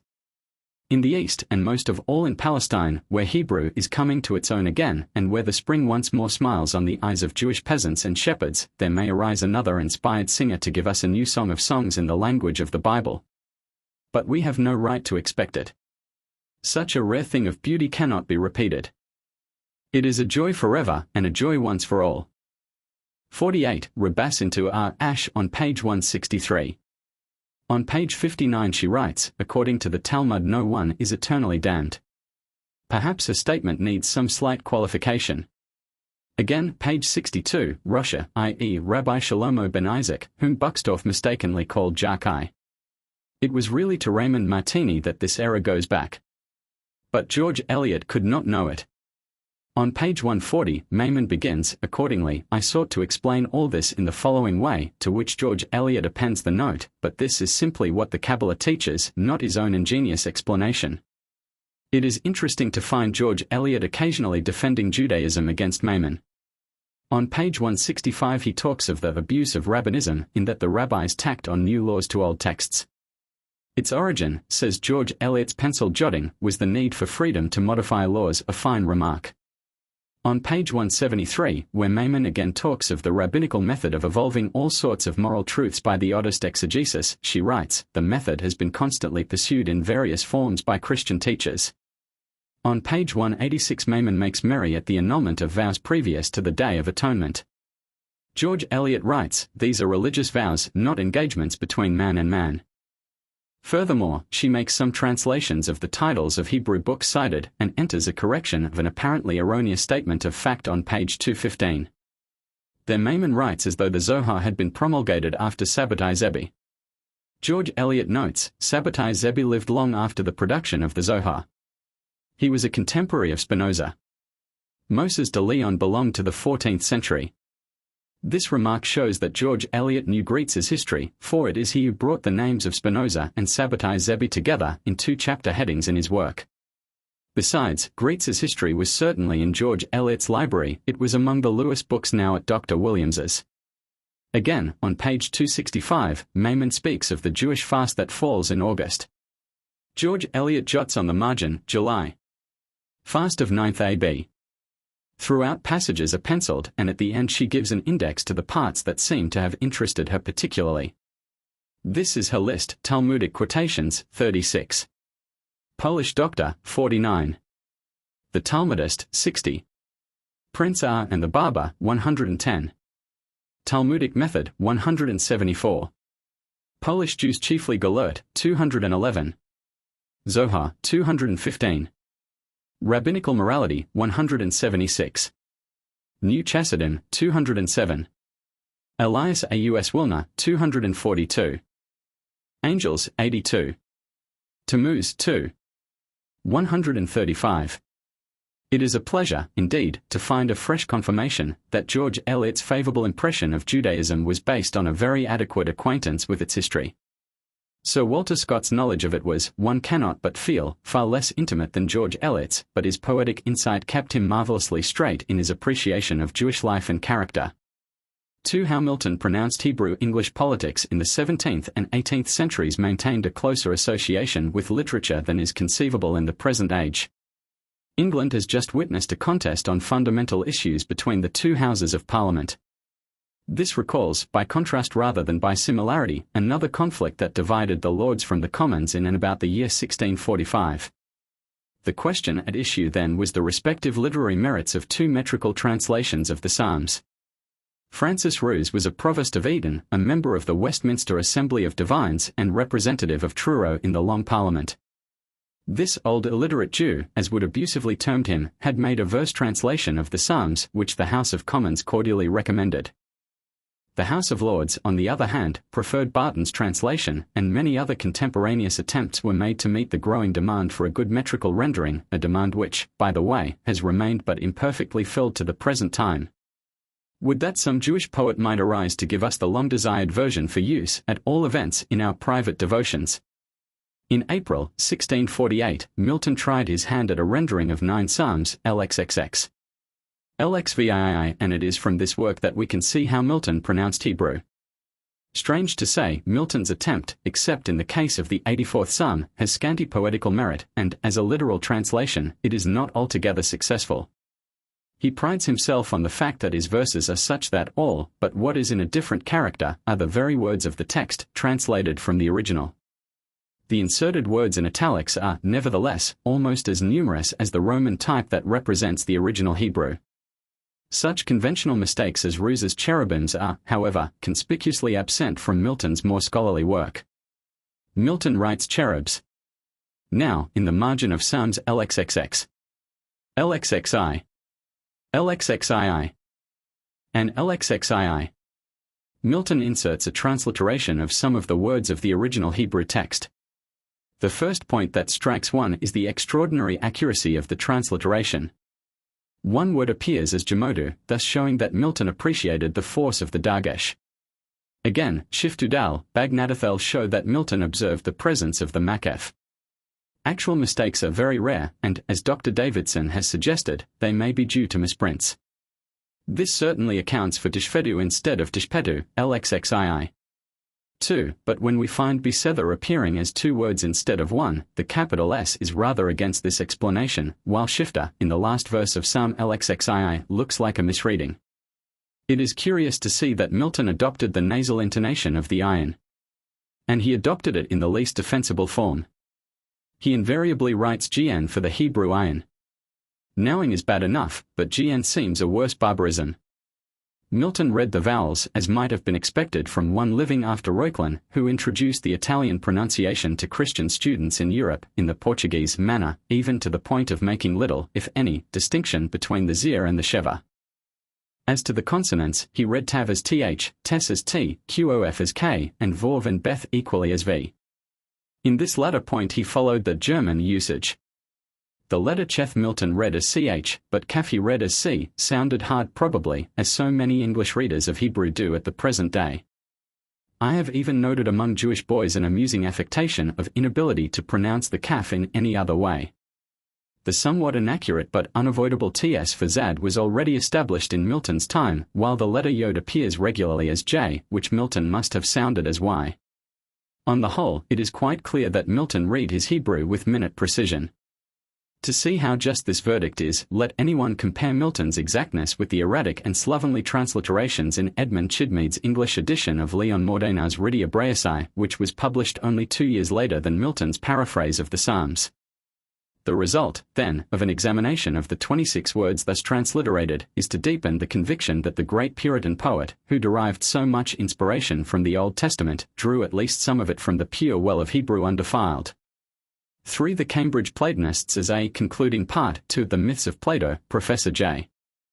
A. Stewart wrote a chapter on the Cambridge Platonists of the 17th century, his object being to show that the thought of Plato has been, and still is, an important influence in modern philosophy. It was a not unnatural reaction that diverted the scholars of the Renaissance from Aristotle to Plato. The medieval church had been Aristotelian, and antagonism to the Roman Church had, doubtless, much to do with the Platonic revival which spread from Italy to Cambridge. But, curiously enough, the Plato whom Cambridge served was not Plato the Athenian dialectician, but Plato the poet and allegorist. It was, in fact, Philo, the Jew, rather than Plato, the Greek, that inspired them. Philo never thought of doubting that Platonism and the Jewish scriptures had real affinity to each other, and hardly perhaps asked himself how the affinity was to be accounted for.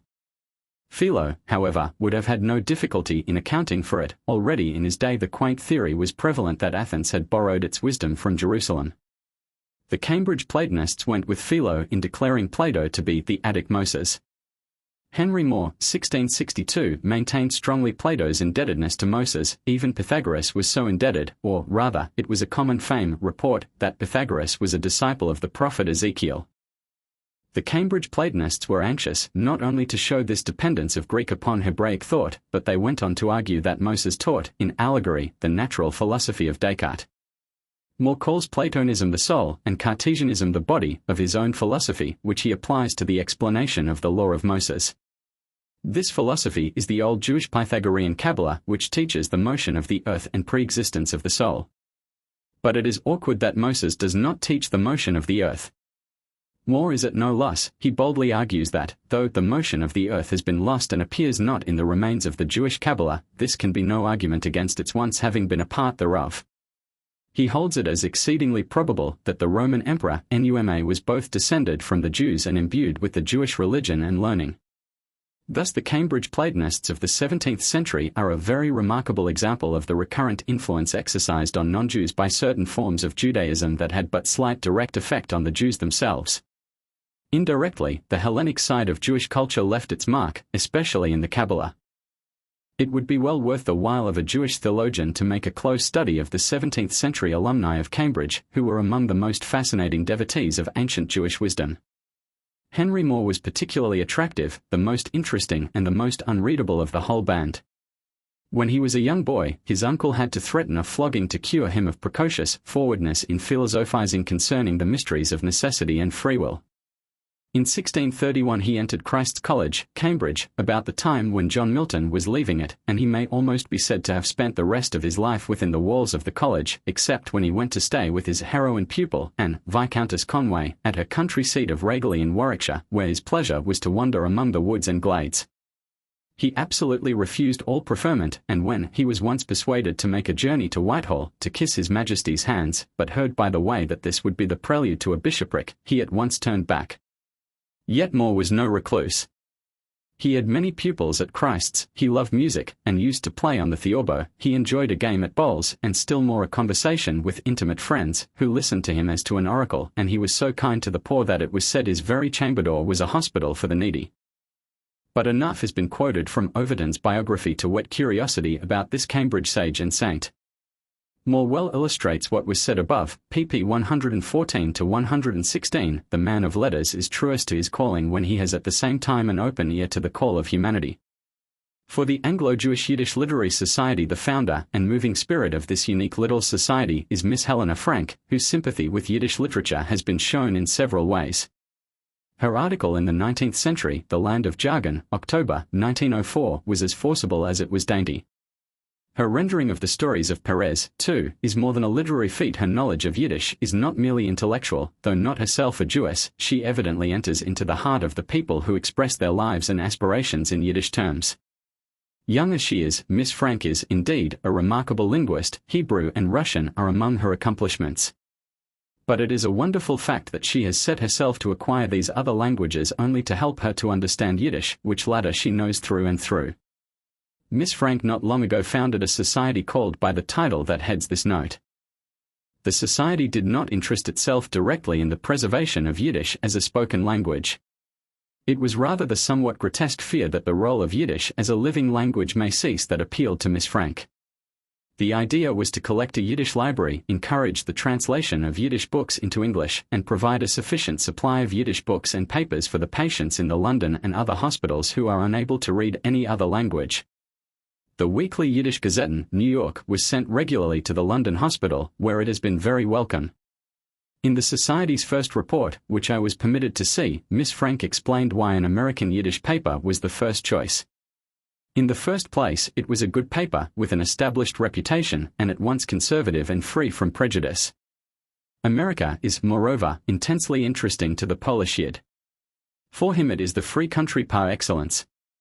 Besides, he is sure to have a son, uncle, or brother there, or to be going there himself. Vin sterben in Vin America kann sich keiner nicht herausdrehen. From dying and from going to America, there is no escape. Miss Frank has a keen sense of humor. How could she love Yiddish were it not so? She cites some of the Yiddish Gazette's answers to correspondents. This is funny, the woman has the right to take her clothes and ornaments away with her when she leaves her husband. But it is a question if she ought to leave him. Then we have the following from an article by Dr. Goideroff. He compares the Yiddish language to persons whose passports are not in order, the one has no grammar, the others have no land. And both the Jewish language and the Jewish nation hide their faulty passports in their wallets and disappear from the register of nations and languages, no land, no grammar. A pretty conclusion the savants have come to. Began the Jewish nation. You are nothing but a collection of words, and I am nothing but a collection of people, and there's an end to both of us. And jargon, besides, they said, to which of us did they refer? To me or to you? Asked the Jewish language, the word jargon being unknown to it. To you. Answers the Jewish nation. No, to you. Protests the Jewish language. Well, then, to both of us. Allows the Jewish nation. It seems we are both a kind of jargon. Mercy on us, what shall we do without a grammar and without a land? Unless the Zionists purchase a grammar of the Sultan. Romances the Jewish language. Or at all events a land. Sighs the Jewish nation. You think that the easier of the two? Asked the Jewish language, wittily. And at the same moment they look at one another and laugh loudly and merrily. This is genuine high-nest humor. The Mystics and Saints of India, a book by Professor J. C. Oman, published not long ago, contains a clear and judicially sympathetic account of Hinduism. The sordid side of Indian asceticism receives due attention, the excesses of self-mortification, painful posturings, and equally painful impostures are by no means slurred over by the writer. And yet the essential origin of these ascetic practices is perceived by Professor Oman to be a pure philosophy and a not ignoble idealism. And if Professor Oman's analysis be true, one understands how it is that, though there have always been Jewish ascetics, at times of considerable numbers and devotion, yet asceticism, as such, has no recognized place in Judaism. Jewish moralists, especially, though not exclusively, those of the mystical or Kabbalistic schools, pronounce powerfully enough against overindulgence in all sensuous pleasures. They inculcate moderation and abstinence, and, in some cases, where the pressure of desire is very strong, prescribe painful austerities, which may be paralleled by what Professor Oman tells us of the sadhus and yogis of India. But let us first listen to Professor Oman's analysis, page 16, without any pretense of an exhaustive analysis of the various and complex motives which underlie religious asceticism. I may, before concluding this chapter, draw attention to what seem to me the more general reasons which prompt men to ascetic practices. 1. A desire, which is intensified by all personal or national troubles, to propitiate the unseen powers. 2. A longing on the part of the intensely religious to follow in the footsteps of their master, almost invariably an ascetic. 3. A wish to work out one's own future salvation, or emancipation, by conquering the evil inherent in human nature, i.e., the flesh. 4. A yearning to prepare oneself by purification of mind and body for entering into present communion with the divine being. 5. Despair arising from disillusionment and from defeat in the battle of life. And lastly, mere vanity, stimulated by the admiration which the multitude bestow on the ascetic. With regard to his second reason, we find nothing of the kind in Judaism subsequent to the Essenes until we reach the Kabbalistic heroes of the Middle Ages. The third and the fourth have, on the other hand, had power generally in Jewish conduct. The fifth has had its influence, but only temporarily and temperately. Ascetic practices, based on national and religious calamity, have, for the most part, been prescribed only for certain dates in the calendar, but it must be confessed that an excessive addiction to fasting prevails among many Jews. But it is when we consider the first of Professor Oman's reasons for ascetic practices that we perceive how entirely the genius of Judaism is foreign to Hindu and most other forms of asceticism. To reach communion with God, the Jew goes along the road of happiness, not of austerity. He serves with joy, not with sadness.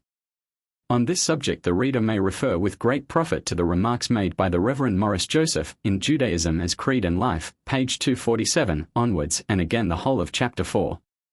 Of Book 3. Page 364. Self-development, not self-mortification, is the true principle. Man's lower nature is not to be crushed by torture, but to be elevated by moderation, so as to bear its part with man's higher nature in the service of God. What leads some Jewish moralists to eulogize asceticism is that there is always a danger of the happiness theory leading to a materialistic view of life. This is what Mr. Joseph says, and says well, on the subject, page 371, and, therefore, though Judaism does not approve of the ascetic temper, it is far from encouraging the materialist's view of life. It is no place for monks or hermits, who think they can serve God best by renouncing the world, but, on the other hand, it sternly rebukes the worldliness that knows no ideal but sordid pleasures, no God but self. It commends to us the golden mean, the safe line of conduct that lies midway between the rejection of earthly joys and the worship of them. If asceticism too often spurns the commonplace duties of life, excessive self-indulgence unfits us for them. In each case we lose some of our moral efficiency. But in the latter case there is added an inevitable degradation. The man who mortifies his body for his soul's sake has at least his motive to plead for him. But the sensualist has no such justification. He deliberately chooses the evil and rejects the good. Forfeiting his character as a son of God, he yields himself a slave to unworthy passions. It is the same with the worldly man, who lives only for sordid ends, such as wealth and the pleasures it buys. He, too, utterly misses his vocation. His pursuit of riches may be moral in itself, he may be a perfectly honest man. But his life is unmoral all the same, for it aims at nothing higher than itself. Thus Professor Oman's fascinating book gives occasion for thought to many whose religion is far removed from Hinduism. But there is in particular one feature of Hindu asceticism that calls for attention. This is the Hindu doctrine of karma, or good works, which will be familiar to readers of Rudyard Kipling's Kim. Upon a man's actions, karma is the Sanskrit for action. In this life depends the condition in which his soul will be reincarnated. In a word, the present state is the result of past actions and the future depends upon the present. Now, the ultimate hope of the Hindu should be so to live that his soul may be eventually freed from the necessity of being reincarnated and may, in the end, be reunited to the infinite spirit from which it sprang. As, however, that goal is very remote, the Hindu not uncommonly limits his desire and his efforts to the attainment of a good time and now, and in his next appearance upon this earthly stage, page 108. We need not go fully into this doctrine, which, as the writer says elsewhere, p. 172, certainly makes for morality, but we may rather attend to that aspect of it which is shown in the Hindu desire to accumulate merits. The performance of penances gives the self-torturer certain spiritual powers. Professor Oman quotes this passage from Sir Munyer Williams's Indian epic poetry note to page 4. According to Hindu theory, the performance of penances was like making deposits in the bank of heaven. By degrees an enormous credit was accumulated, which enabled the depositor to draw on the amount of his savings without fear of his drafts being refused payment. The power gained in this way by weak mortals was so enormous that gods, as well as men, were equally at the mercy of these all but omnipotent ascetics, and it is remarkable that even the gods are described as engaging in penances and austerities in order, it may be presumed, not to be undone by human beings. Now, if for penance we substitute mitzvot, we find in this passage almost the caricature of the Jewish theory that meets us in the writings of German theologians. These ill-equipped critics of Judaism put it forward seriously that the Jew performs mitzvot in order to accumulate merit, zechuth, and some of them even go so far as to assert that the Jew thinks of his zechuth as irresistible. But when the matter is put frankly and squarely, as Professor Munyer Williams puts it, not even the Germans could have the effrontery to assert that Judaism teaches or tolerates any such doctrine. Whatever man does, he has no merit towards God, that is Jewish teaching. Yet conduct counts, and somehow the good man and the bad man are not in the same case. Judaism may be inconsistent, but it is certainly not base in its teaching as to conduct and retribution. Be not as servants who minister in the hope of receiving reward. This is not the highest level of Jewish doctrine, it is the average level. Lately I have been reading a good deal of mystical Jewish literature, and I have been struck by the repeated use made of the famous rabbinical saying of Antigonos of Socho just cited. One wonders whether, after all, justice is done to the Hindus. One sees how easily Jewish teaching can be distorted into a doctrine of calculated zechuth. Are the Hindus being misjudged equally? Certainly, in some cases this must be so, for Professor Oman, with his remarkably sympathetic insight, records experiences such as this more than once, page 147. He is describing one of the Jain ascetics and remarks, his personal appearance gave the impression of great suffering, and his attendants all had the same appearance, contrasting very much indeed with the ordinary sadhus of other sects. And wherefore this austere rejection of the world's goods, wherefore all this self-inflicted misery? Is it to attain a glorious heaven hereafter, a blessed existence after death? No. It is, as the old monk explained to me, only to escape rebirth, for the Jain believes in the transmigration of souls and to attain rest. Other ascetics gave similar explanations. Thus, page 100, the Christian missionary entered into conversation with the hermit, a Bairaga from the upper provinces, and learned from him that he had adopted a life of abstraction and isolation from the world, neither to expiate any sin nor to secure any reward. He averred that he had no desires and no hopes, but that, being removed from the agitations of the worldly life, he was full of tranquil joy. 6 lust Purim joys. It is scarcely accurate to assert, as is sometimes done, that the most characteristic of the Purim pranks of the past were children of the ghetto and came to a natural end when the ghetto walls fell. In point of fact, most of these joys originated before the era of the ghetto, and others were introduced for the first time when ghetto life was about to fade away into history. Probably the oldest of Purim pranks was the bonfire and the burning of an effigy. Now, so far from being a ghetto custom, it did not even emanate from Europe, the continent of ghettos. It belongs to Babylonia and Persia. This is what was done, according to an old Geonic account recovered by Professor L. Ginsberg. It is customary in Babylonia and Elam for boys to make an effigy resembling Haman. This they suspend on their roofs, 4 or 5 days before Purim. On Purim day they erect a bonfire and cast the effigy into its midst, while the boys stand round about it, jesting and singing. And they have a ring suspended in the midst of the fire, which ring they hold and wave from one side of the fire to the other. Bonfires, it may be thought, need no recondite explanation. Light goes with a light heart, and boys always love a blaze. Dr. J. G. Fraser, in his Golden Bough, has endeavored, nevertheless, to bring the Purim bonfire into relation with primitive springtide and midsummer conflagrations, which survived into modern carnivals, but did not originate with them. Such bonfires belong to what has been called sympathetic or homeopathic magic. By raising an artificial heat, you ensured a plentiful dose of the natural heat of the sun. So, too, the burning of an effigy was not, in the first instance, a malicious or unfriendly act. A tree spirit, or a figure representing the spirit of vegetation, was consumed in fire, but the spirit was regarded as beneficent, not hostile, and by burning a friendly deity the succor of the sun was gained. Dr. Fraser cites some evidence for the early prevalence of the Purim bonfire. He argues strongly and persuasively in favor of the identification of Purim with the Babylonian feast of the Sakaie, a wild, extravagant bacchanalian revel, which, in the old Asiatic world, much resembled the Saturnalia of a later Italy. The theory is plausible, though it is not quite proven by Dr. Fraser, but it seems to me that whatever be the case with Purim generally, there is one hitherto overlooked feature of the Purim bonfire that does clearly connect it with the other primitive conflagrations of which mention was made above. This overlooked feature is the ring. No explanation is given by the Gaon as to its purpose in the 10th century, and it can hardly have been used to hold the effigy. Now, in many of the primitive bonfires, the fire was produced by aid of a revolving wheel. This wheel typifies the sun. Waving the ring in the Purim bonfires has obviously the same significance, and this apparently inexplicable feature does, I think, serve to link the ancient Purim prank with a long series of old-world customs which, it need hardly be said, have nothing whatever to do with the ghetto.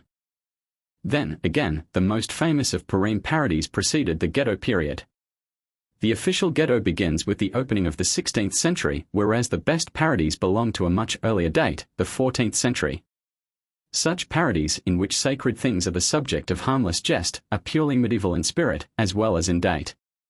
Exaggerated praises of wine were a foil to the sobriety of the Jew, the fun consisting in this conscious exaggeration. The medieval Jew, be it remembered, drew no severe line between sacred and profane. All life was to him equally holy, equally secular. So it is not strange that we find included in sacred Hebrew hymnologies wine songs for Purim and Chanukah and other synagogue feasts, and these songs are at least as old as the early part of the 12th century. For Purim, many synagogue liturgies contain serious additions for each of the 18 benedictions of the Amidah prayer, and equally serious paraphrases of Esther, some of them in Aramaic, abound among the Geniza fragments in Cambridge. Besides these, however, are many harmlessly humorous jingles and rhymes which were sung in the synagogue, admittedly for the amusement of the children and for the child hearts of adult growth. For them, too, the Midrash had played round Haman, reviling him, poking fun at him, covering him with ridicule rather than execration. It is true that the earliest ritual reference to the wearing of masks on Purim dates from the year 1508, just within the Ghetto period.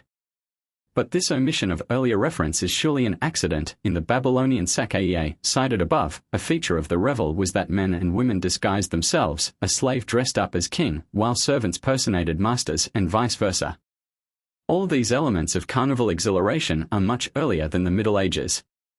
Ghetto days, however, originated, perhaps, the stamping of feet, clapping of hands, clashing of mallets, and smashing of earthenware pots, to punctuate certain passages of the Esther story and of the subsequent benediction. My strongest point concerns what, beyond all other delights, has been regarded as the characteristic amusement of the festival, viz. the Purim play. We not only possess absolutely no evidence that Purim plays were performed in the ghettos till the beginning of the 18th century, when the end of the ghettos was almost within sight, but the extant references imply that they were then a novelty. Plays on the subject of Esther were very common in medieval Europe during earlier centuries, but these plays were written by Christians, not by Jews, and were performed by monks, not by rabbis. Strange as it may seem, it is none the less the fact that the Purim play belongs to the most recent of the Purim amusements, and that its life has been short and, on the whole, inglorious. Thus, without pressing the contention too closely, Purim festivities do not deserve to be tarred with the ghetto brush. Is it, then, denied that Purim was more mirthfully observed in ghetto days than it is at the present day? By no means. It is unquestionable that Purim used to be a merrier anniversary than it is now. The explanation is simple. In part, the change has arisen through a laudable disinclination from pranks that may be misconstrued as tokens of vindictiveness against an ancient foe or his modern reincarnations. As a second cause may be assigned the growing and regrettable propensity of Jews to draw a rigid line of separation between life and religion, and wherever this occurs, religious feasts tend towards a solemnity that cannot, and dare not, relax into amusement. This tendency is eating at the very heart of Jewish life, and ought to be resisted by all who truly understand the genius of Judaism. But the psychology of the change goes even deeper. The Jew is emotional, but he detests making a display of his feelings to mere onlookers. The Wailing Wall scenes at Jerusalem are not a real exception. The facts are cooked to meet the demands of clamant tourists. The Jew's sensitivity is the correlative of his emotionalism. While all present are joining in the game, each Jew will play with full abandonment to the humor of the moment. But as soon as some play the part of spectators, the Jew feels his limbs growing too stiff for dancing, his voice too hushed for song. All must participate, or all must leave off. Thus, a crowd of Italians or southern French may play at Carnival today to amuse sightseers in the Riviera, but Jews have never consented, have never been able, to sport that others might stand by and laugh at, and not with, the sportsman. In short, Purim has lost its character, because Jews have lost their character, their disposition for innocent, unanimous joyousness. We are no longer so closely united in interests or in local abodes that we could, on the one hand, enjoy ourselves as one man, and, on the other, play merry pranks, without incurring the criticism of indifferent, cold-eyed observers. Criticism has attacked the authenticity of the Esther story, and proposed Marduk for Mordecai, and Ishtar for Esther. But criticism of another kind has worked far more havoc, for its superior airs have killed the Purim joy. Perhaps it is not quite dead after all. 7 Jews and Letters. The jubilee of the introduction of the penny post into England was not reached till 1890. It is difficult to realize the state of affairs before this reform became part of our everyday life. That less than 3/4 of a century ago the scattered members of English families were, in a multitude of cases, practically dead to one another, may incline one to exaggerate the insignificance of the means of communication in times yet more remote. Certainly, in ancient Judea there were fewer needs than in the modern world. Necessity produces invention, and as the Jew of remote times rarely felt a strong necessity to correspond with his brethren in his own or other countries, it naturally followed that the means of communication were equally extempore in character. It may be of interest to put together some desultory jottings on this important topic. The way to Judea lies through Rome. If we wish information whether the Jews knew anything of a regular post, we must first inquire whether the Romans possessed that institution. According to Gibbon, this was the case. Excellent roads made their appearance wherever the Romans settled, and the advantage of receiving the earliest intelligence and of conveying their orders with celerity induced the emperors to establish throughout their extensive dominions the regular institution of posts. Houses were everywhere erected at the distance only of 5 or 6 miles, each of them was constantly provided with 40 horses, and by the help of these relays it was easy to travel 100 miles a day along the Roman roads. The use of the posts was allowed to those who claimed it by an imperial mandate, but, though originally intended for the public service, it was sometimes indulged to the business or conveniency of private citizens. This statement of Gibbon, towards the end of Chapter 2, applies chiefly, then, to official dispatches, for we know from other sources that the Romans had no public post as we understand the term, but used special messengers, tabularius, to convey private letters. Exactly the same facts meet us with reference to the Jews in the earlier Talmudic times. There were special Jewish letter carriers who carried the documents in a pocket made for the purpose, and in several towns in Palestine there was a kind of regular postal arrangement, though many places were devoid of the institution. It is impossible to suppose that these postal conveniences refer only to official documents, for the Mishnah, Sabbath, x. 4, is evidently speaking of Jewish postmen, who, at that time, would hardly have been employed to carry the dispatches of the government. The Jewish name for this post was bedava, and apparently was a permanent and regular institution. From a remark of Rabbi Jehuda, Rosh Hashanah, 9b, like a postman who goes about everywhere and carries merchandise to the whole province, it would seem that the Jews had established a parcels post, but unfortunately we have no precise information as to how these posts were managed.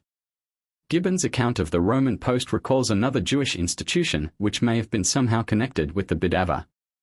The official custodian of the goat that was sent into the wilderness on the Day of Atonement was allowed, if he should feel the necessity, a necessity which, according to tradition, never arose, to partake of food even on the fast day. For this purpose huts were erected along the route, and men provided with food were stationed at each of these huts to meet the messenger and conduct him some distance on his way. That the postal system cannot have been very much developed is clear from the means adopted to announce the new moon in various localities. This official announcement certainly necessitated a complete system of communication. At first, we are told Rosh Hashanah 2:2 fires were lighted on the tops of the mountains, but the Samaritans seem to have ignited the beacons at the wrong time, so as to deceive the Jews. It was, therefore, decided to communicate the news by messenger. The mountain fires were prepared as follows: long staves of cedar wood, canes, and branches of the olive tree were tied up with coarse threads or flax. These were lighted as torches, and men on the hills waved the brands to and fro, upward and downward, until the signal was repeated on the next hill, and so forth. When messengers were substituted for these fire signals, it does not appear that they carried letters, they brought verbal messages, which they seem to have shouted out without necessarily dismounting from the animals they rode. Messages were not sent every month, but only 6 times a year, and a curious light is thrown on the means of communication of the time, by the legal decision that anyone was to be believed on the subject, and that the word of a passing merchant who said that he had heard the new moon proclaimed was to be accepted unhesitatingly. Nowadays, busy men are sometimes put out by postal vagaries, but they hardly suffer to the extent of having to fast 2 days. This calamity is recorded, however, in the Jerusalem Talmud, as having, on a certain occasion, resulted from the delay in the arrival of the messengers announcing the new moon. Besides the proclamation of the new moon, other official documents must have been dispatched regularly. Bills of divorce, for instance, needed special messengers. The whole question of the legal position of messengers is very intimately bound up with that of conveying divorces. This, however, seems to have been the function of private messengers, who were not in the strict sense letter carriers at all. It may be well, in passing, to recall 1 or 2 other means of communication mentioned in the Midrash. Thus we read how Joshua, with 12,000 of his warriors, was imprisoned, by means of witchcraft, within a sevenfold barrier of iron. He resolves to write for aid to the chief of the tribe of Reuben, bidding him to summon Phinehas, who is to bring the trumpets with him. Joshua ties the message to the wings of a dove, or pigeon, and the bird carries the letter to the Israelites, who speedily arrive with Phinehas and the trumpets, and, after routing the enemy, effect Joshua's rescue. A similar idea may be found in the commentary of Kimchi on Genesis. Noah, wishing for information, says Kimchi, sent forth a raven, but it brought back no message. Then he sent a dove, which has a natural capacity for bringing back replies when it has been on the same way once or twice. Thus kings trained these birds for the purpose of sending them great distances with letters tied to their wings. So we read, Sabbath 49 in the Talmud, that a dove's wings protect it, i.e., people preserve it, and do not slay it, because they train it to act as their messenger. Or, again, we find arrows used as a means of carrying letters, and we are not alluding to such signals as Jonathan gave to David. During the siege of Jerusalem by the Romans, the emperor had men placed near the walls of Jerusalem, and they wrote the information they obtained on arrows and fired them from the wall, with the connivance, probably, of the Philo-Roman party that existed within the doomed city. In earlier Bible times, there was, as the Tel El-Amarna bricks show, an extensive official correspondence between Canaan and Egypt, but private letter-writing seems not to have been resorted to. Messages were transmitted orally to the parties concerned. This fact is well illustrated by the story of Joseph. He may, of course, have deliberately resolved not to communicate with his family, but if letter-writing had been usual, his brothers would naturally have asked him a question that did not suggest itself to them, why he had never written to tell his father of his fortunes. When Saul desired to summon Israel, he sent, not a letter, but a mutilated yoke of oxen, the earliest letter mentioned in the Bible being that in which King David ordered Uriah to be placed in the forefront of the army. Jezebel sends letters in Ahab's name to Naboth, Jehu to Samaria. In all these cases letters were used for treacherous purposes, and they are all short. Probably the authors of these plots feared to betray their real intention orally, and so they committed their orders to writing, expecting their correspondents to read between the lines. It is not till the time of Isaiah that the references to writing become frequent. Intercourse between Palestine on the one hand and Babylon and Egypt on the other had then increased greatly, and the severance of the nation itself tended to make correspondence through writing more necessary. When we reach the age of Jeremiah, this fact makes itself even more strongly apparent. Letters are often mentioned by that prophet, Isaiah 25:29, and a professional class of sophrim, or scribes, make their appearance. Afterwards, of course, the Sofer became of much higher importance. He was not merely a professional writer, but a man learned in the law, who spread the knowledge of it among the people. Later, again, these functions were separated, and the Sofer added to his other offices that of teacher of the young. Nowadays, he has regained his earlier and less important position, for the modern Sofer is simply a professional writer.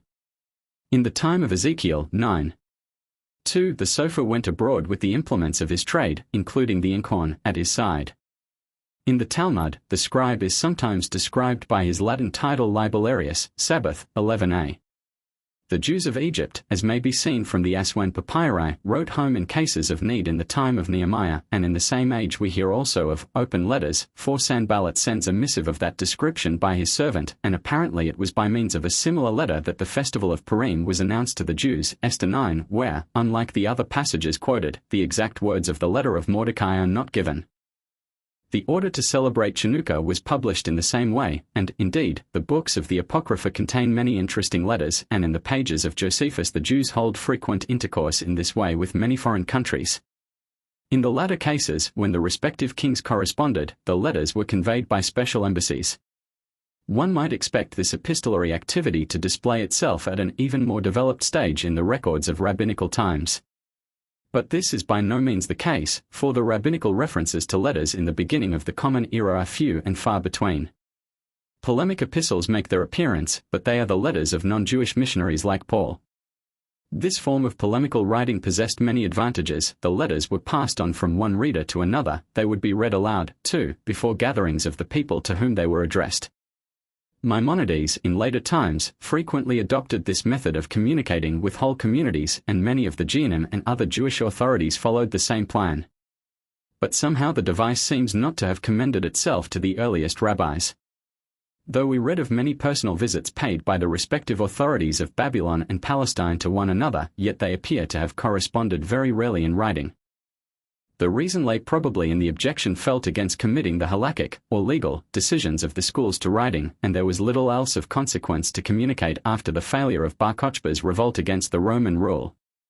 It must not be thought, however, that this prohibition had the effect we have described for very long. Rabbi Gamaliel, Rabbi Chanania, and many others had frequent correspondence with far distant places, and as soon as the Mishnah acquired a fixed form, even though it was not immediately committed to writing, the recourse to letters became much more common. Pupils of the compilers of the Mishnah proceeded to Babylon to spread its influence, and they naturally maintained a correspondence with their chiefs in Palestine. Rab and Samuel in particular, among the Amoraim, were regular letter writers, and Rabbi Jochanan replied to them. Towards the end of the 3rd century this correspondence between Judea and Babylon became even more active.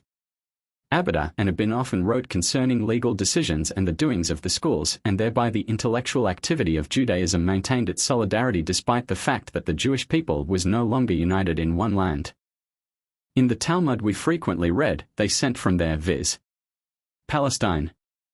Obviously these messages were sent in writing, though possibly the bearer of the message was often himself a scholar, who conveyed his report by word of mouth.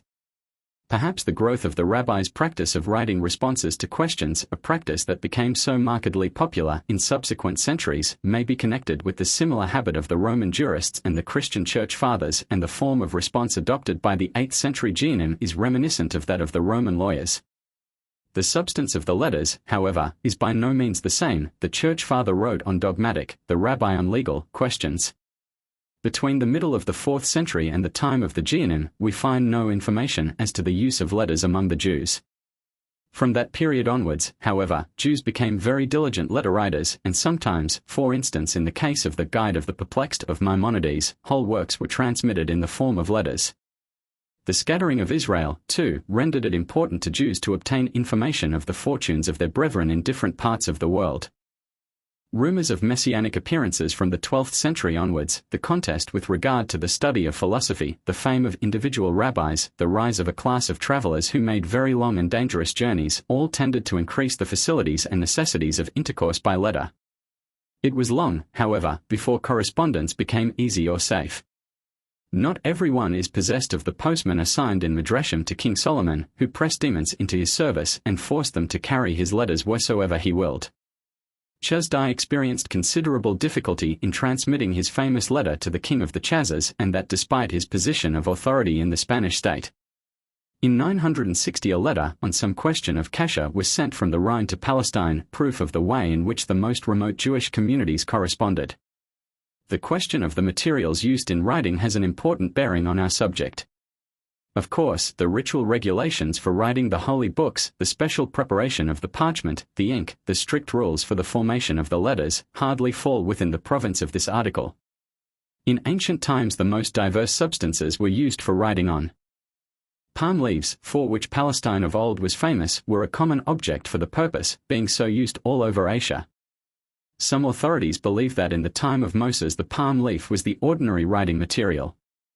Olive leaves, again, were thick and hard, while carob leaves, St. John's bread, besides being smooth, long, and broad, were evergreen and thus eminently fitted for writing. Walnut shells, pomegranate skins, leaves of gourds, onion leaves, lettuce heads, even the horns of cattle, and the human body, letters being tattooed on the hands of slaves, were all turned to account.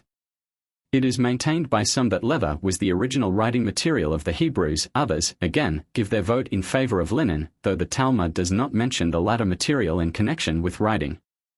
Some time after Alexander the Great, the Egyptian papyrus became common in Palestine, where it probably was known earlier, as Jewish letters on papyrus were sent to Jerusalem from the Fayum in the 5th century BCE. Even as late as Maimonides, the scrolls of the law were written on leather, and not on parchment, which is now the ordinary material for the purpose. That the Torah was not to be written on a vegetable product was an assumed first principle.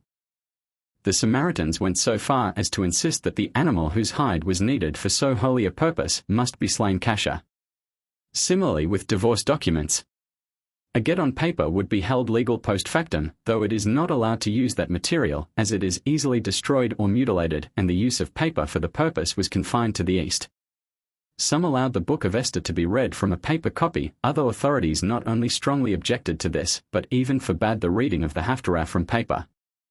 Hence one finds in libraries so many parchment scrolls containing only the Haftarahs. The Hebrew word for letter, igareth, is of unknown origin, though it is now commonly taken to be an Assyrian loan word. It used to be derived from a root signifying to hire in reference to the hired courier by whom it was dispatched. Other terms for letter, such as book, roll, explain themselves. Black ink was early used, though it is certain that it was either kept in a solid state, like India ink, or that it was of the consistency of glue and needed the application of water before it could be used. For pens, the iron stylus, the reed, needle, and quill, though the last was not admitted without a struggle, were the common substitutes at various dates. We must now return to the subject with which we set out, and make a few supplementary remarks with regard to the actual conveyance of letters. In the Talmud, Baba Meziah, 83b, a proverb is quoted to this effect: "He who can read and understand the contents of a letter may be the deliverer thereof." As a rule, one would prefer that the postman did not read the correspondence he carries, and this difficulty seems to have stood in the way of trusting letters to unknown bearers. To remove this obstacle to free intercourse, Rabbanu Gershom issued his well-known decree, under penalty of excommunication, against anyone who, entrusted with a letter to another, made himself master of its contents. To the present day, in some places, the Jewish writer writes on the outside of his letter the abbreviation Hebrew Bethcheth Dalet Resh Gimel, which alludes to this injunction of Rabbanu Gershom. Again, the Sabbath was and still is a difficulty with observant Jews. Rabbi Hosei HaKohen is mentioned in the Talmud, Sabbath, 19a, as deserving of the following compliment. He never allowed a letter of his to get into the hands of a non-Jew, for fear he might carry it on the Sabbath, and strict laws are laid down on the subject. That Christians in modern times entrusted their letters to Jews goes without saying, and even in places where this is not commonly allowed, the non-Jew is employed when the letter contains bad news. Perhaps for this reason Rabbanu Jacob Town permitted divorces to be sent by post, though the controversy on the legality of such delivery is, I believe, still undecided. Besides packmen, who would often be the medium by which letters were transmitted, there was in some Jewish communities a special class that devoted themselves to a particular branch of the profession. They made it their business to seek out lost sons and deliver messages to them from their anxious parents. Some later Jewish authorities, in view of the distress that the silence of absent loved ones causes to those at home, lay down the rule that the duty of honoring parents, the fifth commandment, includes the task of corresponding when absent from them. These peripatetic letter carriers also conveyed the documents of divorce to women that would otherwise be in the unpleasant condition of being neither married nor single. Among the most regular and punctual of Jewish postmen may be mentioned the bearers of begging letters and begging books. There is no fear that these will not be duly delivered. Our reference to letters of recommendation reminds us of an act, on the part of a modern rabbi, of supererogation in the path of honesty. The post is in the hands of the government, and, accordingly, the late Rabbi Bamberger of Wurzburg, whenever he gave a haskama, or recommendation, which would be delivered by hand, was wont to destroy a postage stamp, so as not to defraud the government, even in appearance. With this remarkable instance of conscientious uprightness, we may fitly conclude this notice, suggested as it has been by the modern improvements in the postal system, which depend for their success so largely on the honesty of the public. 8. The shape of Matzot. Dr. Johnson said, "It is easier to know that a cake is bad than to make a good one." I had a tiny quantity of material which, by dint of much rolling, I might have expanded into a broad, flat, unsubstantial whole. I preferred, however, to make of my little piece of dough a little cake, small and therefore less pretentious. I am afraid that even in this concentrated form it will prove flavorless and indigestible, but the cook must be blamed, not the material. I have no intention to consider the various operations connected with the preparation of unleavened Passover cakes, the kneading, the ingredients, the curious regulations regarding the water used, such precautions as carefully watching the ovens. Those who are inclined to connect some of these customs with the practices of non-Jewish peoples will find some interesting facts on all these topics, but what I wish to speak of now is the shape and form of Passover cakes. The Christian emblems that figure in the celebration of the Eucharist, or Lord's Supper, were probably derived from the ceremonies of the Passover Eve. The bread employed in the Eucharist is with some Christian sects unleavened, and, indeed, leavened cakes seem to have been introduced solely as a protest against certain so-called Judaizing tendencies. The Latin Church still contends for the propriety of employing unleavened bread, and from the 7th century unleavened bread was used at Rome and leavened bread at Constantinople. From the earliest times, however, the Eucharistic loaves were invariably round in shape, there being, indeed, a supposed edict by Pope Zephyrinus 197–217 to that effect. It is passing strange that Bona, an ecclesiastical writer, derived this roundness from the shape of the coins Judas received for betraying his master. But though there is no distinct enactment either in the Talmud or in any of the later codes as to what the form of the matzot must be, these have been from time immemorial round also. Some minhagim are more firmly rooted than actual laws, and this custom is one of them. In one of his cartoons, Picard has an illustration which is apparently that of a squarish matzah. This may, however, be only a case of defective drawing. It is true that in Romania square matzot are used, but in the controversy raised by the introduction of matzah-making machines, the opponents of the change argued as though no other than a round shape were conceivable. Kluger, for instance, never seems to have realized that his weightiest objection to the use of the machine would be obviated by making the matzot square or rectangular. When it was first proposed to introduce matzah machines in London, the resistance came chiefly from the manufacturers and not from the ecclesiastical authorities. The bakers refused categorically to make square matzot, declaring that if they did so, their stock would be unsaleable. Even to the present day no square matzot are baked in London, those occasionally seen there are imported from the continent. The ancient Egyptians made their cakes round, and the matzot are regarded midrashically as a memorial of the food which the Egyptian masters forced on their Israelite slaves. A round shape is apparently the simplest symmetrical form, but beyond this I fancy that the round form of the Passover bread is partly due to the double meaning of ugath matzot. The word ugath signifies cakes baked in the sand or hot embers, but uga also means a circle. To return, however, to the Eucharistic wafers. A further point of identity, though only a minute detail, can be traced in the regulation that the Eucharistic oblate from which the priest communicated was, in the 9th century, larger than the loaves used by the people. So the Passover cakes, shimrim, used by the master of the house, and particularly the middle cake, pieces of which were distributed, were made larger than the ordinary matzot. Picard, 1723, curiously enough reverses this relation and draws the ordinary matzot much larger and thicker than the shimrim. The ordinary matzot he represents as thick oval cakes with a single coil of large holes which start outwards from the center. Picard speaks of matzot made in different shapes, but he gives no details. In the Middle Ages, and, indeed, as early as Chrysostom, 4th century, the church cakes were marked with a cross and bore various inscriptions. In the Coptic Church, for example, the legend was Holy. Holy. Holy is the Lord of hosts. Now, in a Latin work, Roma Subterranea, about 1650, a statement is made which seems to imply that the Passover cakes of the Jews were also marked with crosses. What can have led to this notion? The origin is simple enough. The ancient Romans, as Arinhus himself writes, and as Virgil, Horace and Martial frequently mention, made their loaves with cross indentations in order to facilitate dividing them into 4 parts, much as nowadays Scotch scones are baked 4 together, and the central dividing lines give the 4-fold scone the appearance of bearing a cross mark. It may be that the Jews made their Passover cakes, which were thicker than ours and harder to break, in the same way. But, besides, the small holes and indentations that cover the surface of the modern matzah might, if the matzah be held in certain positions, possibly be mistaken for a cross. These indentations are, I should add, very ancient, being referred to in the Talmud, and, if I may venture a suggestion, also in the Bible, 1 Kings 14:3, and elsewhere, nekudim being cakes punctuated with small interstices. We can carry the explanation a little further. The 3 matzot shimrim used in the Haggadah service were made with especial care, and in medieval times were denominated priest, Levite, Israelite, in order to discriminate among them.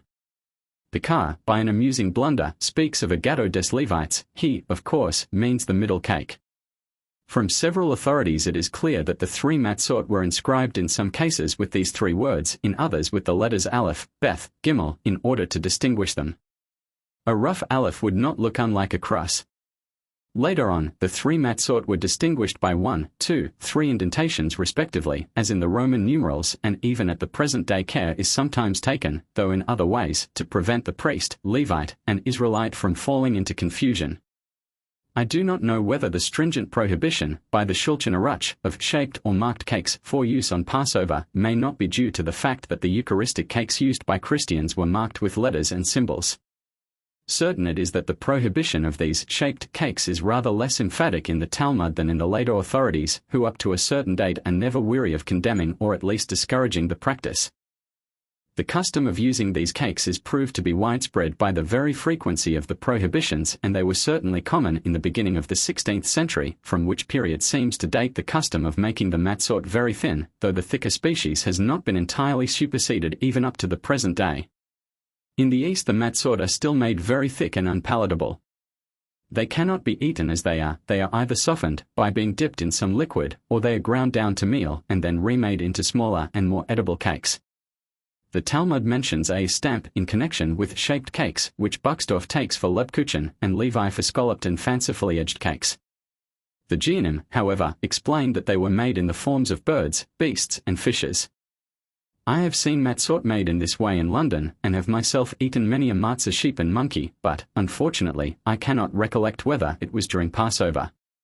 In Holland, these shaped cakes are still used, but in strict families only before the Passover. Limits of space will not allow me to quote some interesting notes with reference to Hebrew inscriptions on cakes generally, which would furnish parallels to the holy of the Coptic wafers. Children received such cakes as a specific for becoming wise.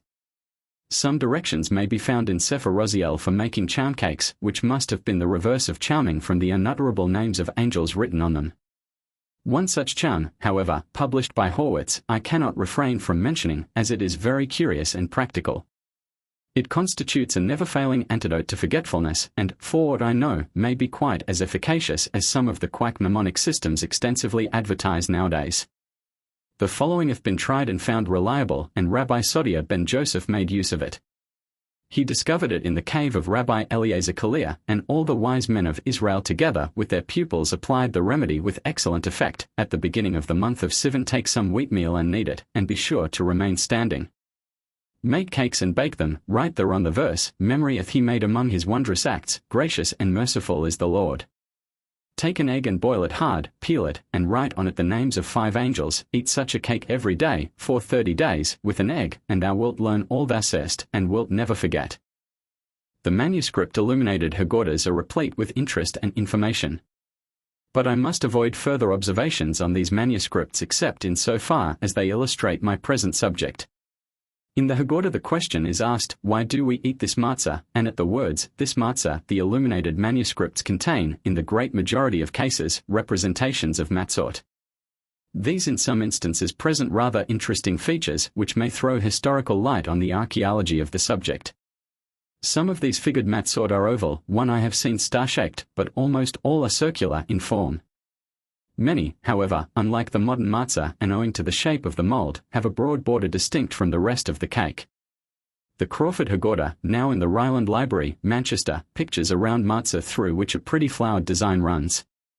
Others, again, and this I think are very ancient, as it certainly is a very common design, are covered with transverse lines which result in producing diamond-shaped spaces with a very pleasing effect, resembling somewhat the appearance of the lattice-work cakes used in Italy and Persia, I think. The lines, unless they be mere pictorial embellishments, are, possibly, as in the Leeds cakes, rows of indentations resulting from the punctuation of the matzah. In one British Museum manuscript, Roman Rite, 1482, the star and diamond shapes are combined, the border being surrounded with small triangles and the center of the cake being divided into diamond-like sections. In yet another manuscript the matzah has a border, divided by small lines into almost rectangular sections, while the body of the cake is ornamented with a design in which variously shaped figures, quadrilaterals and triangles, are irregularly interspersed. One fanciful picture deserves special mention, as it is the only one of the kind in all the illustrated manuscripts and printed Haggadahs in the Oxford and British Museum libraries. This matzah occurs in an Italian manuscript of the 14th century. It is adorned with a flowered border, and in the center appears a human-faced quadruped of apparently Egyptian character. Poetry and imagination are displayed in some of these devices, but in only 1 or 2 cases did the artists attain high levels of picturesque illustration. How suggestive, for instance, is the chain pattern, adopted in a manuscript of the Michaelis collection at Oxford. It must not be thought that this idea at least was never literally realized, for only last year I was shown a matzah made after a very similar design, possibly not for use on the first 2 nights of Passover. The bread of affliction recalls the Egyptian bonds, and it is an ingenious idea to bid us ourselves turn the ancient chains to profitable use by eating them. This expressive design is surpassed by another, found in a beautifully illuminated manuscript of the 14th century. This matzah bears a curious device in the center. It is a prison door modeled with considerable skill, but I do not suppose that matzot were ever made in this fashion.